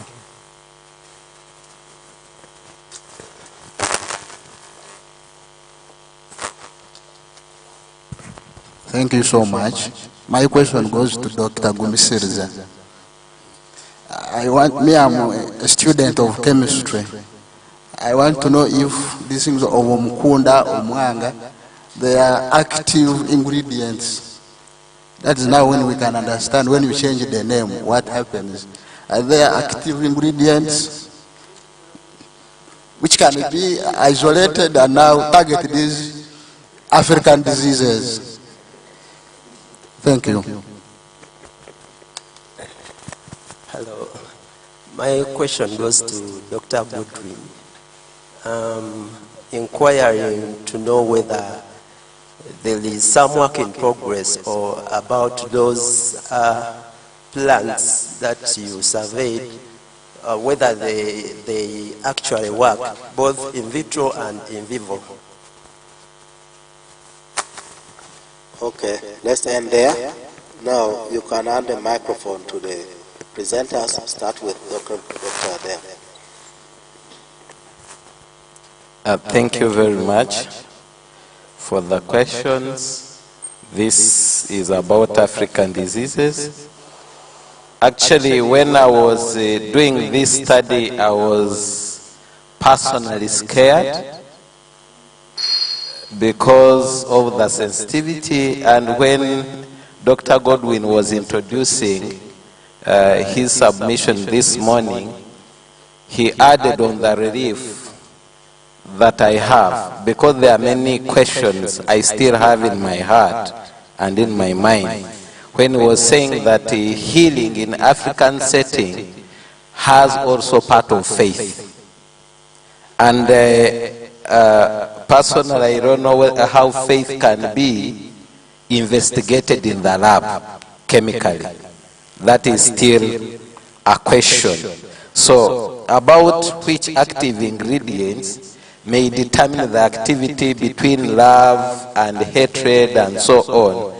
You see, in the African setting, it is not only, it is different from the Western way of treatment, where it is based on empirical evidence only. Here someone can do enchantments, they do prayers, they do intercessions, which influence the activity. But as part of the recommendation in the big work, is that these plants now can be scientifically investigated.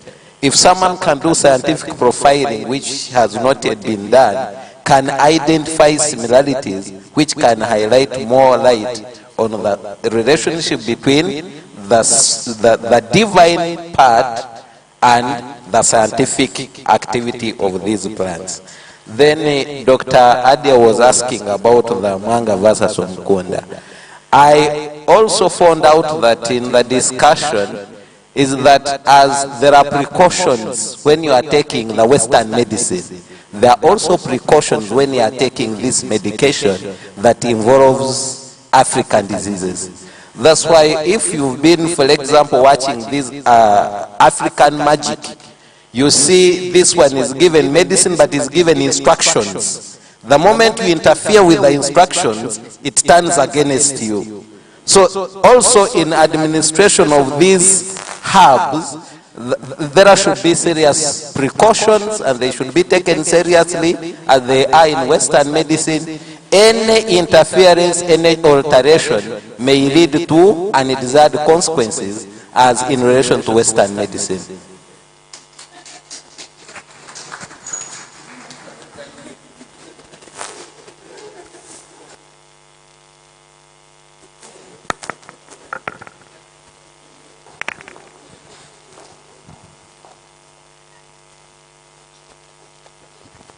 Thank you for the question.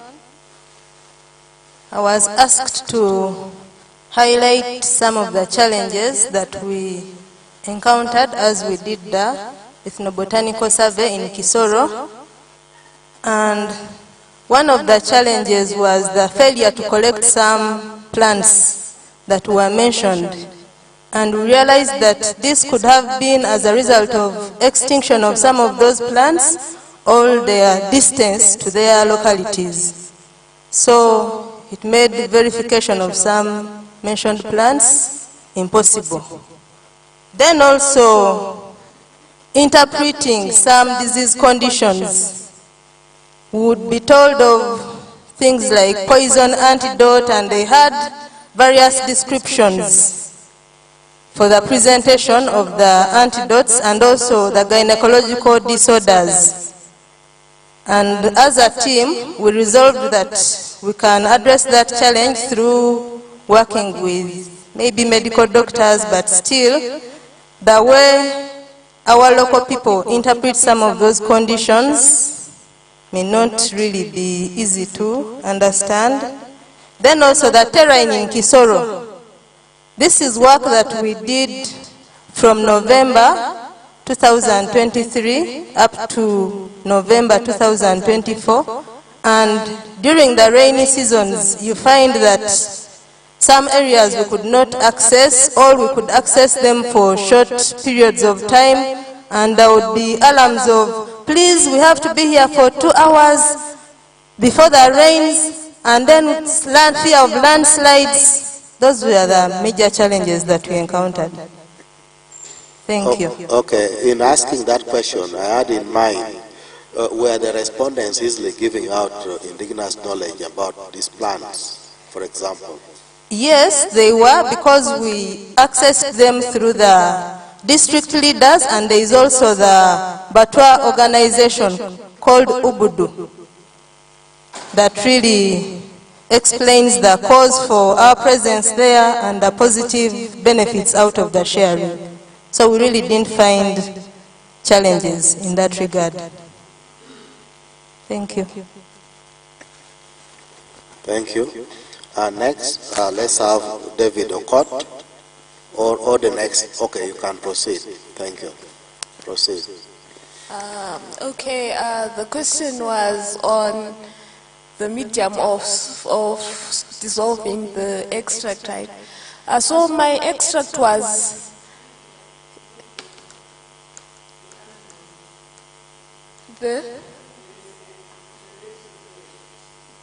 sorry, I can't hear.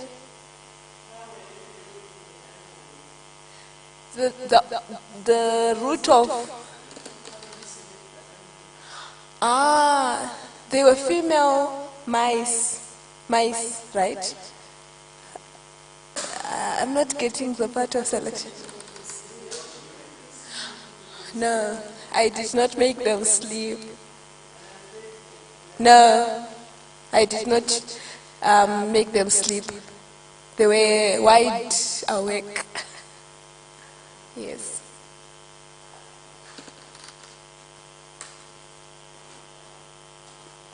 David Okot is over there.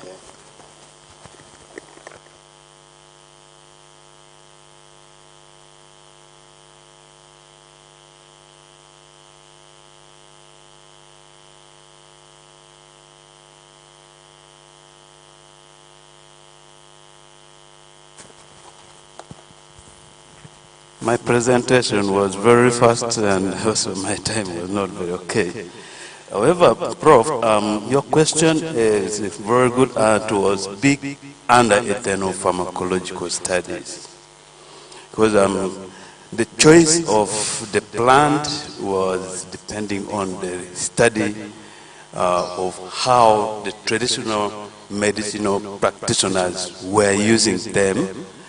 And that was a procedure which was long enough to get the information from them. And this has already been published. It was published in 2020.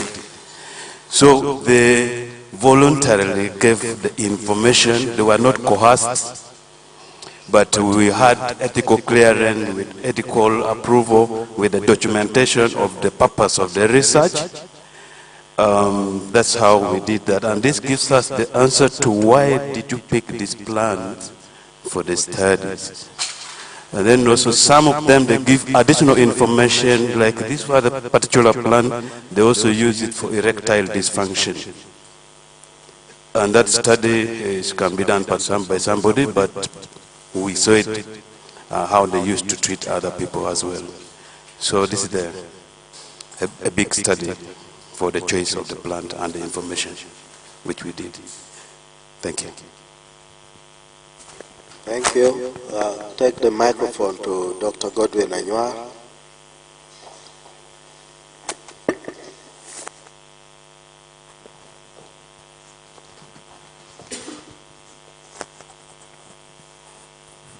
Yes, I got two questions. I'll start with the last one. There is a master's student currently looking at the antiplasmodial activity and the chemistry of some of the most commonly used plants we got from this study. And then regarding the names actually always do change. There is a senior taxonomist here, she can advise us, but what you do in such a situation, you have to refer to the older names. There is what we call synonyms. So if you go to look for literature and you do not, you are not aware of some of the older names, you may miss out on very important information. So it's important to refer to those old names to guide you so that you get as much information as possible on the names of the plants. Thank you.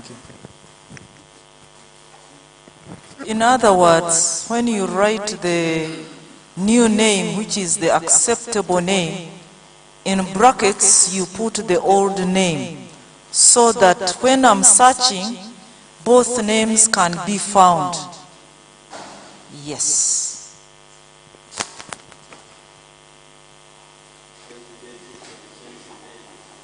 Pardon? Okay, this is a long story cut short. In that long time ago, when these names were being named, the first name is the acceptable name. But along the way, somebody maybe was in Germany, and then this other one was in Australia. Now the Australian one named the plant. The German one did not know that it had already been named, so gave it another name. So when we are going through all the searches, we found that there are two names to the same species. But in taxonomy, and according to the International Code of Botanical Nomenclature, we accept with the older name is the acceptable name. So this one, the new names that come after, even now new names are coming for an old species, then it is named in such a way that these ones go into synonyms and we uphold one name. So each plant species must have one authentic name. And the older one, which was published, is the authentic one. Yes. Yeah, then with new technology, there are new methods used to help in identifying plants. So sometimes we find the technology used, it was mainly based on morphological characteristics, what the eyes can see. But now we are able to go into the chemistry and we find that what we thought was, maybe we thought plant X was related to plant Y, but with newer technology we find it more closely related to another plant in terms of the genetics and the chemistry. So sometimes plants move around and the names change.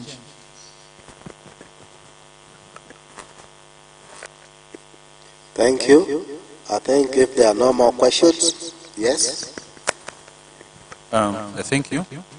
Mine is a general observation or a question to the researchers. Looking at our indigenous knowledge and also the mechanism of extraction, I've seen that for some of the abstracts, the extractions are in organic solvents. And my question is, and most of the indigenous knowledge extractions are in the aqueous solvents.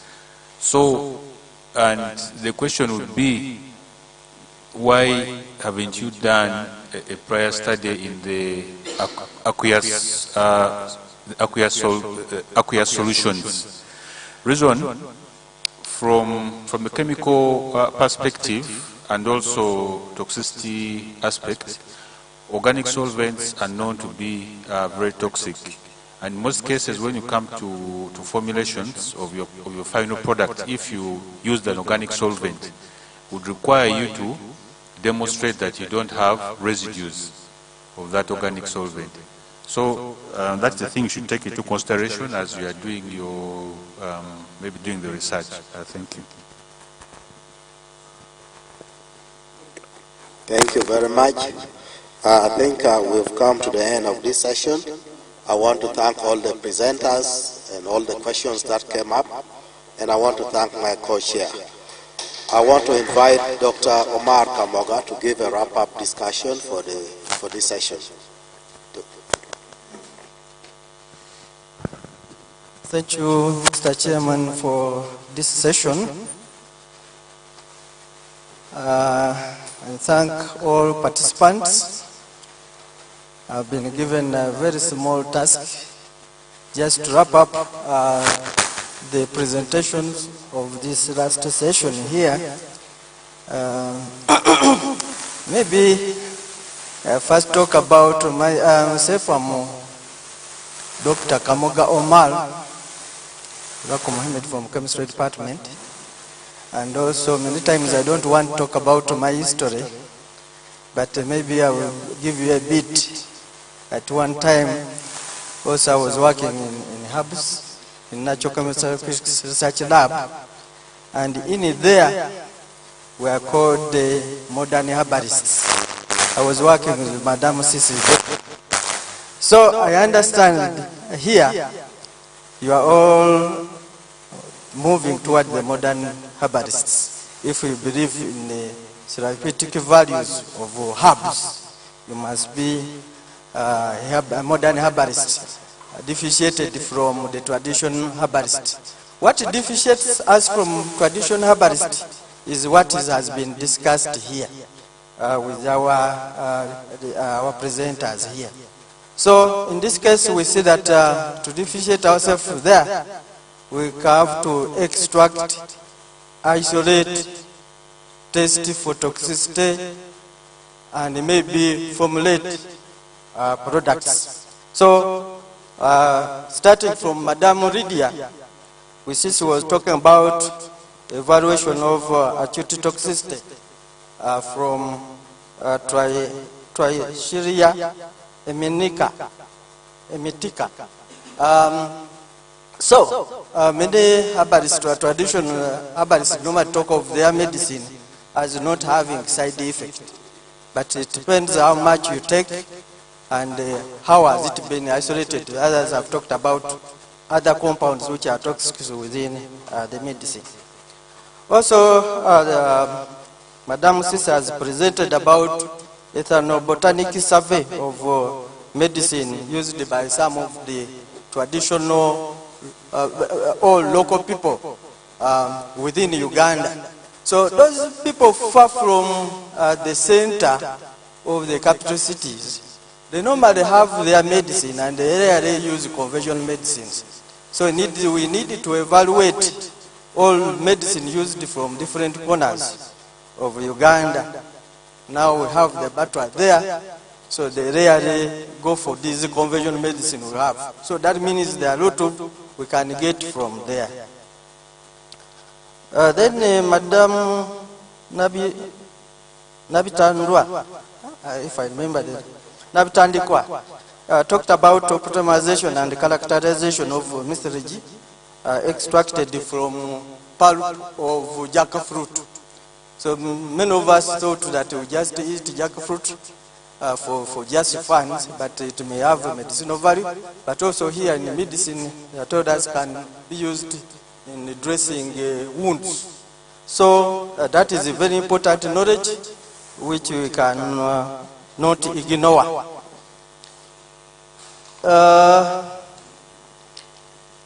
Mr. Okot, Fred, I hope Mr. Okot talked of the in vivo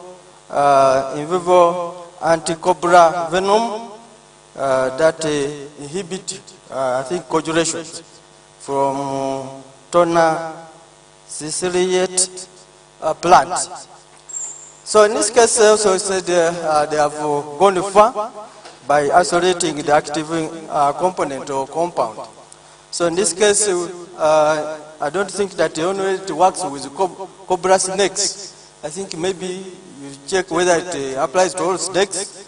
But now if we have gone to the extent of isolating active compounds, I think what is next or last should be making products out of that, and could be Uganda producing antivenom medicine.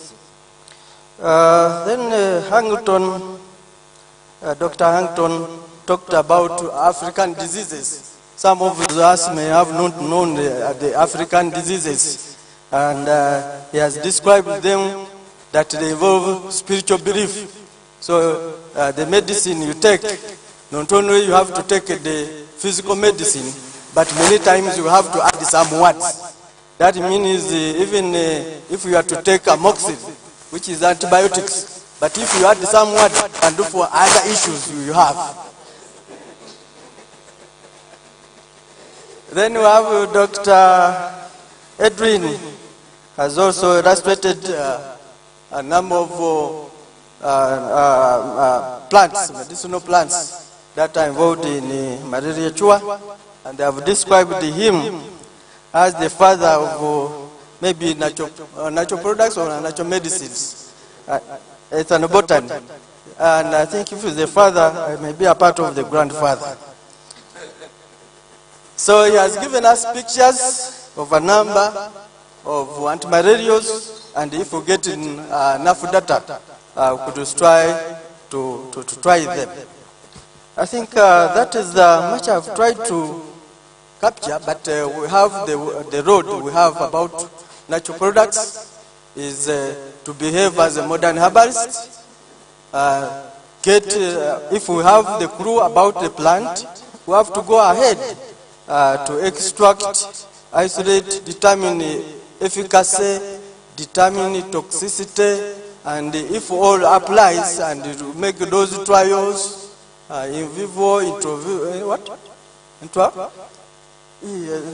so until you come to clinical and we make a product out of that. We are moving to that time where one has to take a full barrel of concoction to get cured. So we want to get to have this in the form of tablets. Simple meals you take and you are cured. So I think this is the move towards that. So we need to achieve that. So thank you, members, to have had you in this session.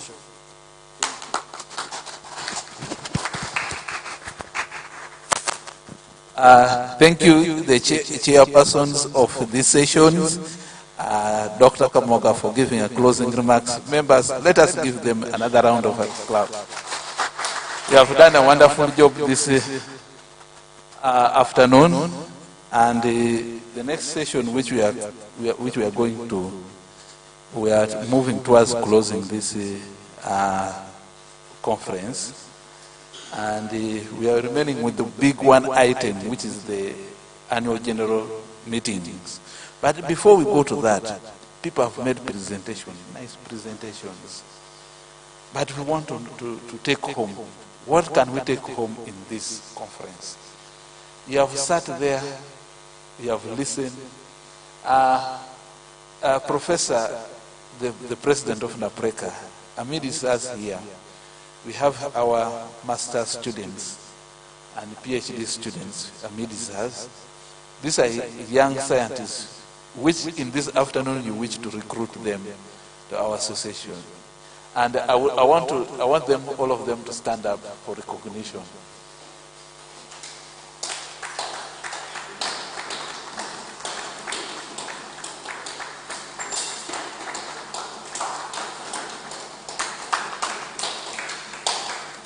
So you have been speaking to people who will take over. Sustainability, it is here. Now, I want to invite Dr. Bakiro Samuel and Dr. Anywa Godwin to come and help us make some resolution from this presentation. Dr. Bakiro, please, and Dr. Anya. One microphone is next to you. I will present it.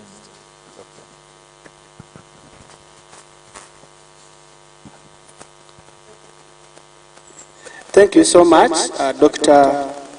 Richard Yoriko Ward, for this opportunity. I will just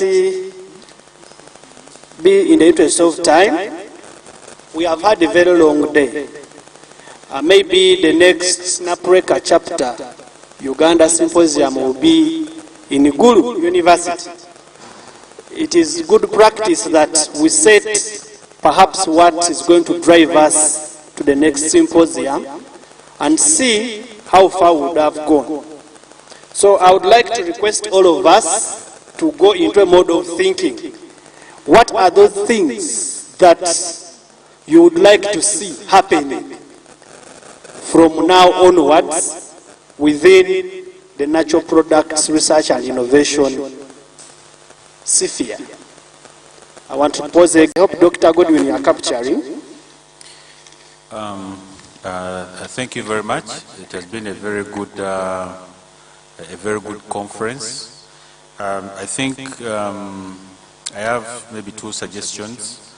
One, the call for abstracts, I think should go out early enough, maybe 6 months at least, with if the chapter resolves on the next hosting institution, so that we can have more of these good researches and sharing of ideas. Two, I would expect that maybe in the next research conference,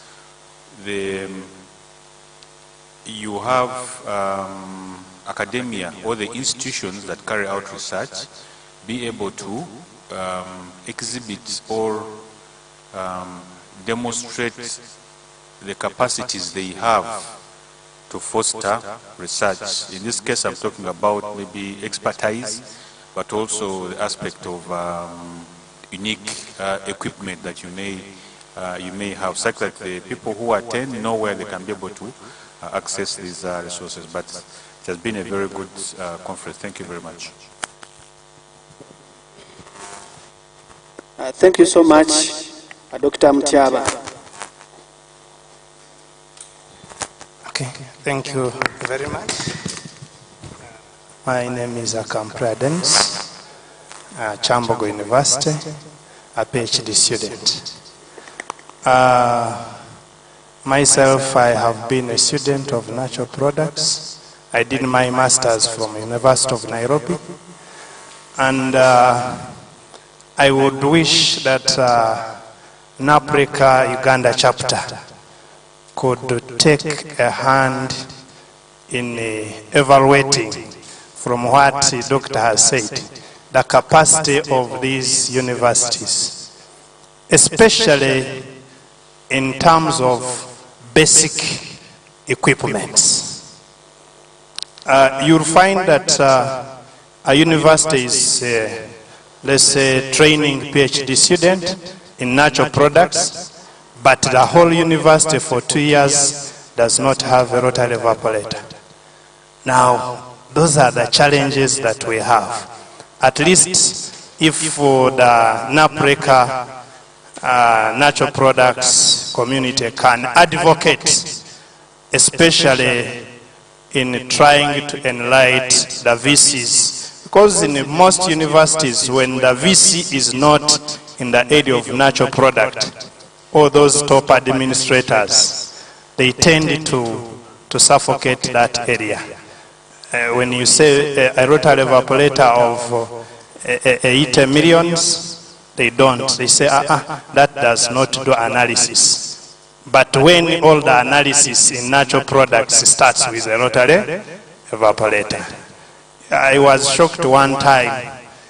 We have one rotary evaporator, but Mbalala University had to send so many samples. When we had to use it for a long time, it had also to break. Now the question was, Mbalala is big. why shouldn't we have a rotary evaporator? Chambog is big, why can't it have a rotary evaporator? So we need to see how we can make the top administrators know that natural product is very important in terms of science and research.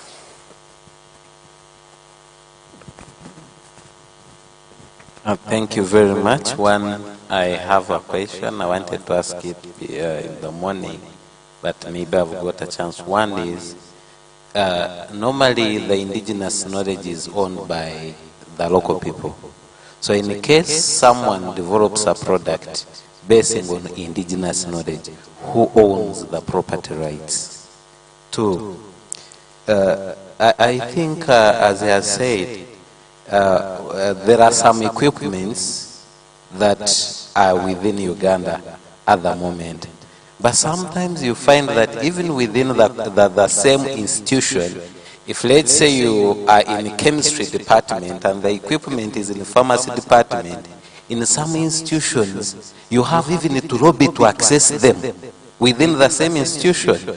So I would suggest that now at this moment, like since we have come here, the Napreca can help so that the equipment that is available can be accessed with ease as we hope for better equipment or as we pray. That is my request. I submit. Thank you very much. Yes, thank you, members, and thank you for the session. Now, one of the things which I think which is coming out is the issue of equipment. And this is what I would applaud the Napreca, I think, to take up as a critical issue. Can we do inventory of the equipment which is across our universities, which is essential within the universities, within other government institutions, which is essential in doing research in a natural product. And we enter into memorandum of understanding that we support each other to take the Uganda forward, because the most important thing here is to mine natural product for sustainable development. We are all doing this thing for Uganda. Then the second one, which I want all of us to speak as in one voice. We can't do natural product without NMR. Now, I thought the team lead would have been here up to this point where we are discussing this resolution. We would present to them. We have suffered enough. If I give Paul will give you a confession. We have samples which we are supposed to analyze with NMR. It went up to Egypt, and it failed, and we had to return it back. Now we are waiting for a message from Germany if they can allow us to send the samples there. It's supposed to graduate, but and all this is because we have signed a certain international laws, which is now buying us to send our samples for analysis. We have to go through some processes. So can our government, if they want us to support them in the development, give us an NMR, a central facility, which can be managed by the researchers. Thank you. Thank you very much, Dr. Rico. I saw Dr. Kwesiga. George is here. Take the microphone to him. Kennedy, do you have a hand up? Okay.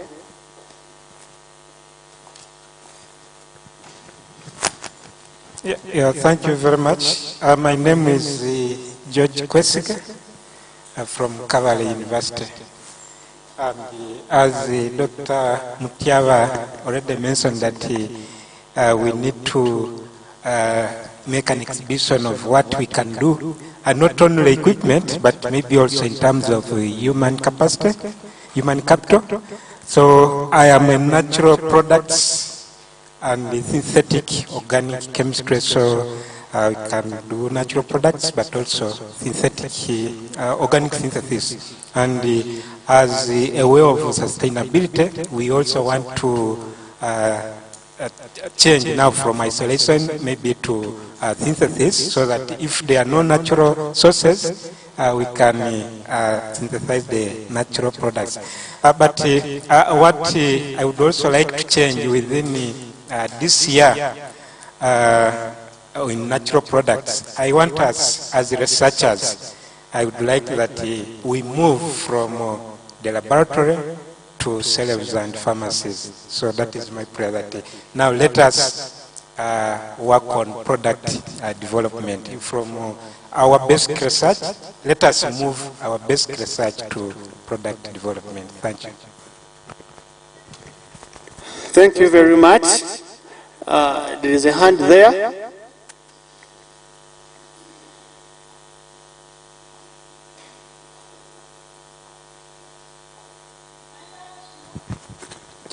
Hello, everybody. On behalf of the people of the United Republic of Tanzania, let me take this opportunity to thanks again and to talk something on natural product issues. What I recommend, the first thing is to increase or to improve our network for the natural products, because I'm talking with the context of Zanzibar. Actually, people they are supposed to be united, especially for the natural products. What I can say is not about development, is natural products campaign, I can say, because people they are not values things like natural products. Specifically for our products, we have a lot of things. For the people of East Africa and the Central or Africa region, we are supposed to have united. The second thing is collaborations. Me, with my colleagues, Dr. Mayasa here, we are very much not interested. We are very much happy because we have seen our colleagues for the natural products. In Zanzibar, we are the people. We are two. But we are pioneers of the natural product in Zanzibar. Every time Dr. Mayasa is talking on the television concerning natural products and herbal drugs, but people, they don't understand. Me and my colleagues here, we think also to establish a center of excellence on natural products issues in Zanzibar, in collaboration with the State University of Zanzibar and any guys or colleagues to come. The last is our, like, can say our ombi. What I can say, I don't know much in English. Last is request. Our request is because we travel far away, and our traveling is not easy as you think, but because we love natural products. But we don't want this our traveling to be wastage of time, is to make new connection in the network and to support us. I don't know whether you can put us in this platform or whatever. You can see how you can put it in the platform, because we have seen that here there's a Busitema University, and also somehow Makerere. We can announce people to come here maybe to study. You see our staff and from Zanzibar with more and strong natural product partnership. In Uganda, you have been much high. You are big in natural product, I can say, for Uganda. Congratulations, keep it up. Thank you very much. On behalf of, I request Dr. Mas talk something. It's okay. Yeah, good evening, everybody. I would like to add, if possible, in next year, if we do something like this, it should be Zanzibar chapter. I would love to see this meeting be conducted in Zanzibar. If we can get a chance to arrange that, I'll be happy to see you all there.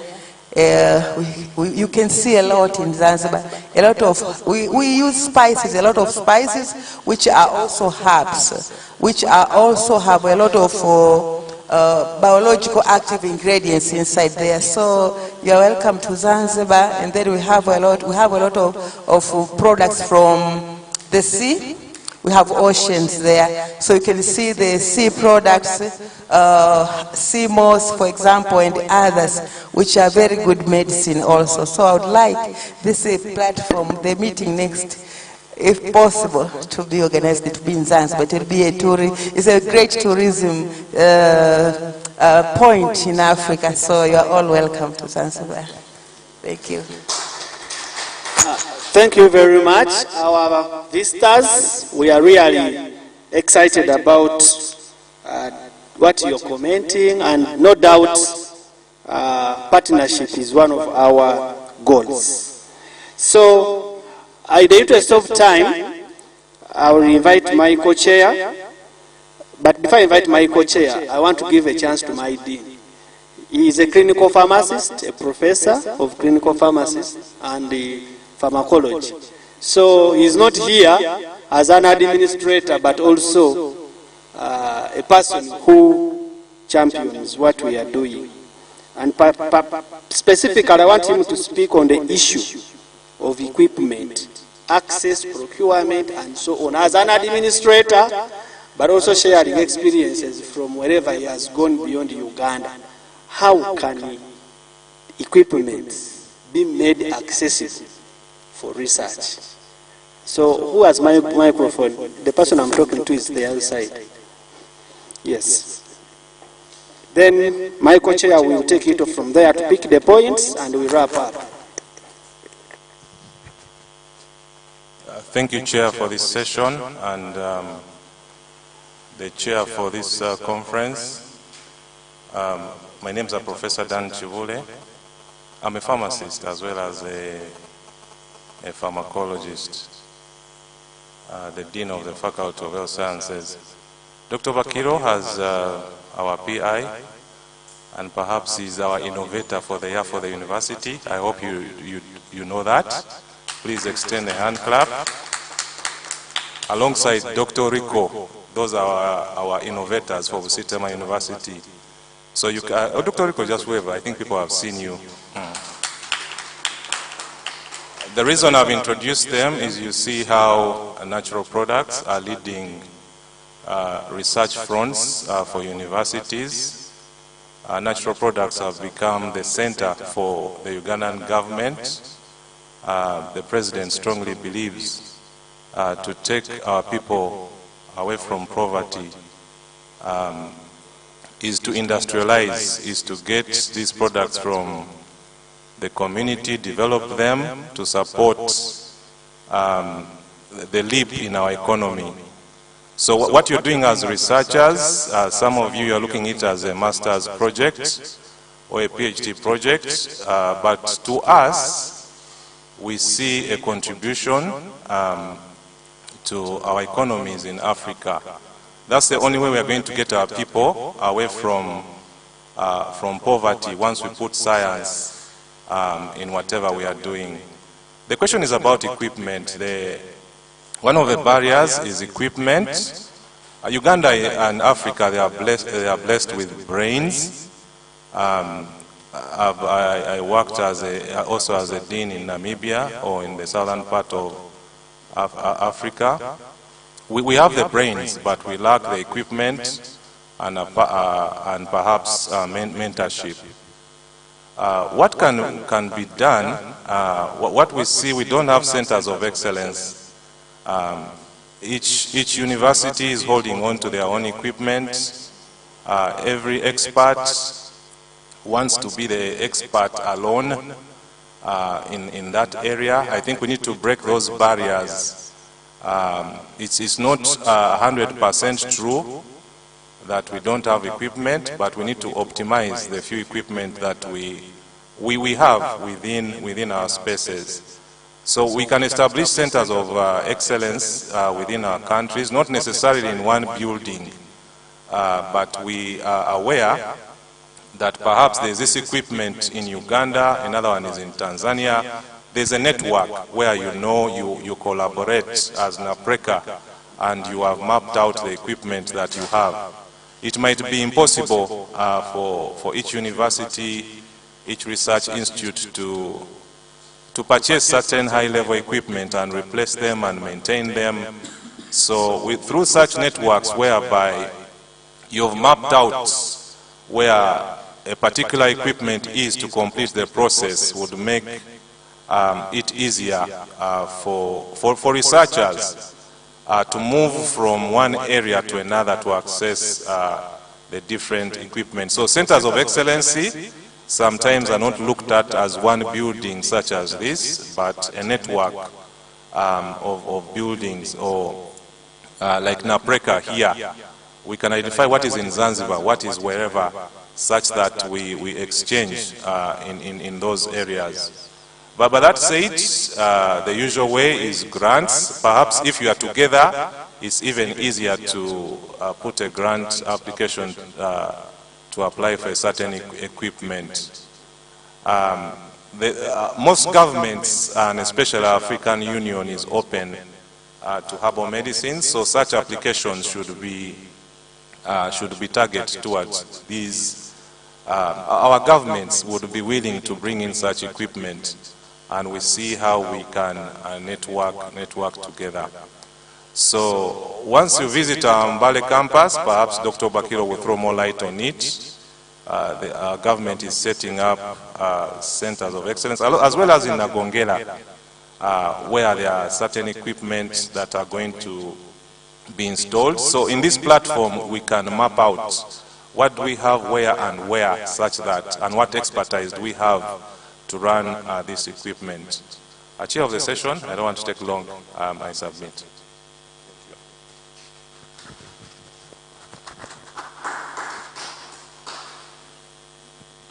Okay, yes, thank you very much, Professor. There were some key things you highlighted, Dr. Obakiro, in your keynote address. And I don't want us to lose one of the things you talked about, the issue of the policy brief, which I think we are losing out. So I want to believe our secretary was capturing the key issues that were being raised by members. And as a way forward, I would propose that we perhaps summarize these key issues that have been raised by members and issue a statement, a Napreca statement, as an output of this symposium. We come out with a joint statement that will be signed by members or their representatives. Then we need to follow through with the policy document you talked about, which I think can be pushed to the next level. We have goodwill, we have a network of people that can link us to the powers that be. So I think if we have these points well summarized in that policy document, we can then move to the next level and see how to solve some of these challenges, so that come next year, we are not singing the same song, we are not lamenting. We will have something to show for the efforts from this symposium. Then another thing I want us to think about going forward is the next host, whom the next host of this symposium will be. The President highlighted in her opening remarks that this is the first time the symposium is being held outside of Makerere University, and as part of building capacity and as part of our networking efforts, we would be very happy to see this symposium being hosted in different institutions where there is research on natural products going on. And we'll be very happy to support as Napreca. So feel free to contact us. If you think your institution is ready to host next year, we are willing to listen to you, we are willing to work together and continue making Napreca a success. So having said that, I think I will now hand over to our hosts to take us to the next level, without losing the key things that have been highlighted. Thank you. Thank you, members. We clap for ourselves. Yes, I want to promise that the document for the policy is already draft. I just want some who are committed. We look through it, work on it, and we can issue it. Actually, the issue of the statement actually should come out next week, such that we'll be proactive. I said that, allow me to say that we are going to the last item for this session, which is about the closing ceremony.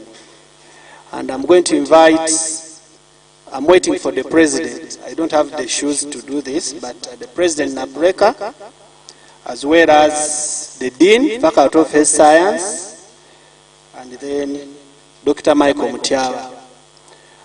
We shall start with awarding certificates, and we had also an exercise of scoring. We want to improve our presentations, we want to promote young scientists, and so on.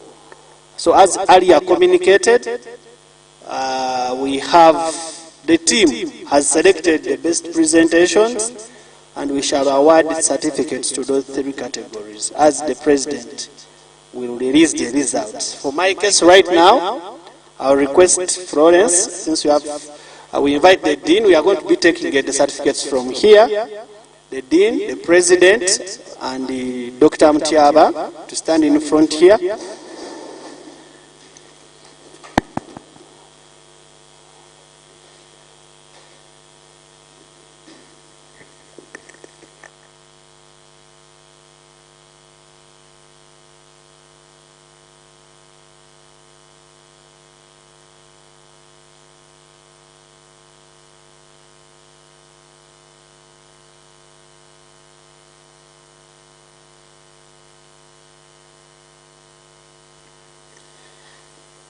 Kwizera Elia,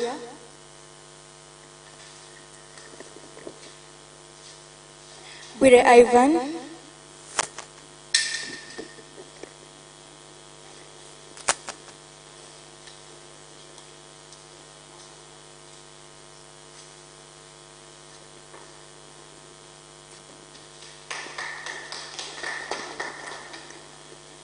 Okinyi Sam,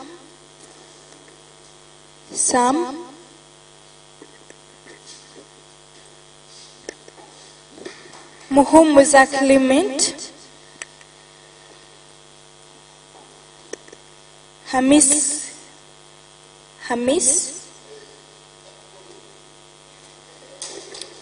Christopher Adaku,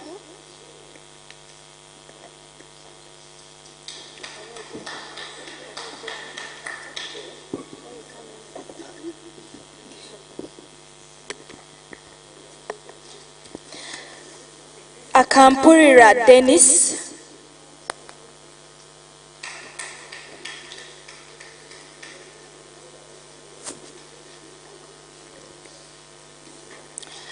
Bageya Godfrey,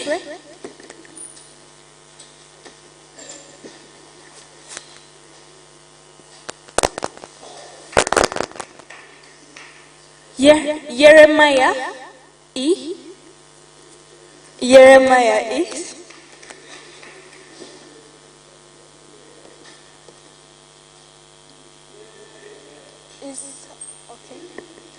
The other name is too botanical, so Samson,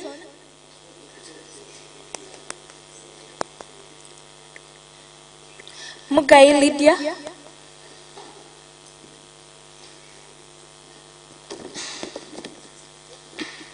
Nambeja Sise,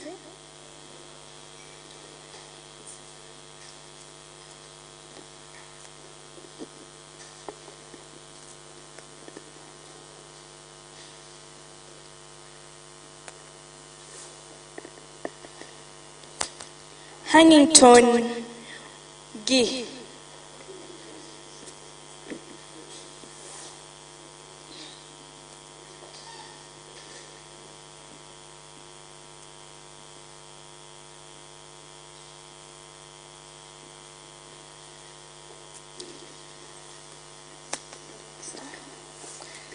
Richard Oriko Owor,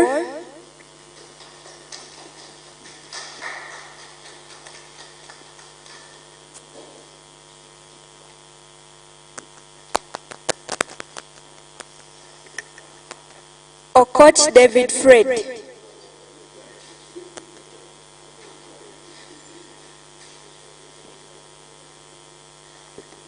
Moses Opio,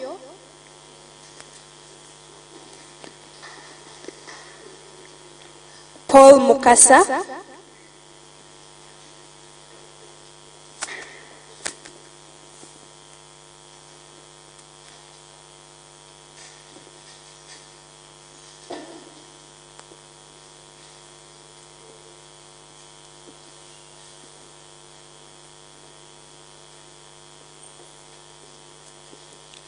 Madina Mohammed Adia,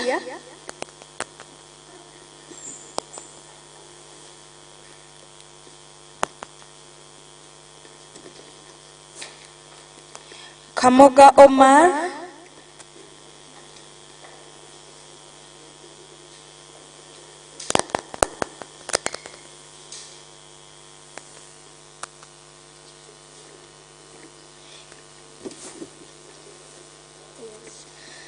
Kirimwira Ivan,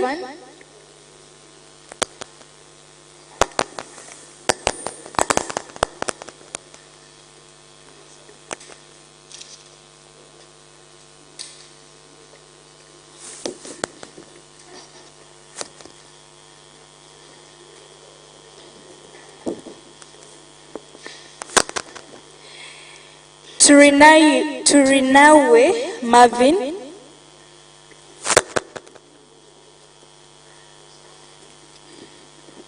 Muanga Stephen,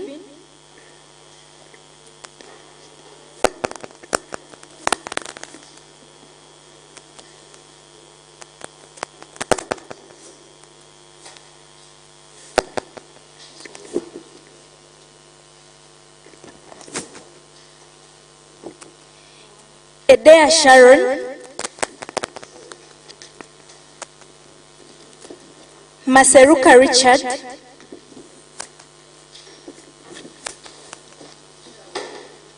Chivuka Ronald,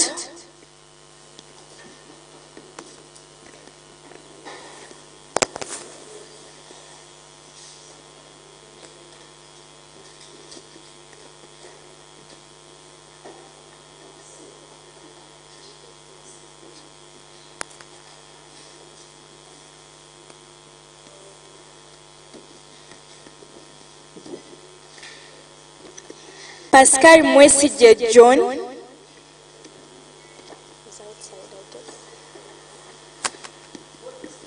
Chebijira Masi,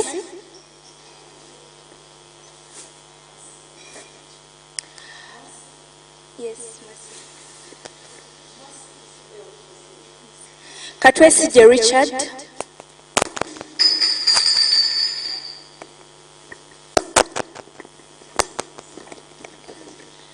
Andima Moses,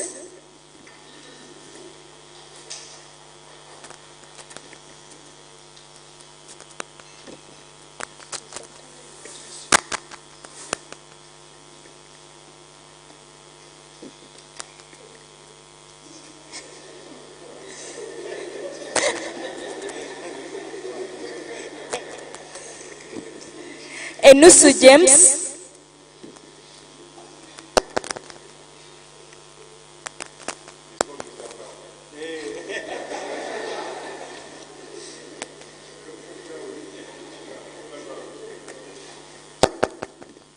Sechito Nathan,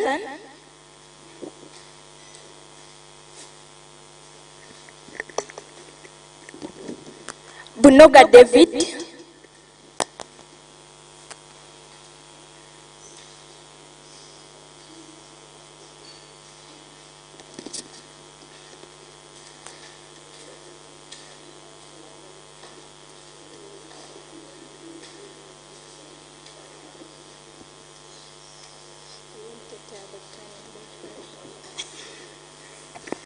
Magoye Anthony,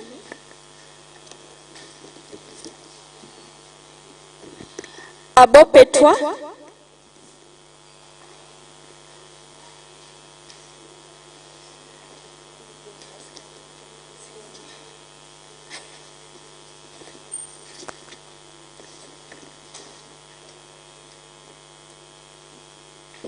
Rachel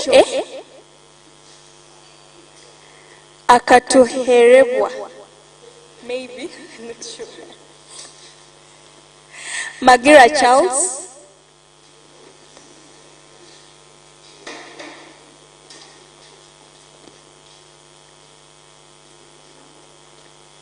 Nyukuri Samuel Wangila,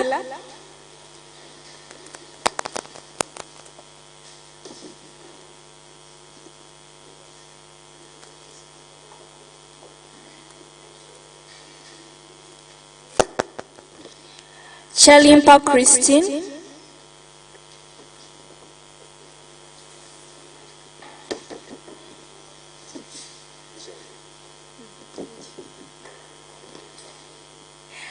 Nagawa Christine,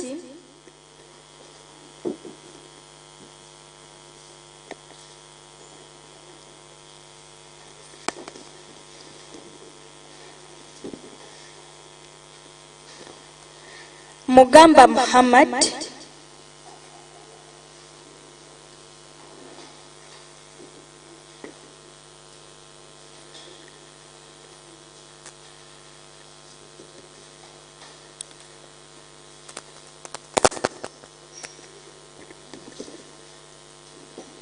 Wangisa Sando Martin,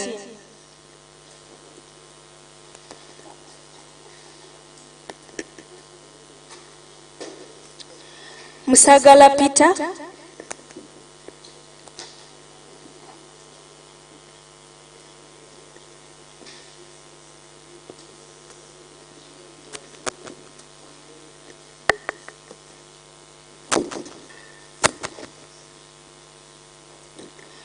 Hokelo Joseph,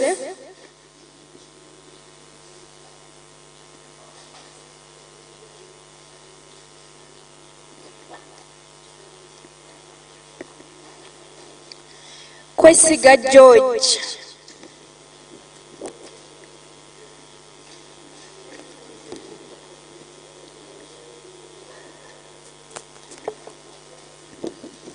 Wabutea Peter,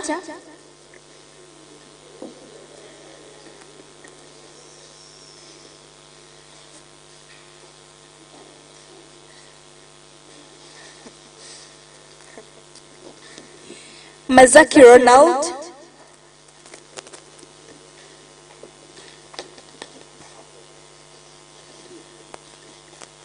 Maweje Francis,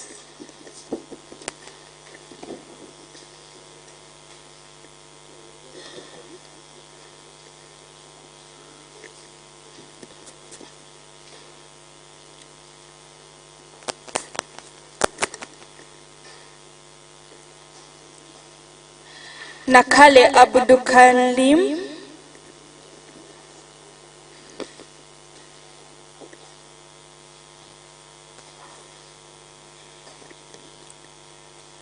Sam Wamani,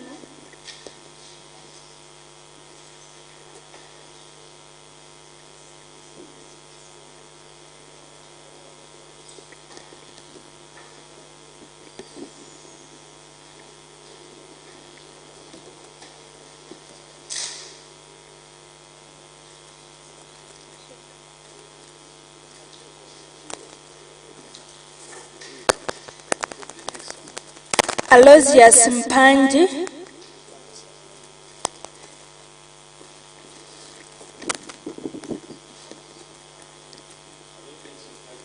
Paji,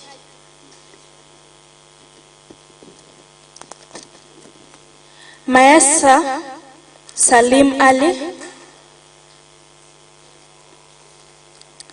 Chimba Kennedy,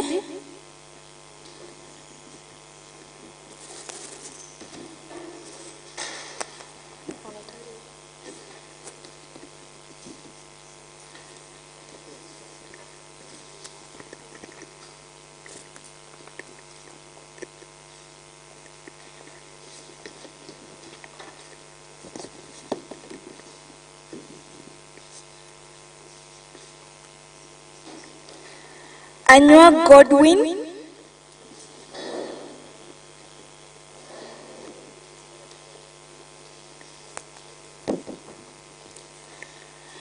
Namgaya Maureen,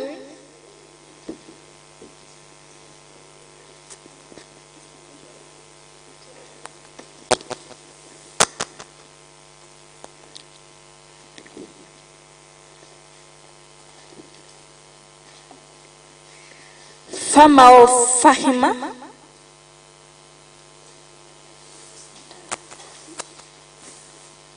Okinyi Sam,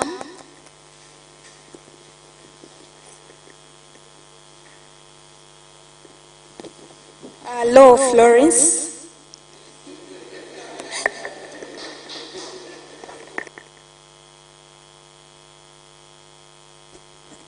I was supposed to read it, but yeah, it's okay.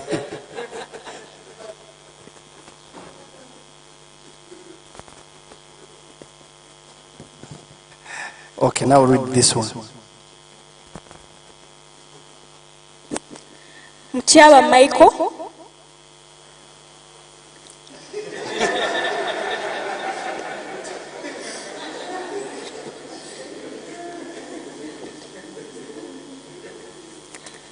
Is Pascal around? Pascal John Mwesije,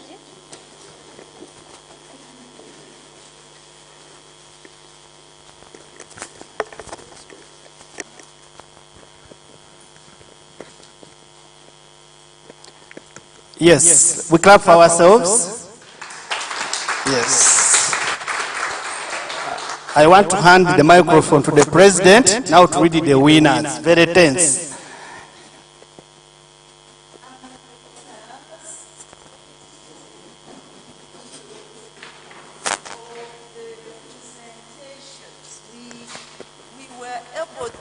Recognize as you presented, how you presented, how you handled yourself, how your slides looked like, and the like, how you explained in a very short, tight, stressful situation because the time was not on your side.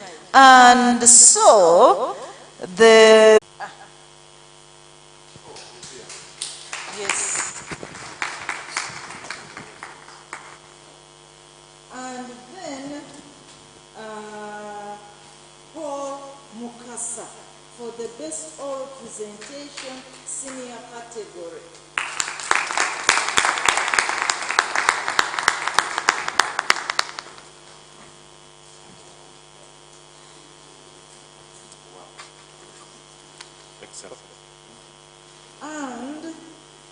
And David Okot Fred for the best flash presentation.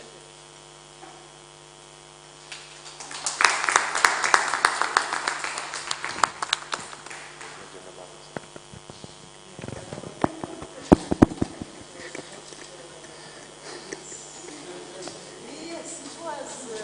Go ahead.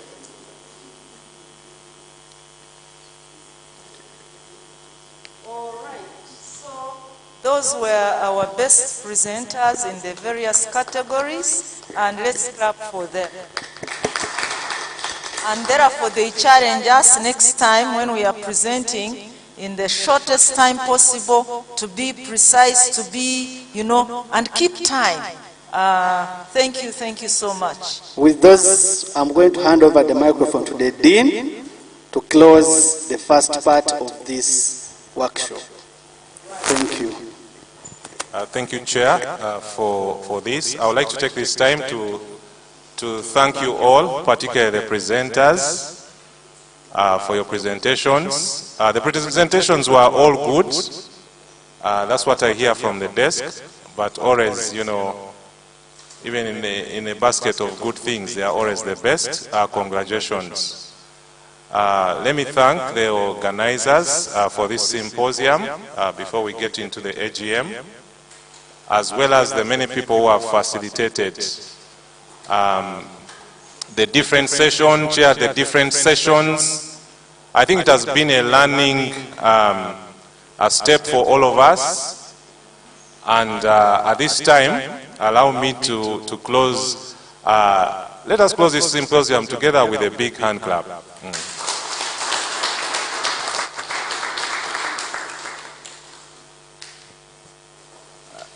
I don't know, it's the opportunity now to hand over to the President to take over the next.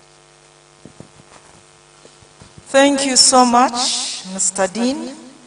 It's been a pleasure to have you around and to know that you are one of us interested in the natural resources, products, and so on. Now, as we go through that evaluation form, it will help us to know what we did right or what we did wrong, and to know that come next year, we are going to host, not here, we are still finding a place to host the 2025 International Symposium. And we are working around the clock, as we've been advised by Dr. Mutiaba, to make sure that the call for abstracts goes out early, the venue is informed, you are informed, and so on and so forth. And then we organize ourselves early. You know, we have been known to be a country that loves to host and is good at hosting. Time back in 2016, we hosted the International Society of Ethnobiology, and everybody appreciated the food, everybody appreciated the, you know, the environment, and so on and so forth. So we want to, much as we are not the same organization, but we want to do a repeat so that our international guests, when they come here, they will see Uganda and say, wow. So now, so let's prepare ourselves early. This is an announcement. The theme will come through, and so on. And so, this is the end. So far, we have ended one session of our conference. The conference is ended and has been closed by the Dean. And now, we want to go into another section of our AGM. Every year, whenever we hold a conference, we also have an AGM. And maybe the online people, I'm not sure whether they want to be here. We have an AGM, and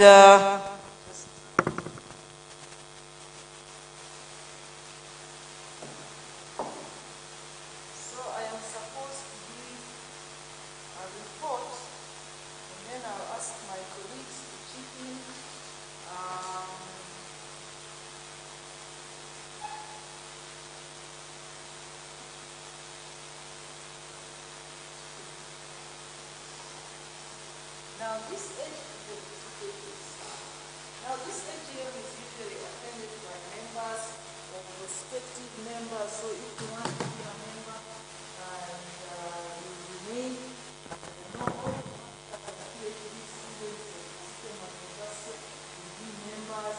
Then others who have come to attend will also be members. So if you intend to become a member and you're not a member yet, legal advisors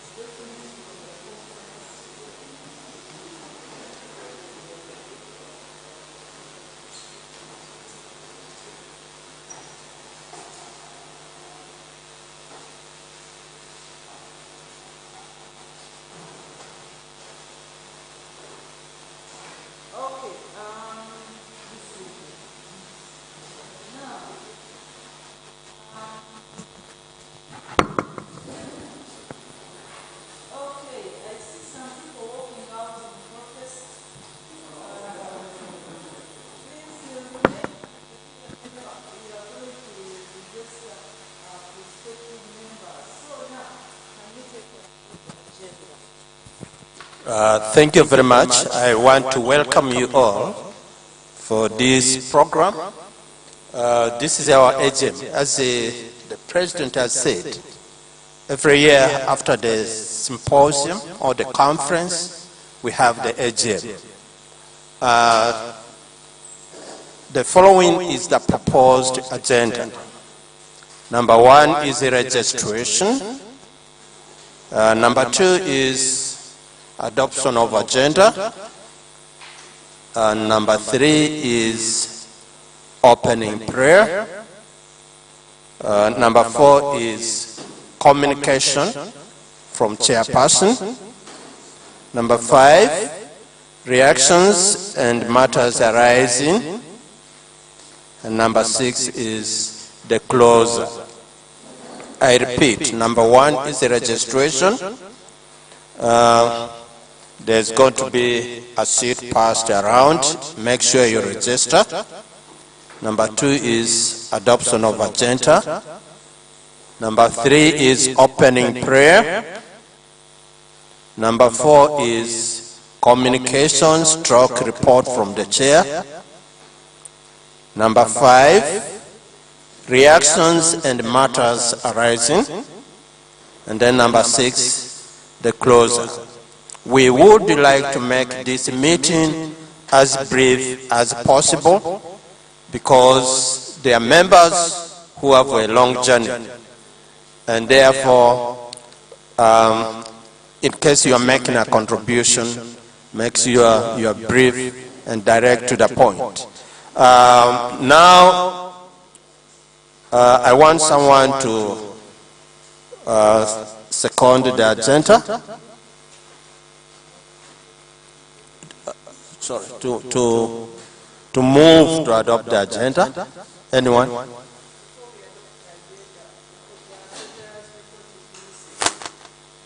It's supposed to be.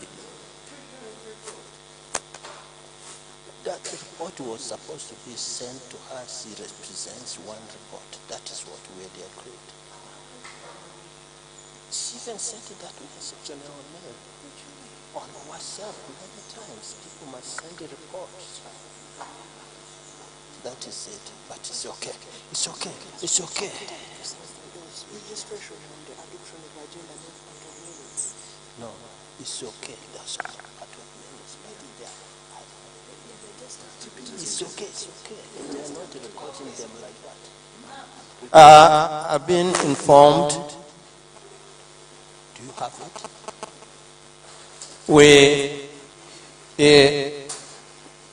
When we have a report,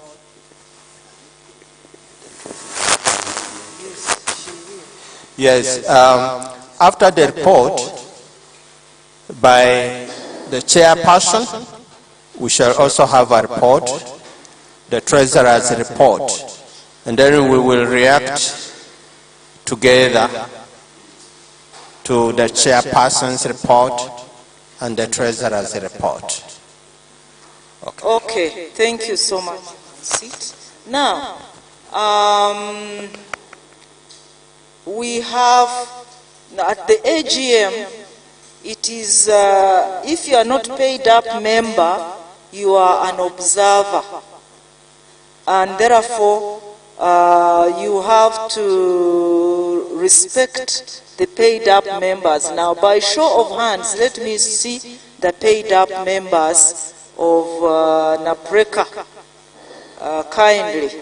And if you are paid up member, come and sit at the those rows. If you are not a paid up member, just be an observer in the 3rd row, and then you can hear what we are saying. And when you become a member, you will contribute tremendously. Sise, are you a member? Oh dear Jesus, so we are missing you. Sir, are you a member? Observer. You are an observer. Yes. Sit there for now. You can leave your things there, but we want to see observers also. And okay. Oh, you can remain there. It's okay. You can remain observers at the high table. So, 1, 2, 3, 4, 5, 6. Okay. So you can see that our membership attending today is from there to here, and Godwin is a member. So that means that you also need to become members to be. Hey, you are going in protest. Hey, please don't go in protest. We want you here. Observers are always welcome. So, according to the agenda, we are going. Someone has to propose to adopt the agenda, and then it is seconded by the members. Kindly do.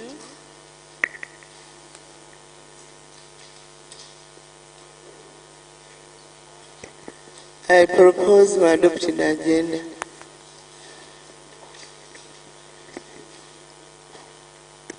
I second to adopt the agenda proposed. Thank you very much. So, having adopted the agenda, the next item is prayer. And I will ask,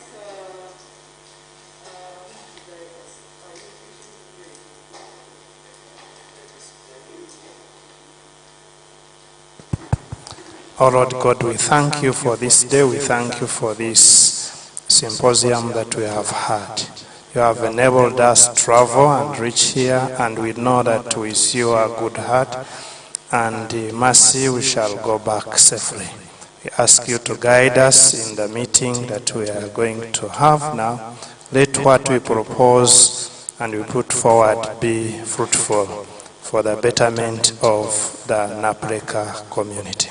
In the name of Jesus we pray. Amen. Okay, the next agenda on the item is, okay, this is a report I'm going to go through. If I have made a mistake, I'll be corrected.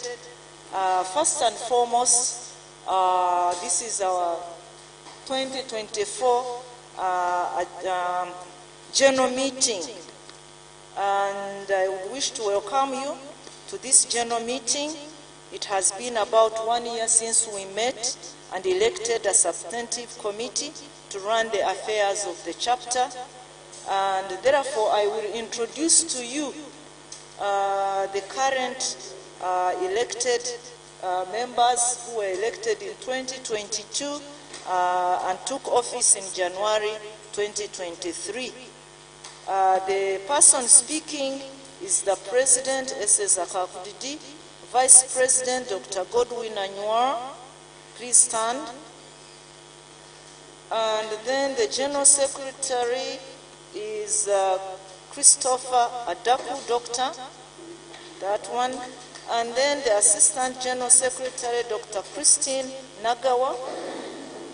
And then Treasurer, very important person, Dr. Christine Otina Charimpa. And then Publicity Secretary, Dr. Omujaro Francis, he's not here. And then committee members elected at that time were Dr. Ivan Gumula, Mr. Cloud Chinemuhuzia, Dr. Owor Oriko Richard. Richard is here. He has been here anyway. Now we have other representatives who are who become part of this committee. David Okot Fred has been here. Oloya Benson, Muni University. Fred is from Gulu University. lawyers from Muni, Cloud Chirimhusia Kabale, Chris Adaku, Mbarara University of Science and Technology, Owori Oriko, Richard Busitema University. Now there may be others whom we have not yet put in place, but these ones will be in place soon so that we can have a wider representation not only at the public universities but also at the private ones where we can tap into the expertise. Now membership. There were 41 paid up members in 2022 and 17 fully paid up members as of November 2024. So I would request that people meet their obligation.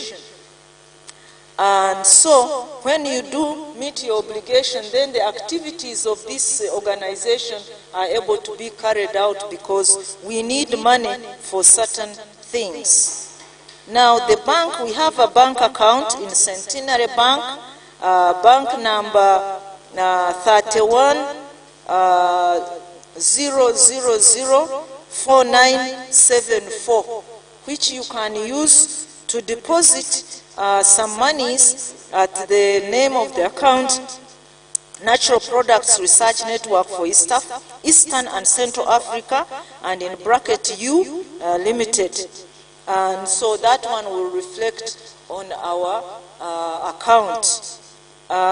Then the treasurer can share on how to pay directly to the bank using your mobile phone. He will share that as he presents his report. Or he can even post on the chat room so that people can know. And for you to be posted there, you need to be admitted there. Now, activities that happened in 2023, the International Symposium in Zimbabwe ended well. The following attended physically: Professor Robert Byamukama, who was the General Secretary of Napreca, but also a former president of our chapter. And then Dr. Jen Namukobe, she's not here also, Assistant Secretary. Then Dr. Hannington Twinomhwezi, Program Officer, and myself, the President. And then also we had Dr. Osbert, then a PhD candidate at Makerere University, who also attended. We had, at that conference, we had 9 presentations from members of the Uganda chapter at the symposium, and most of them were actually online. So even if you don't attend physically, online presentation is acceptable. We have been having webinars with the Napreca Egypt chapter every month for 8 months until August 2024. And since October, we transitioned to country chapter webinars where each country presents its allocated month. Now this, the webinars which we had between Egypt and Uganda were initiated by our executive secretary, and we started and we had these webinars alternating every month. So on many occasions we called upon members to give their talk, and some did, some were silent, but please share your research. This is one way to share your research, and even indicate it in your CV that at one time you presented. So in January, is it January? Maybe January, February, we shall have one of us presenting. January 2025. Now, 3, training for technicians where some of our members benefited. It is always advisable to apply for when they are advertising. Recently, I sent a message on the group chat, and where there is an opportunity for training for 2 technicians and 1, I think, PhD. Please encourage we encourage our technicians to also become members. Then summer school in Pakistan, where one of our members, Yeremia Echibetenga, attended and benefited. Now, we have had only the physical meeting during the handover, that is the committee activities. The rest have been virtual every month except during the organization of this annual conference, when we meet every week on the basis, on weekly basis in November and December. This was due to the distance and costs involved in meetings. So the online meetings have really been fruitful because we meet and discuss and plan. And I want to thank the members who often attend and for your contributions. Let's clap for the members of the committee, please. Then, yes, we have been attending meetings with other Napreca chapters to discuss coming up with the gender policy for Napreca. This one has not been finalized, but the Kenyan chapter was given to steer it, but we haven't known what has happened, the gender policy in Napreca. Then Napreca conference planning meetings with the local organizing committee at Busitema University. This has been a learning experience since it is the first time to organize the conference outside of Makerere, Kampala.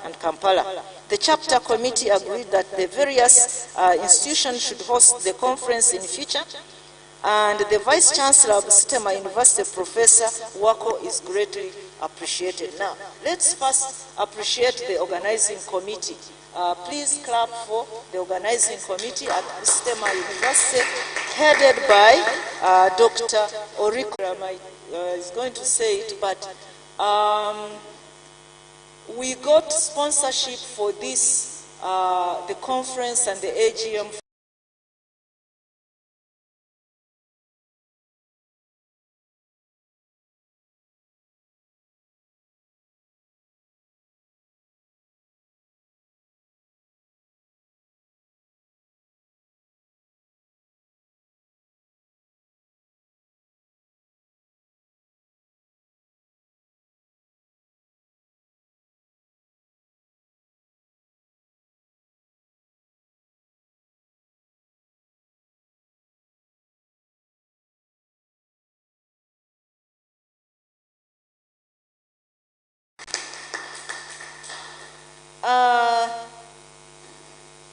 At the conference, much as we had the AGM, we had a keynote speaker who ably presented well and challenged us. Let's also clap for him. Now, we also, something I want to inform you, we had our registration renewed with the Uganda Registration Service Bureau because it had expired, and as I'm talking, we had to use the chapter monies which you put in for membership, for renewal, for subscription. This is the money that helps us to do certain things like that. So thank you so much, and we want to appreciate the work of the secretary, the general secretary, the secretary, who really worked hard to make sure that this was done. Thank you, Dr. Adaku. And so I want to request the treasurer to give us the report before we look at the future activities. Thank you.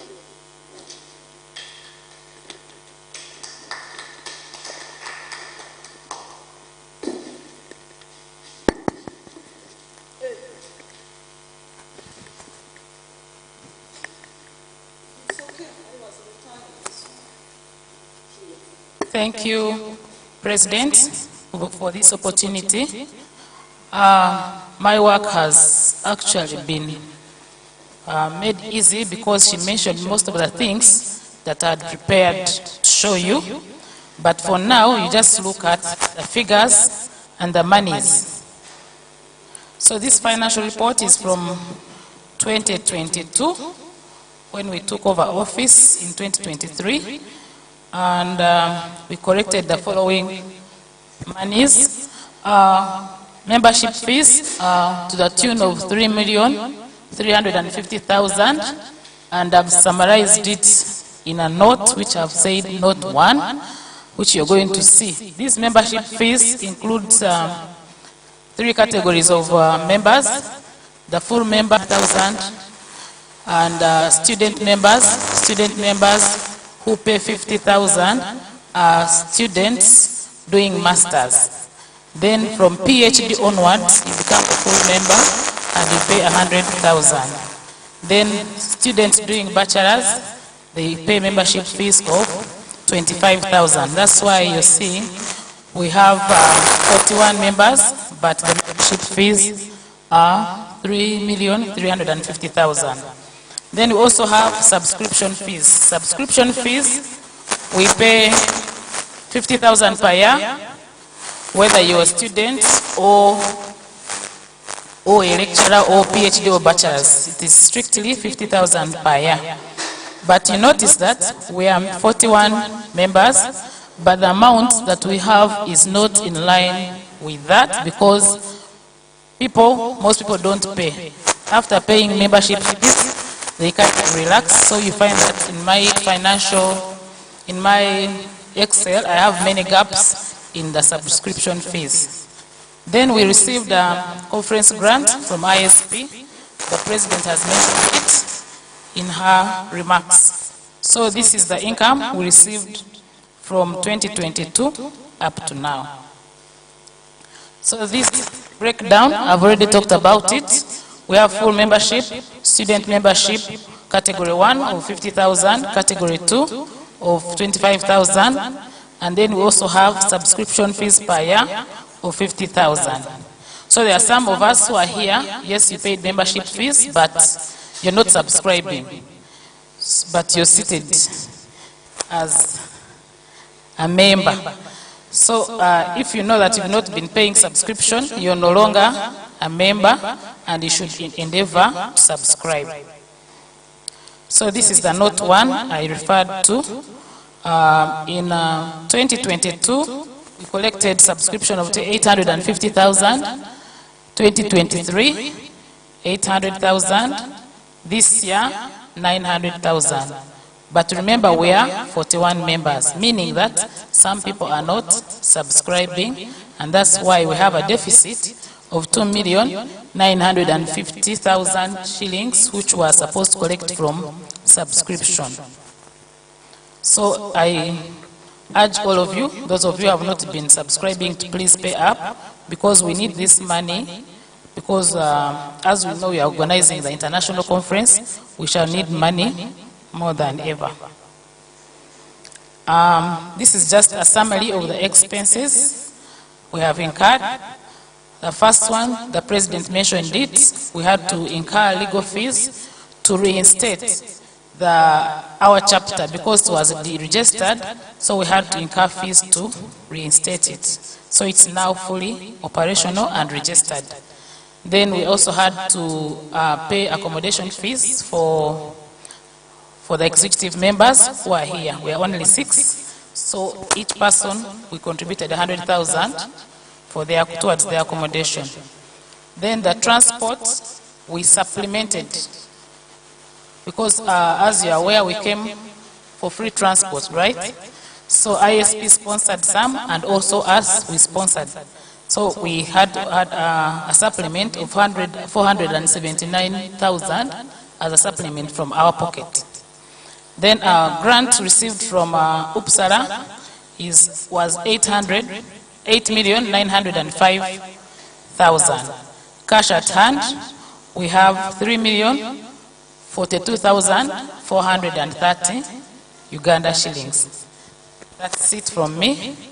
Have a good evening.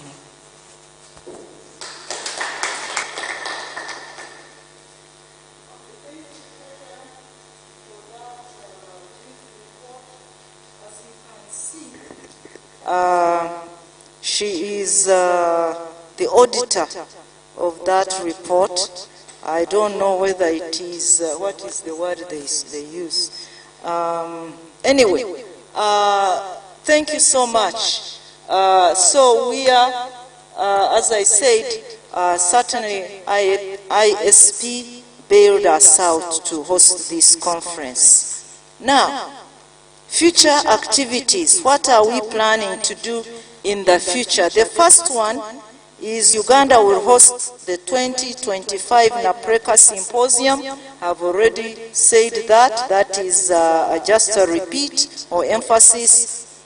And then the tentative theme of the symposium is enhancing the contribution of natural products for industry, health, and development. So we are building on what we have done today. And as you can see, all the presentation, what we had wanted to do by mining the natural products of sustainable development, it spanned a number of themes. And much as we did not touch even mpox, but there were antiviral agents that were discussed here. So we covered as many themes as possible. So we shall come up with the themes on this tentative theme. In addition to that, we are going to issue membership numbers so that you know your number. I'm number 21, I'm number 25, and so on. So that we... Then for publicity purposes, we need to activate social media platforms like Facebook, X, and LinkedIn. I think I wrote this word badly. And then we also are going, since we are going to host the 2025 symposium, we are going to be fundraising for hosting the symposium in that year, and therefore we will need all the ideas from you members and from non-members who are interested in this organization to be able to fundraise. You may know some organization or somebody who could, cough some good money to support us. It could be an industry somewhere who can help us, and then we team up together to host a successful conference. So I thank you for attending this general meeting. God bless you as you travel safely to your respective destination. Sincerely, S.A. Kakudidi, President, Napreca-Uganda, 2022 to 2026. And thank you so much. You can clap for me if you want. All right, I'm going to ask the Vice Chair to come and handle the questions, the answers, and so on. Kindly. I can see some hands already going up. They want to shoot me down.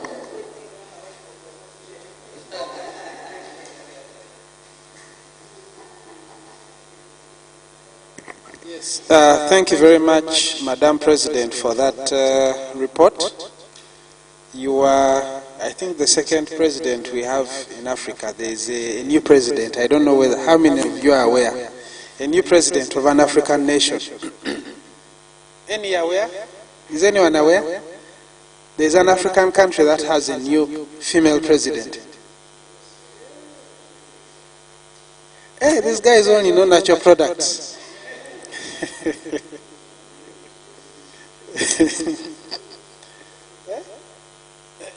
She's a few weeks old. Anyway, that is homework. Yeah, for you. So, any reactions to the communication from the President? Thank you, President, for the report. Mine is just a small correction on activities. Those who attended physically in Zimbabwe, line number 4, it is Mr. Osbat, Ambassador. He was an MSc student by then. He's here to start his PhD. Thank you. In the report, the person you one of the people you indicated as attendees from Uganda, you reported that he's a PhD candidate, and we are informed that he was a master's student then. He has not yet started his PhD. So you had promoted him. Any other? Yes.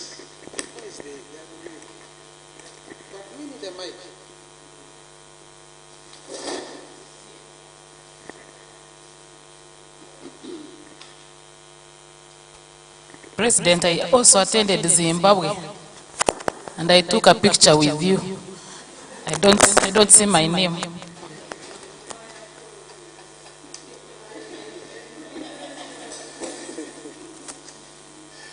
Yes. Any other reactions? Oh, yes.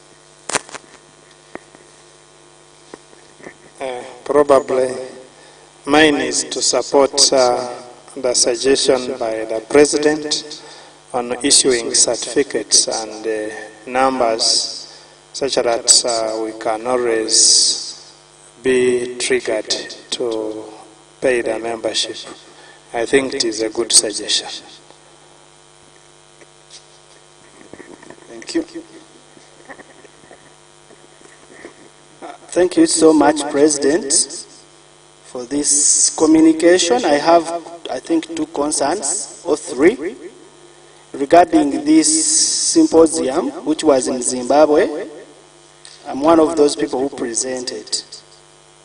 So, virtually, as you labored to enumerate those who attended physically, I think it will also be in order that you enumerate those who attended virtually.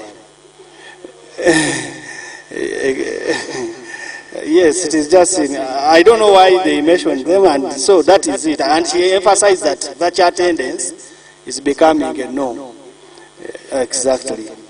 Actually, what I vividly remember, again, when it came to issuing certificate, I saw Godwin certificate, and I wrote 3 mails to get my certificate from the organizers then, which I thought were our very own. I don't know.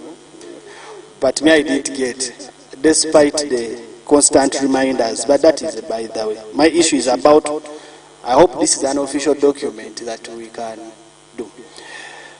Okay. The other concern from me is about our numbers. And this is not the only society I belong to. I can relate to what is in the Uganda Pharmacological Society. And the drive for natural products is increasing. Actually, sometimes we are in spaces and they start asking that even people would think that know about Napreca or know about natural products. They have never heard about it.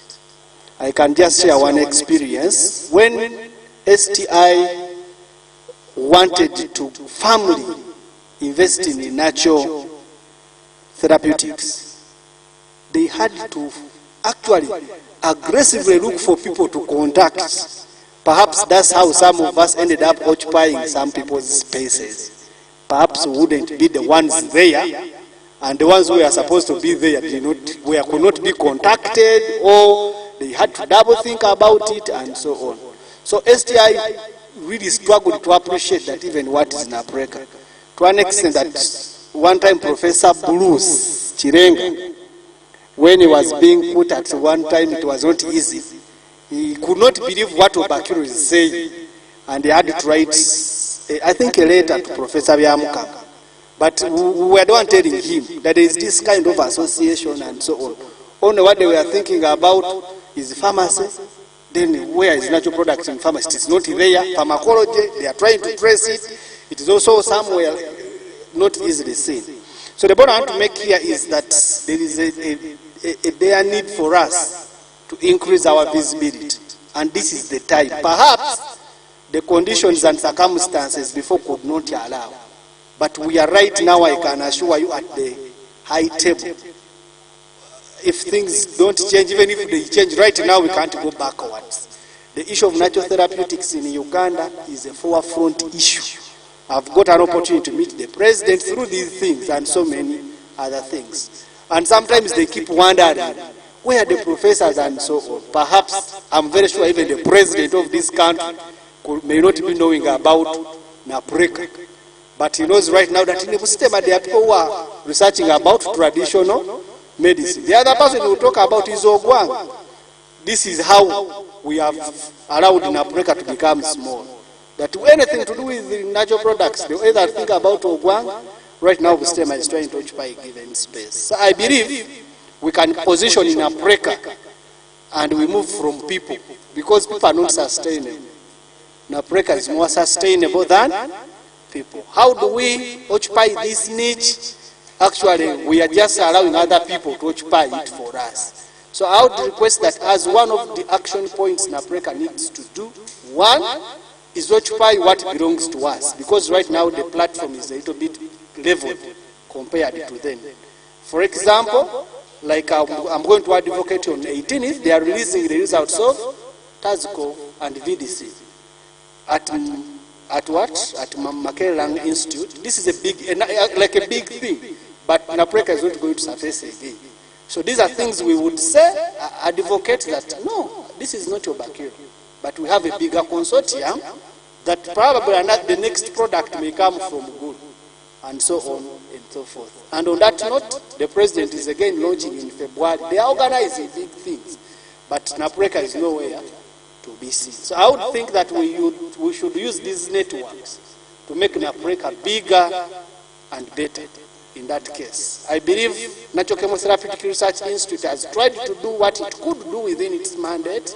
It is high time we amplify what it can do through a synergistic kind of interaction. Lastly, I want to talk about the issue of grooming young scientists in Napreca. I think the biggest gift the current executive can give this Napreca is to recruit as many young natural product scientists across different disciplines. Like we've been having, and people have been calling me, let me use this opportunity. We organize this thing, but in this university here where we are sitting, we have a grant which is working on banana fibers. It is called Banatex. This is real natural products, but it is for textile. And actually they have been answering questions, and they are so bitter with us that we will not even give them to bring their pull-up banner, not even a talk. But they also didn't come to us, but they are blaming us that we didn't invite them. So the issue of, for example, textile dyes and so on is, I think, all within the natural products domain. So the issue I want to say is that we need the gift I want to repeat the executive should give us is to recruit all masters. Even some universities have bachelor's programs into, because this is the real business. We need to make Napreca bigger and stronger. So those are my two things. And the strategy to do it is to have these people given some offers. They may not be big money, they may not be what, but allow them, for example, if we are coming to Busite and we have master's student in Imbarara, my thinking, like they will organize the transport. This is a very big thing for a student who is a master's student. But maybe publicity is also very important and so on. We make sure that all the master's students, by default, they are members, we preach the gospel, we give them some incentives, such that they love the association. I submit, Vice President. That was quite a mouthful. I hope we are recording, Mr. Secretary. Dr. Bakir has raised several pertinent issues. You had your hand up? Okay. Thank you. Listening to Dr. Bakiro, the major drive which we should look at is how to recruit members into the association. And thinking through, the young people are our resource. The old, their minds have been bent, and they have their attitude. Can we recruit as low as secondary school? Can we have a drive to deliberately take natural product to secondary school and universities, so that we have these university students, like the undergraduate, They have these associations. Can we have them also create an association of Napreca into different universities, and they manage their affairs, and probably we, the executive, when they have their activity, we are invited just to give them guidance. That is my thinking. Or how do we popularize? We should have a deliberate effort to popularize Napreca. Okay, thank you. Keep the ideas flowing. I'll come to you. Okay, thank you, Chair.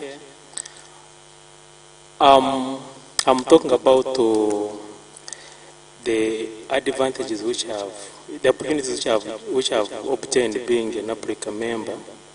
I subscribed in 2020, I paid membership in 2022, but I have not been subscribing, and it is a big blow to some of us, and I think some of the students are acting like me. So I think we need to improve, and I will take it upon myself to mobilize more students so that now we can subscribe.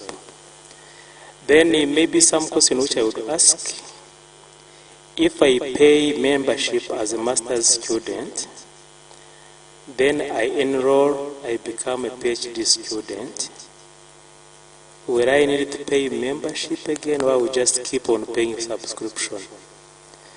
Then thirdly, the last, I happened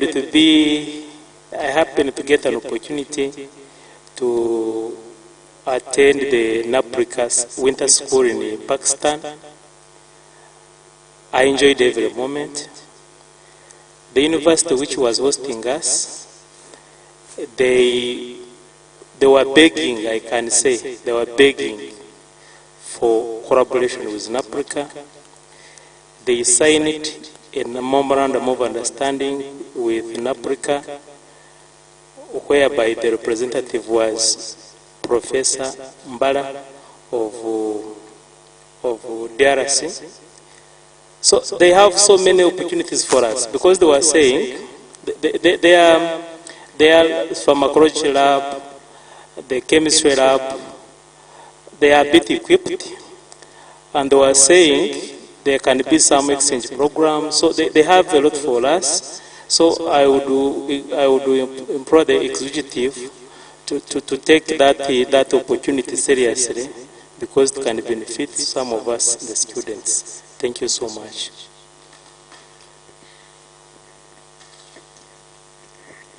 Members, I just want to add a little from Dr. my neighbor here. The issue of master student and undergraduate student. With experience, I was given student from another university. Our university, we don't have master student. The program is just coming shortly. So I was given master student from different universities. Now, the project has ended. For them, their interest was to be given some incentives and buying chemicals. So you can imagine a student, one from Kiambogo, he has now kept quiet, not even coming to. I took his samples for NMR. A good university, they told me verbally, the appointment letter is not yet there. There's a laboratory heading. And in that laboratory, my research project has equipment, so that we can isolate compound to the level of only now taking samples for NMR outside. So the issue of bringing master's student, it is about the small funding that can make them do the extractions and isolation of compound. So this is where we can really get this student. My research area is not necessarily only in the antivenom. It is natural product. We isolate compound from any plant extract. So what we are only emphasizing, also adding here, is that we encourage them, but some of the research we get just on reagent, attach them to projects, and they do the presentation, they do publication. So that is what the experience I got through with the project I was in. So it is just motivating these people to come up. At the moment, I have another student from Muni University that I should supervise for masters. So this can be worked on. They just needed motivation for these the learners.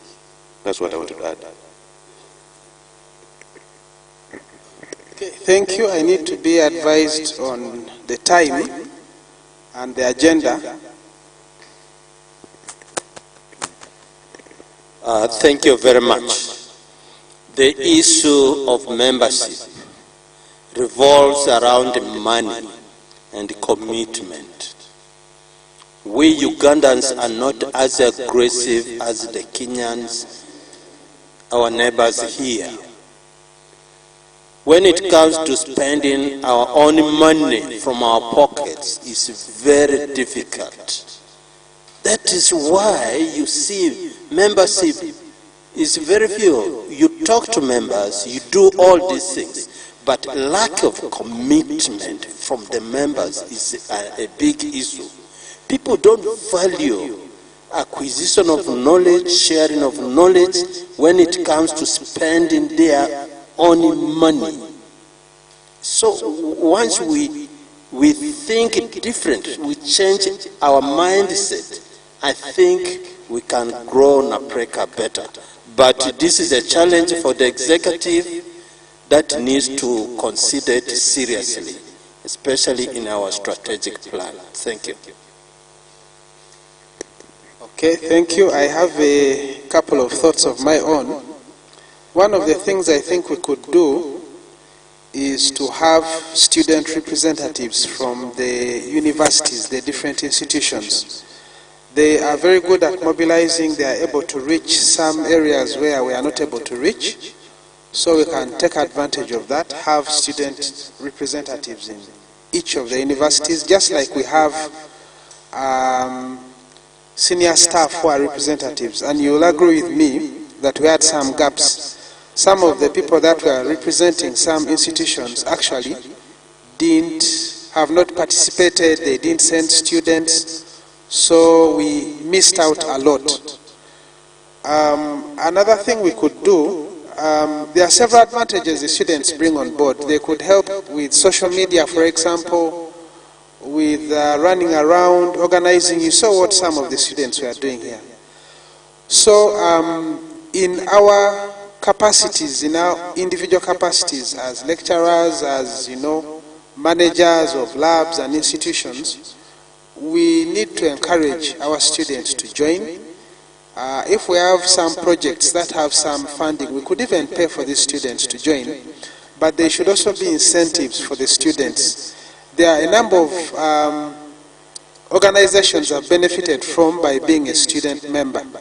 So the students need to see some of these advantages for them to get encouraged to join. And for many of these, no one convinced me. I visited the websites, I saw what was happening, and I used, some of them required money, some were free, but I used my own money to, become a member, and the benefits have been immense. So I think the agenda, Chris, I don't know what's next on the agenda. Okay. Yes, I'll give my president an opportunity to also respond, and maybe we'll have some resolutions going forward, because very, very pertinent issues have been raised, and we need to leave this place with a clear plan of action on how we are going to implement these things that have been raised. Thank you. Thank you so much.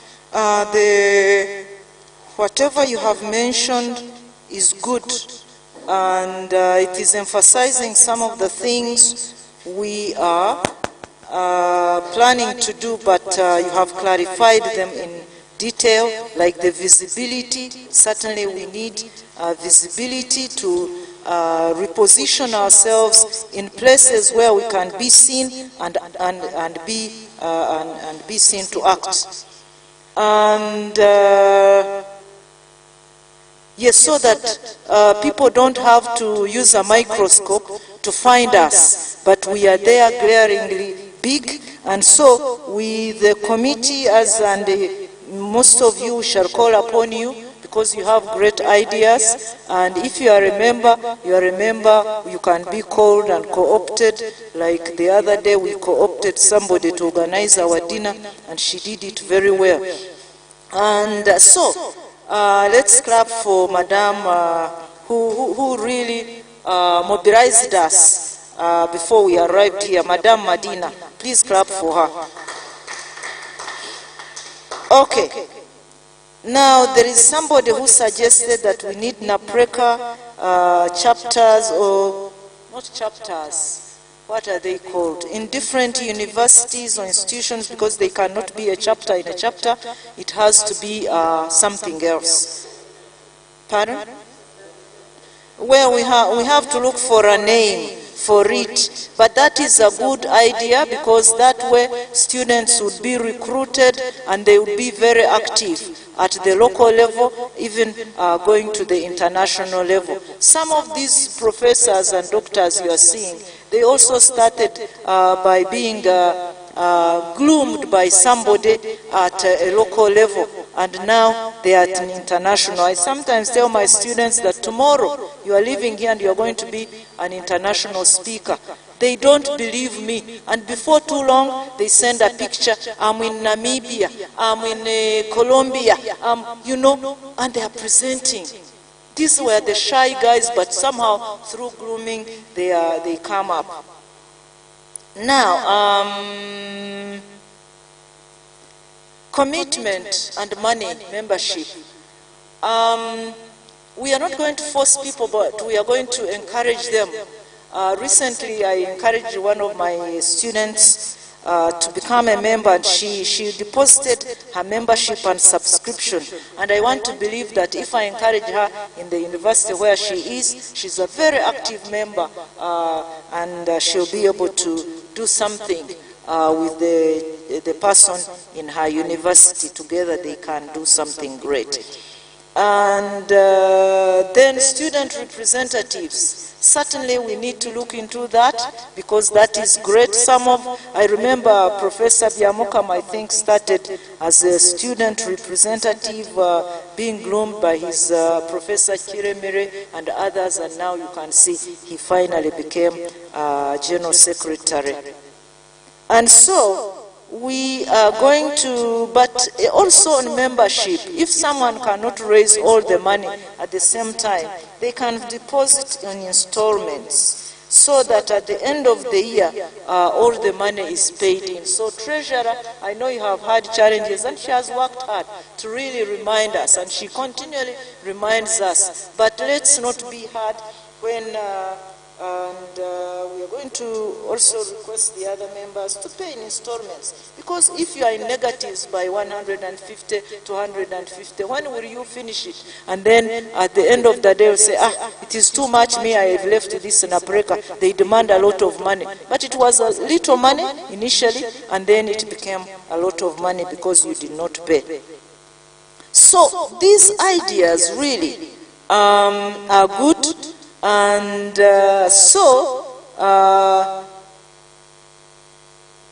one of the things I think we should resolve here is visibility. It has been emphasized and emphasized over here and here again that we need to look into the visibility of this organization, and the visibility comes with activities and delivery of what is required of us. So the members who have got connections with certain organizations and so on, but also on the media, social media, and I know some of you are good at it, to be able to help us. Then the local training, some of the, sometimes when we put on webinars and so on, some people neglect them, they don't attend. And some of them can be eye-openers. I remember in our department, we asked one of us, who is Godwin here, Anua, to really enlighten us on visibility. And he went through a whole lot of how we can be visible as individuals, but also visible as a department. I hope we are doing a little bit better than we were. So I wish to think that The committee will look through all this because we may not be able to finish all this at this time, but we shall look at them. The General Secretary has been taking notes, and then we shall be able to discuss and see how we can help Napreca become visible. So when we call upon you to the meeting to give us ideas, or even on one-to-one, it is because we are valuing you, and we value every member, and those who are yet to become members will be equally valued. I don't know whether there's anything more I can say other than saying thank you so much for turning up at this AGM. I know it is a bit late, but it is good that we have been able to discuss. Unless there is what they call a katarekeka in Uganda, what is burning, you can air it and then we go. Other than that, let's stand up and close this meeting.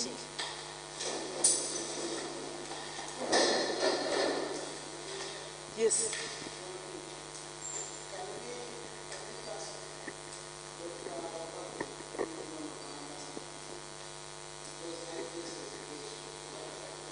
Yes.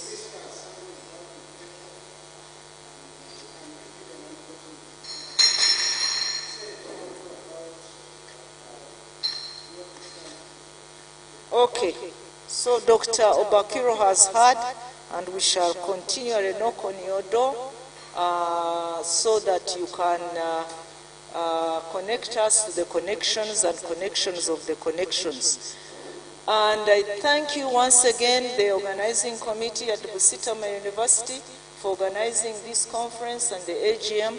And I believe that as we travel, we shall get journey mercies. I will ask, you come up. Please pray for us, and then we shall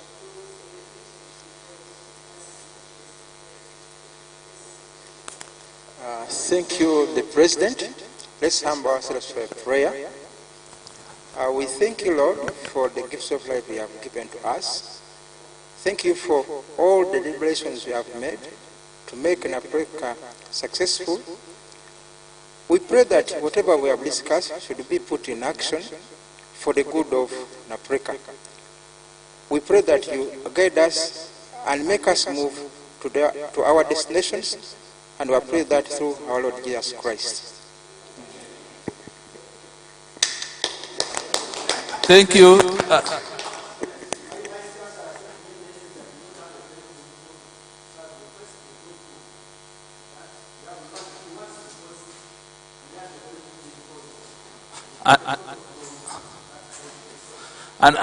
Another announcement, after photo we have a evening tea. Please don't leave the evening tea.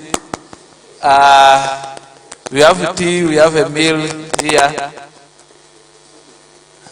And the last announcement, we will still invite you to come back here in January for yet another interesting workshop on ultraviolet radiation technology in water treatment.